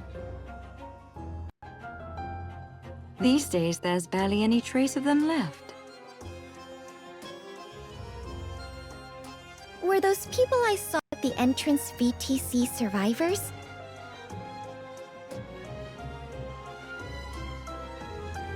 Is she gonna ask about Anderson being legendary commander? Technically speaking, she didn't say that. She said Anderson, one of the current deputy chiefs. She didn't say anything about him being the Goddess Squad's commander. They're a bit different. They're called Deep.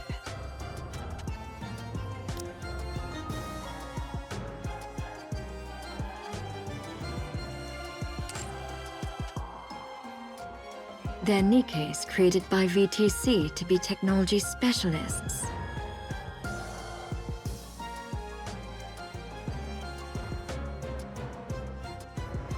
As Nikkes, their minds operate at full capacity 24/7, and their bodies were implanted with brilliant, cutting-edge technology.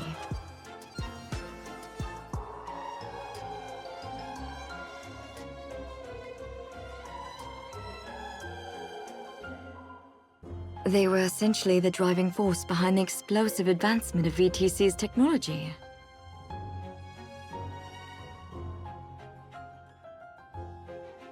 They even gave themselves embarrassing nicknames like Guardians of the Ark. Oh, it's worth mentioning that MMR was originally a joint project between them and Missilis.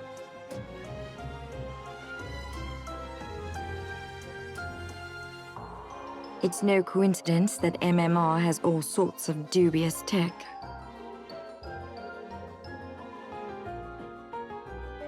But how did people that important end up like those people I saw? Even though VTC was purged, they couldn't do the same with Deep because they relied too heavily on them.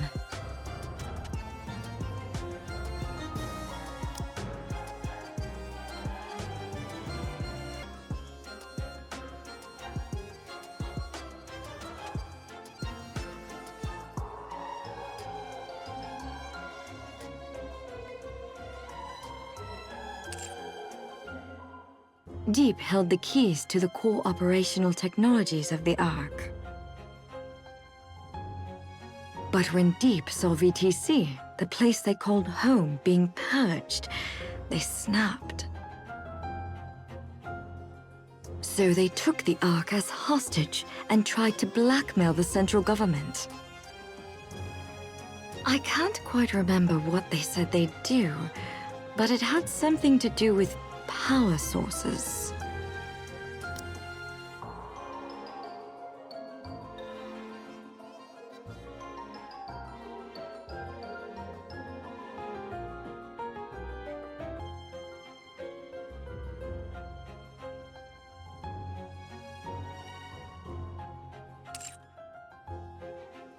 Unfortunately for them, they made one catastrophic mistake. They chose the Ark as their hostage. Enoch completely obliterated Deep. It's funny, isn't it? Enoch stayed quiet throughout all the internal strife and chaos that happened up to that point. Yet, the moment the Ark was threatened, she tore Deep apart. Of the effing eye chain when she said that. And the like shade thrown. Oh, he sat on the sidelines throughout all of that time. That doesn't sound very funny to me. All authority previously held by Deep became Enoch's, and Deep was left with nothing.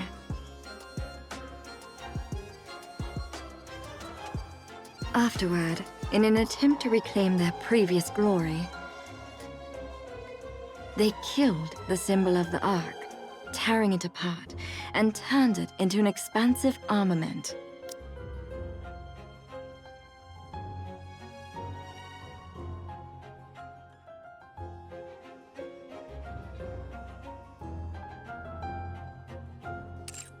What you saw back there was the punishment for their actions.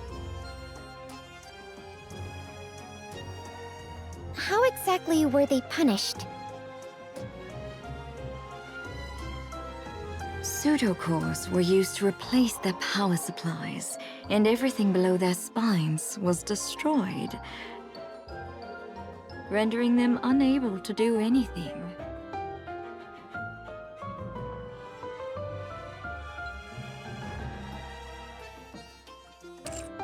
That seems way too inhumane. Neon. If you knew more about what they did, you'd be asking why they weren't killed on the spot. I can guarantee that much.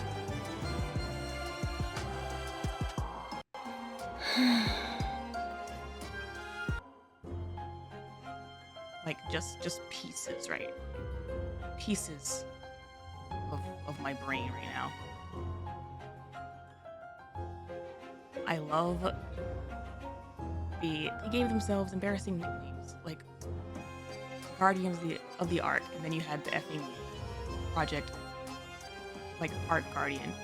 But then even just like this bit about their Nikke is created by the VTC to be technology specialists, and then we have Nayuta, who was an ex-Deep member that said that they took it too far, so she left.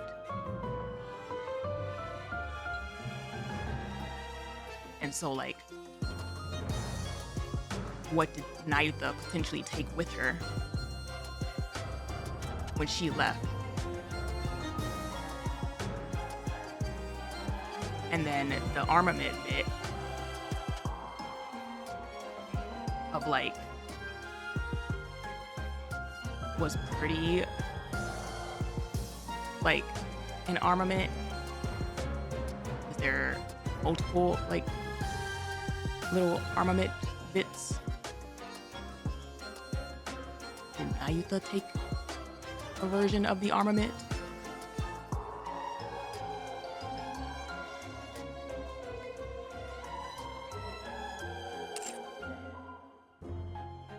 Power core bit?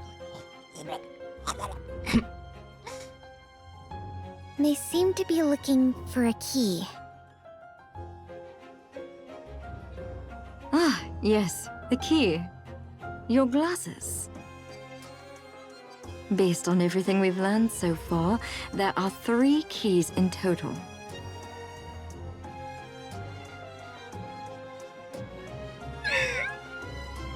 Each one contains the distilled essence of all the technology developed by VTC and Deep.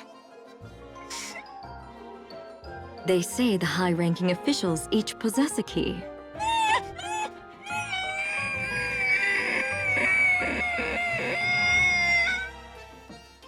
The one you have now was probably held by the leader of VTC. Anyway, the reason those things at the entrance reacted to that key is simple. They believe the technology within it will help restore them to their former glory.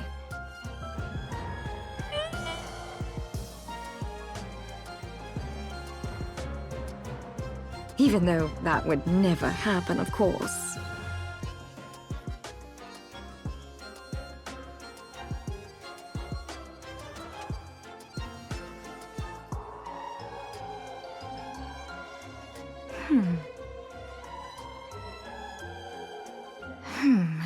Let's see.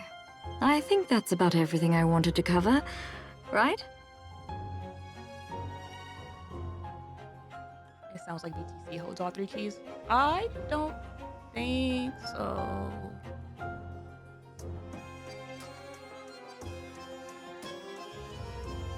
Like, the VTC split up. Some went and, like, became deep. Like, it's... technically, you could say that if you're looking at it from, like, a base level. But they've been split up into multiple subsets. Like, that I feel like it's a little bit misleading.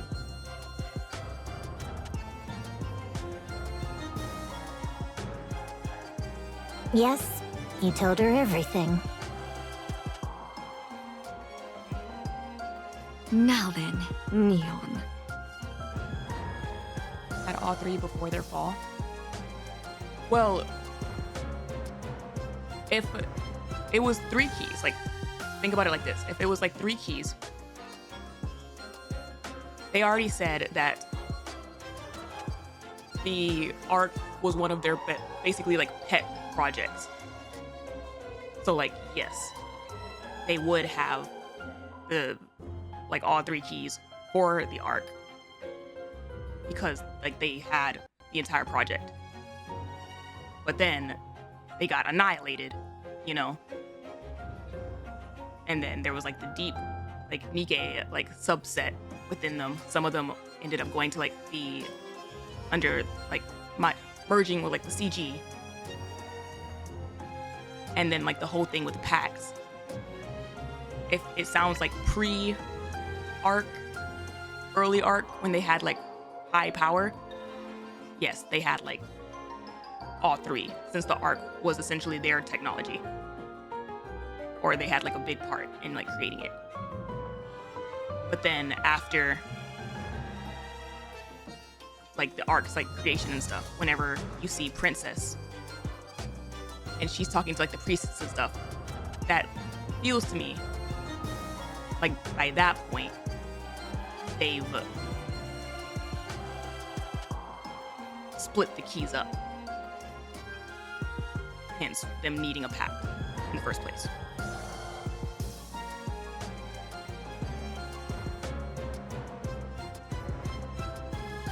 Do you know why I'm sharing with you so many highly confidential secrets?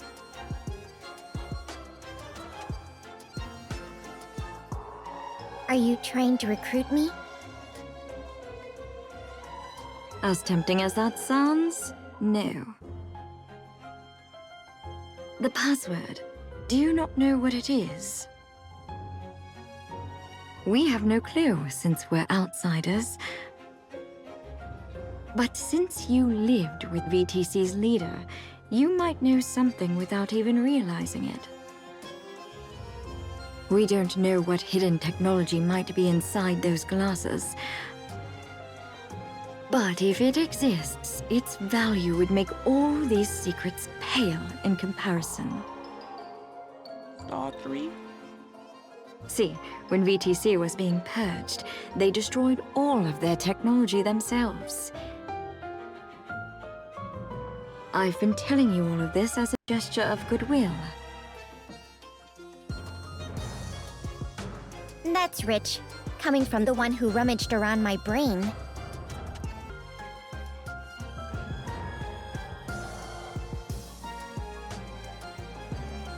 I feel like that Mustang lore is gonna be crazy. That Mustang Tetra lore is gonna be absolutely insane.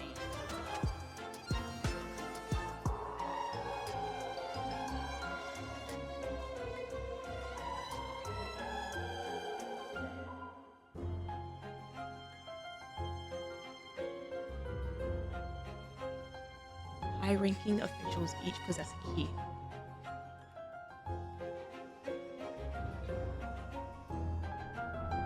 Would it be split up between all of counters?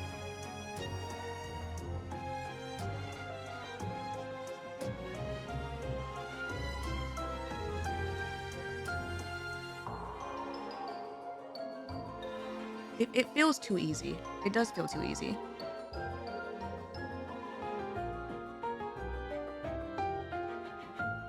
But the fact that, like,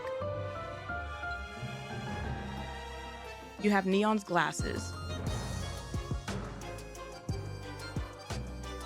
Purdy's armament, and then before Red Hood assimilated into Roppy, she saw Deep, she ran into Deep, and then passed out. Like, there was that period of time that we don't know what happened to Red Hood when she woke up, like, by Roppy.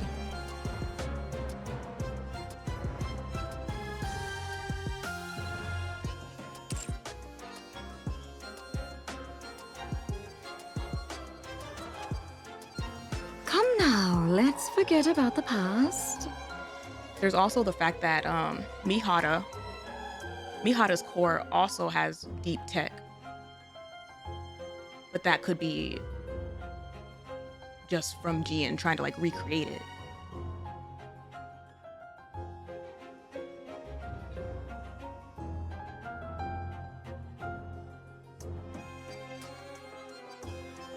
I have a few guesses. Oh, and they are? How do I open the password screen?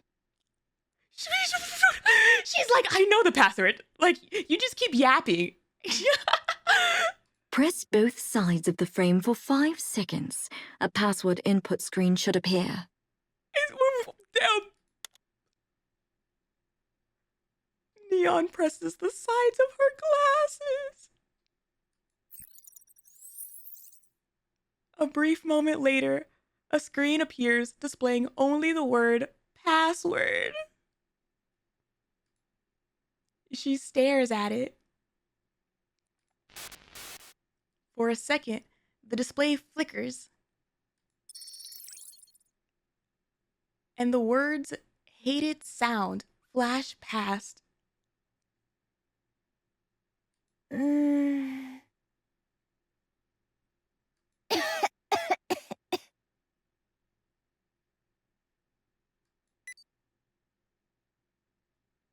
Voice tone and pattern verified. Oh my gosh!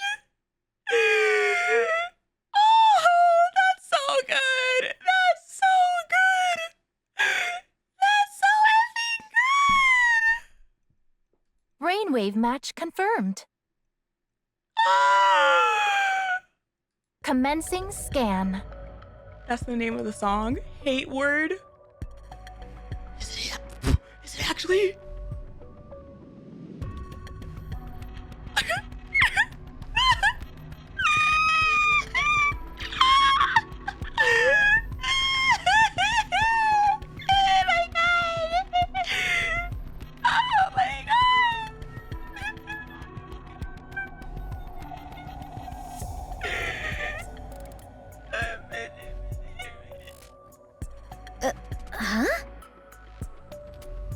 What is this?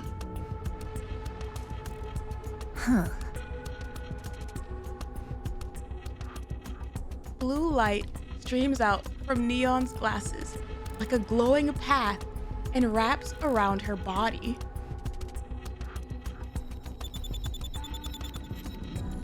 Symbols and shapes flood across the lenses. Moments later, the light fades and the text disappears. Scan complete. Oh,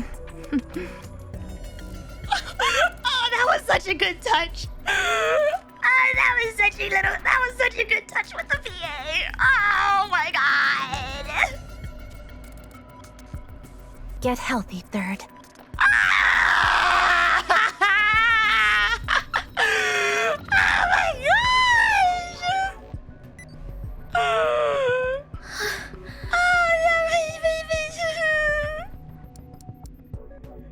Neon taps the side of her glasses without saying a word.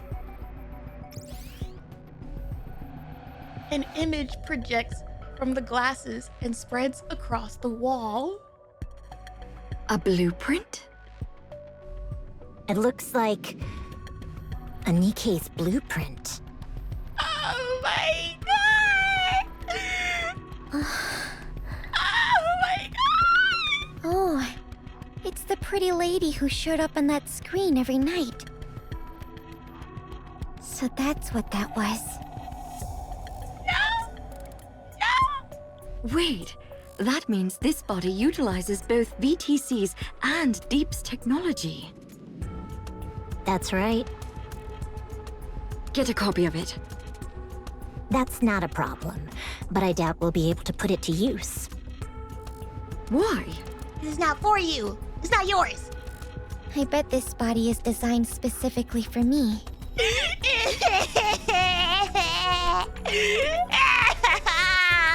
What? Oh my god! She's right. During the scanning process, the body was made exclusive to Neon. That's potentially actually really sad. Because that basically says that, like, Princess expected Neon to die. And she was gonna, like, transfer over transfer her over to like a Nikke. Like her illness was like getting worse and worse, and so she was like, she's not gonna last in this body. It was able to scan and finalize its subject that quickly. Like you could tell, but it's just sad that like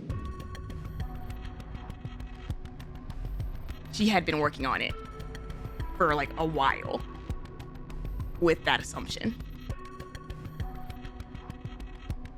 I mean, it is ancient technology. Are there components in the blueprint we can use? Quite a few. But there are also a lot of parts that I don't understand.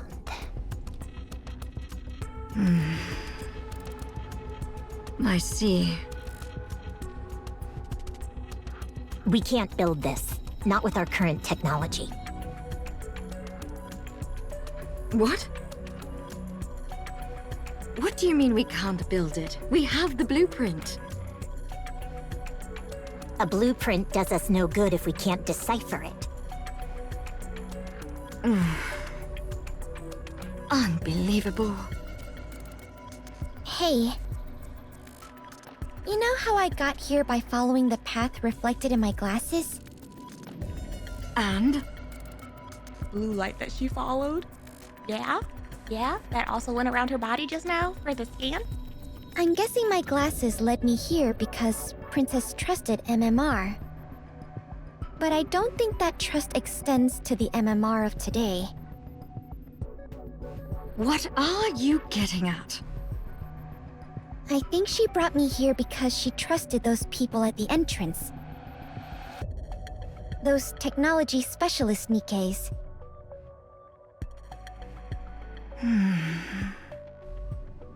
What? You want us to repair and use those things? They really said, get the slugs off the floor. Get the slugs off the floor. They gotta build this. If you don't want to, you don't have to. But I'm willing to bet the reason they were left alive instead of being killed is because eventually, if you ever manage to get your hands on a key, you are gonna need them to decipher it, right? Well, if you ask me, that time is now.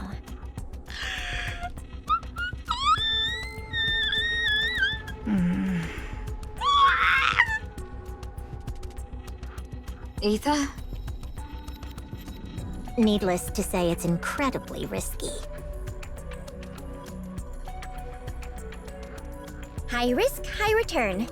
Isn't that great? I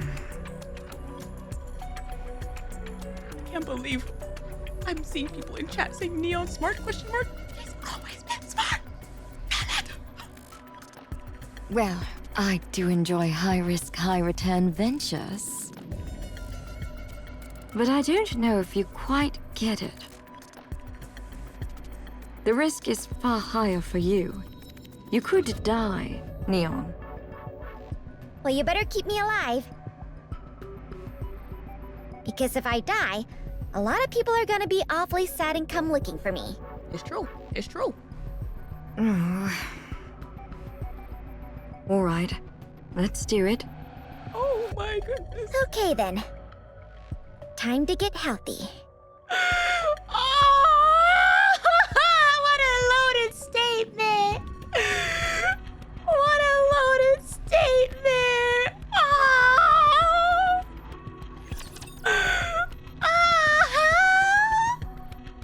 Damn.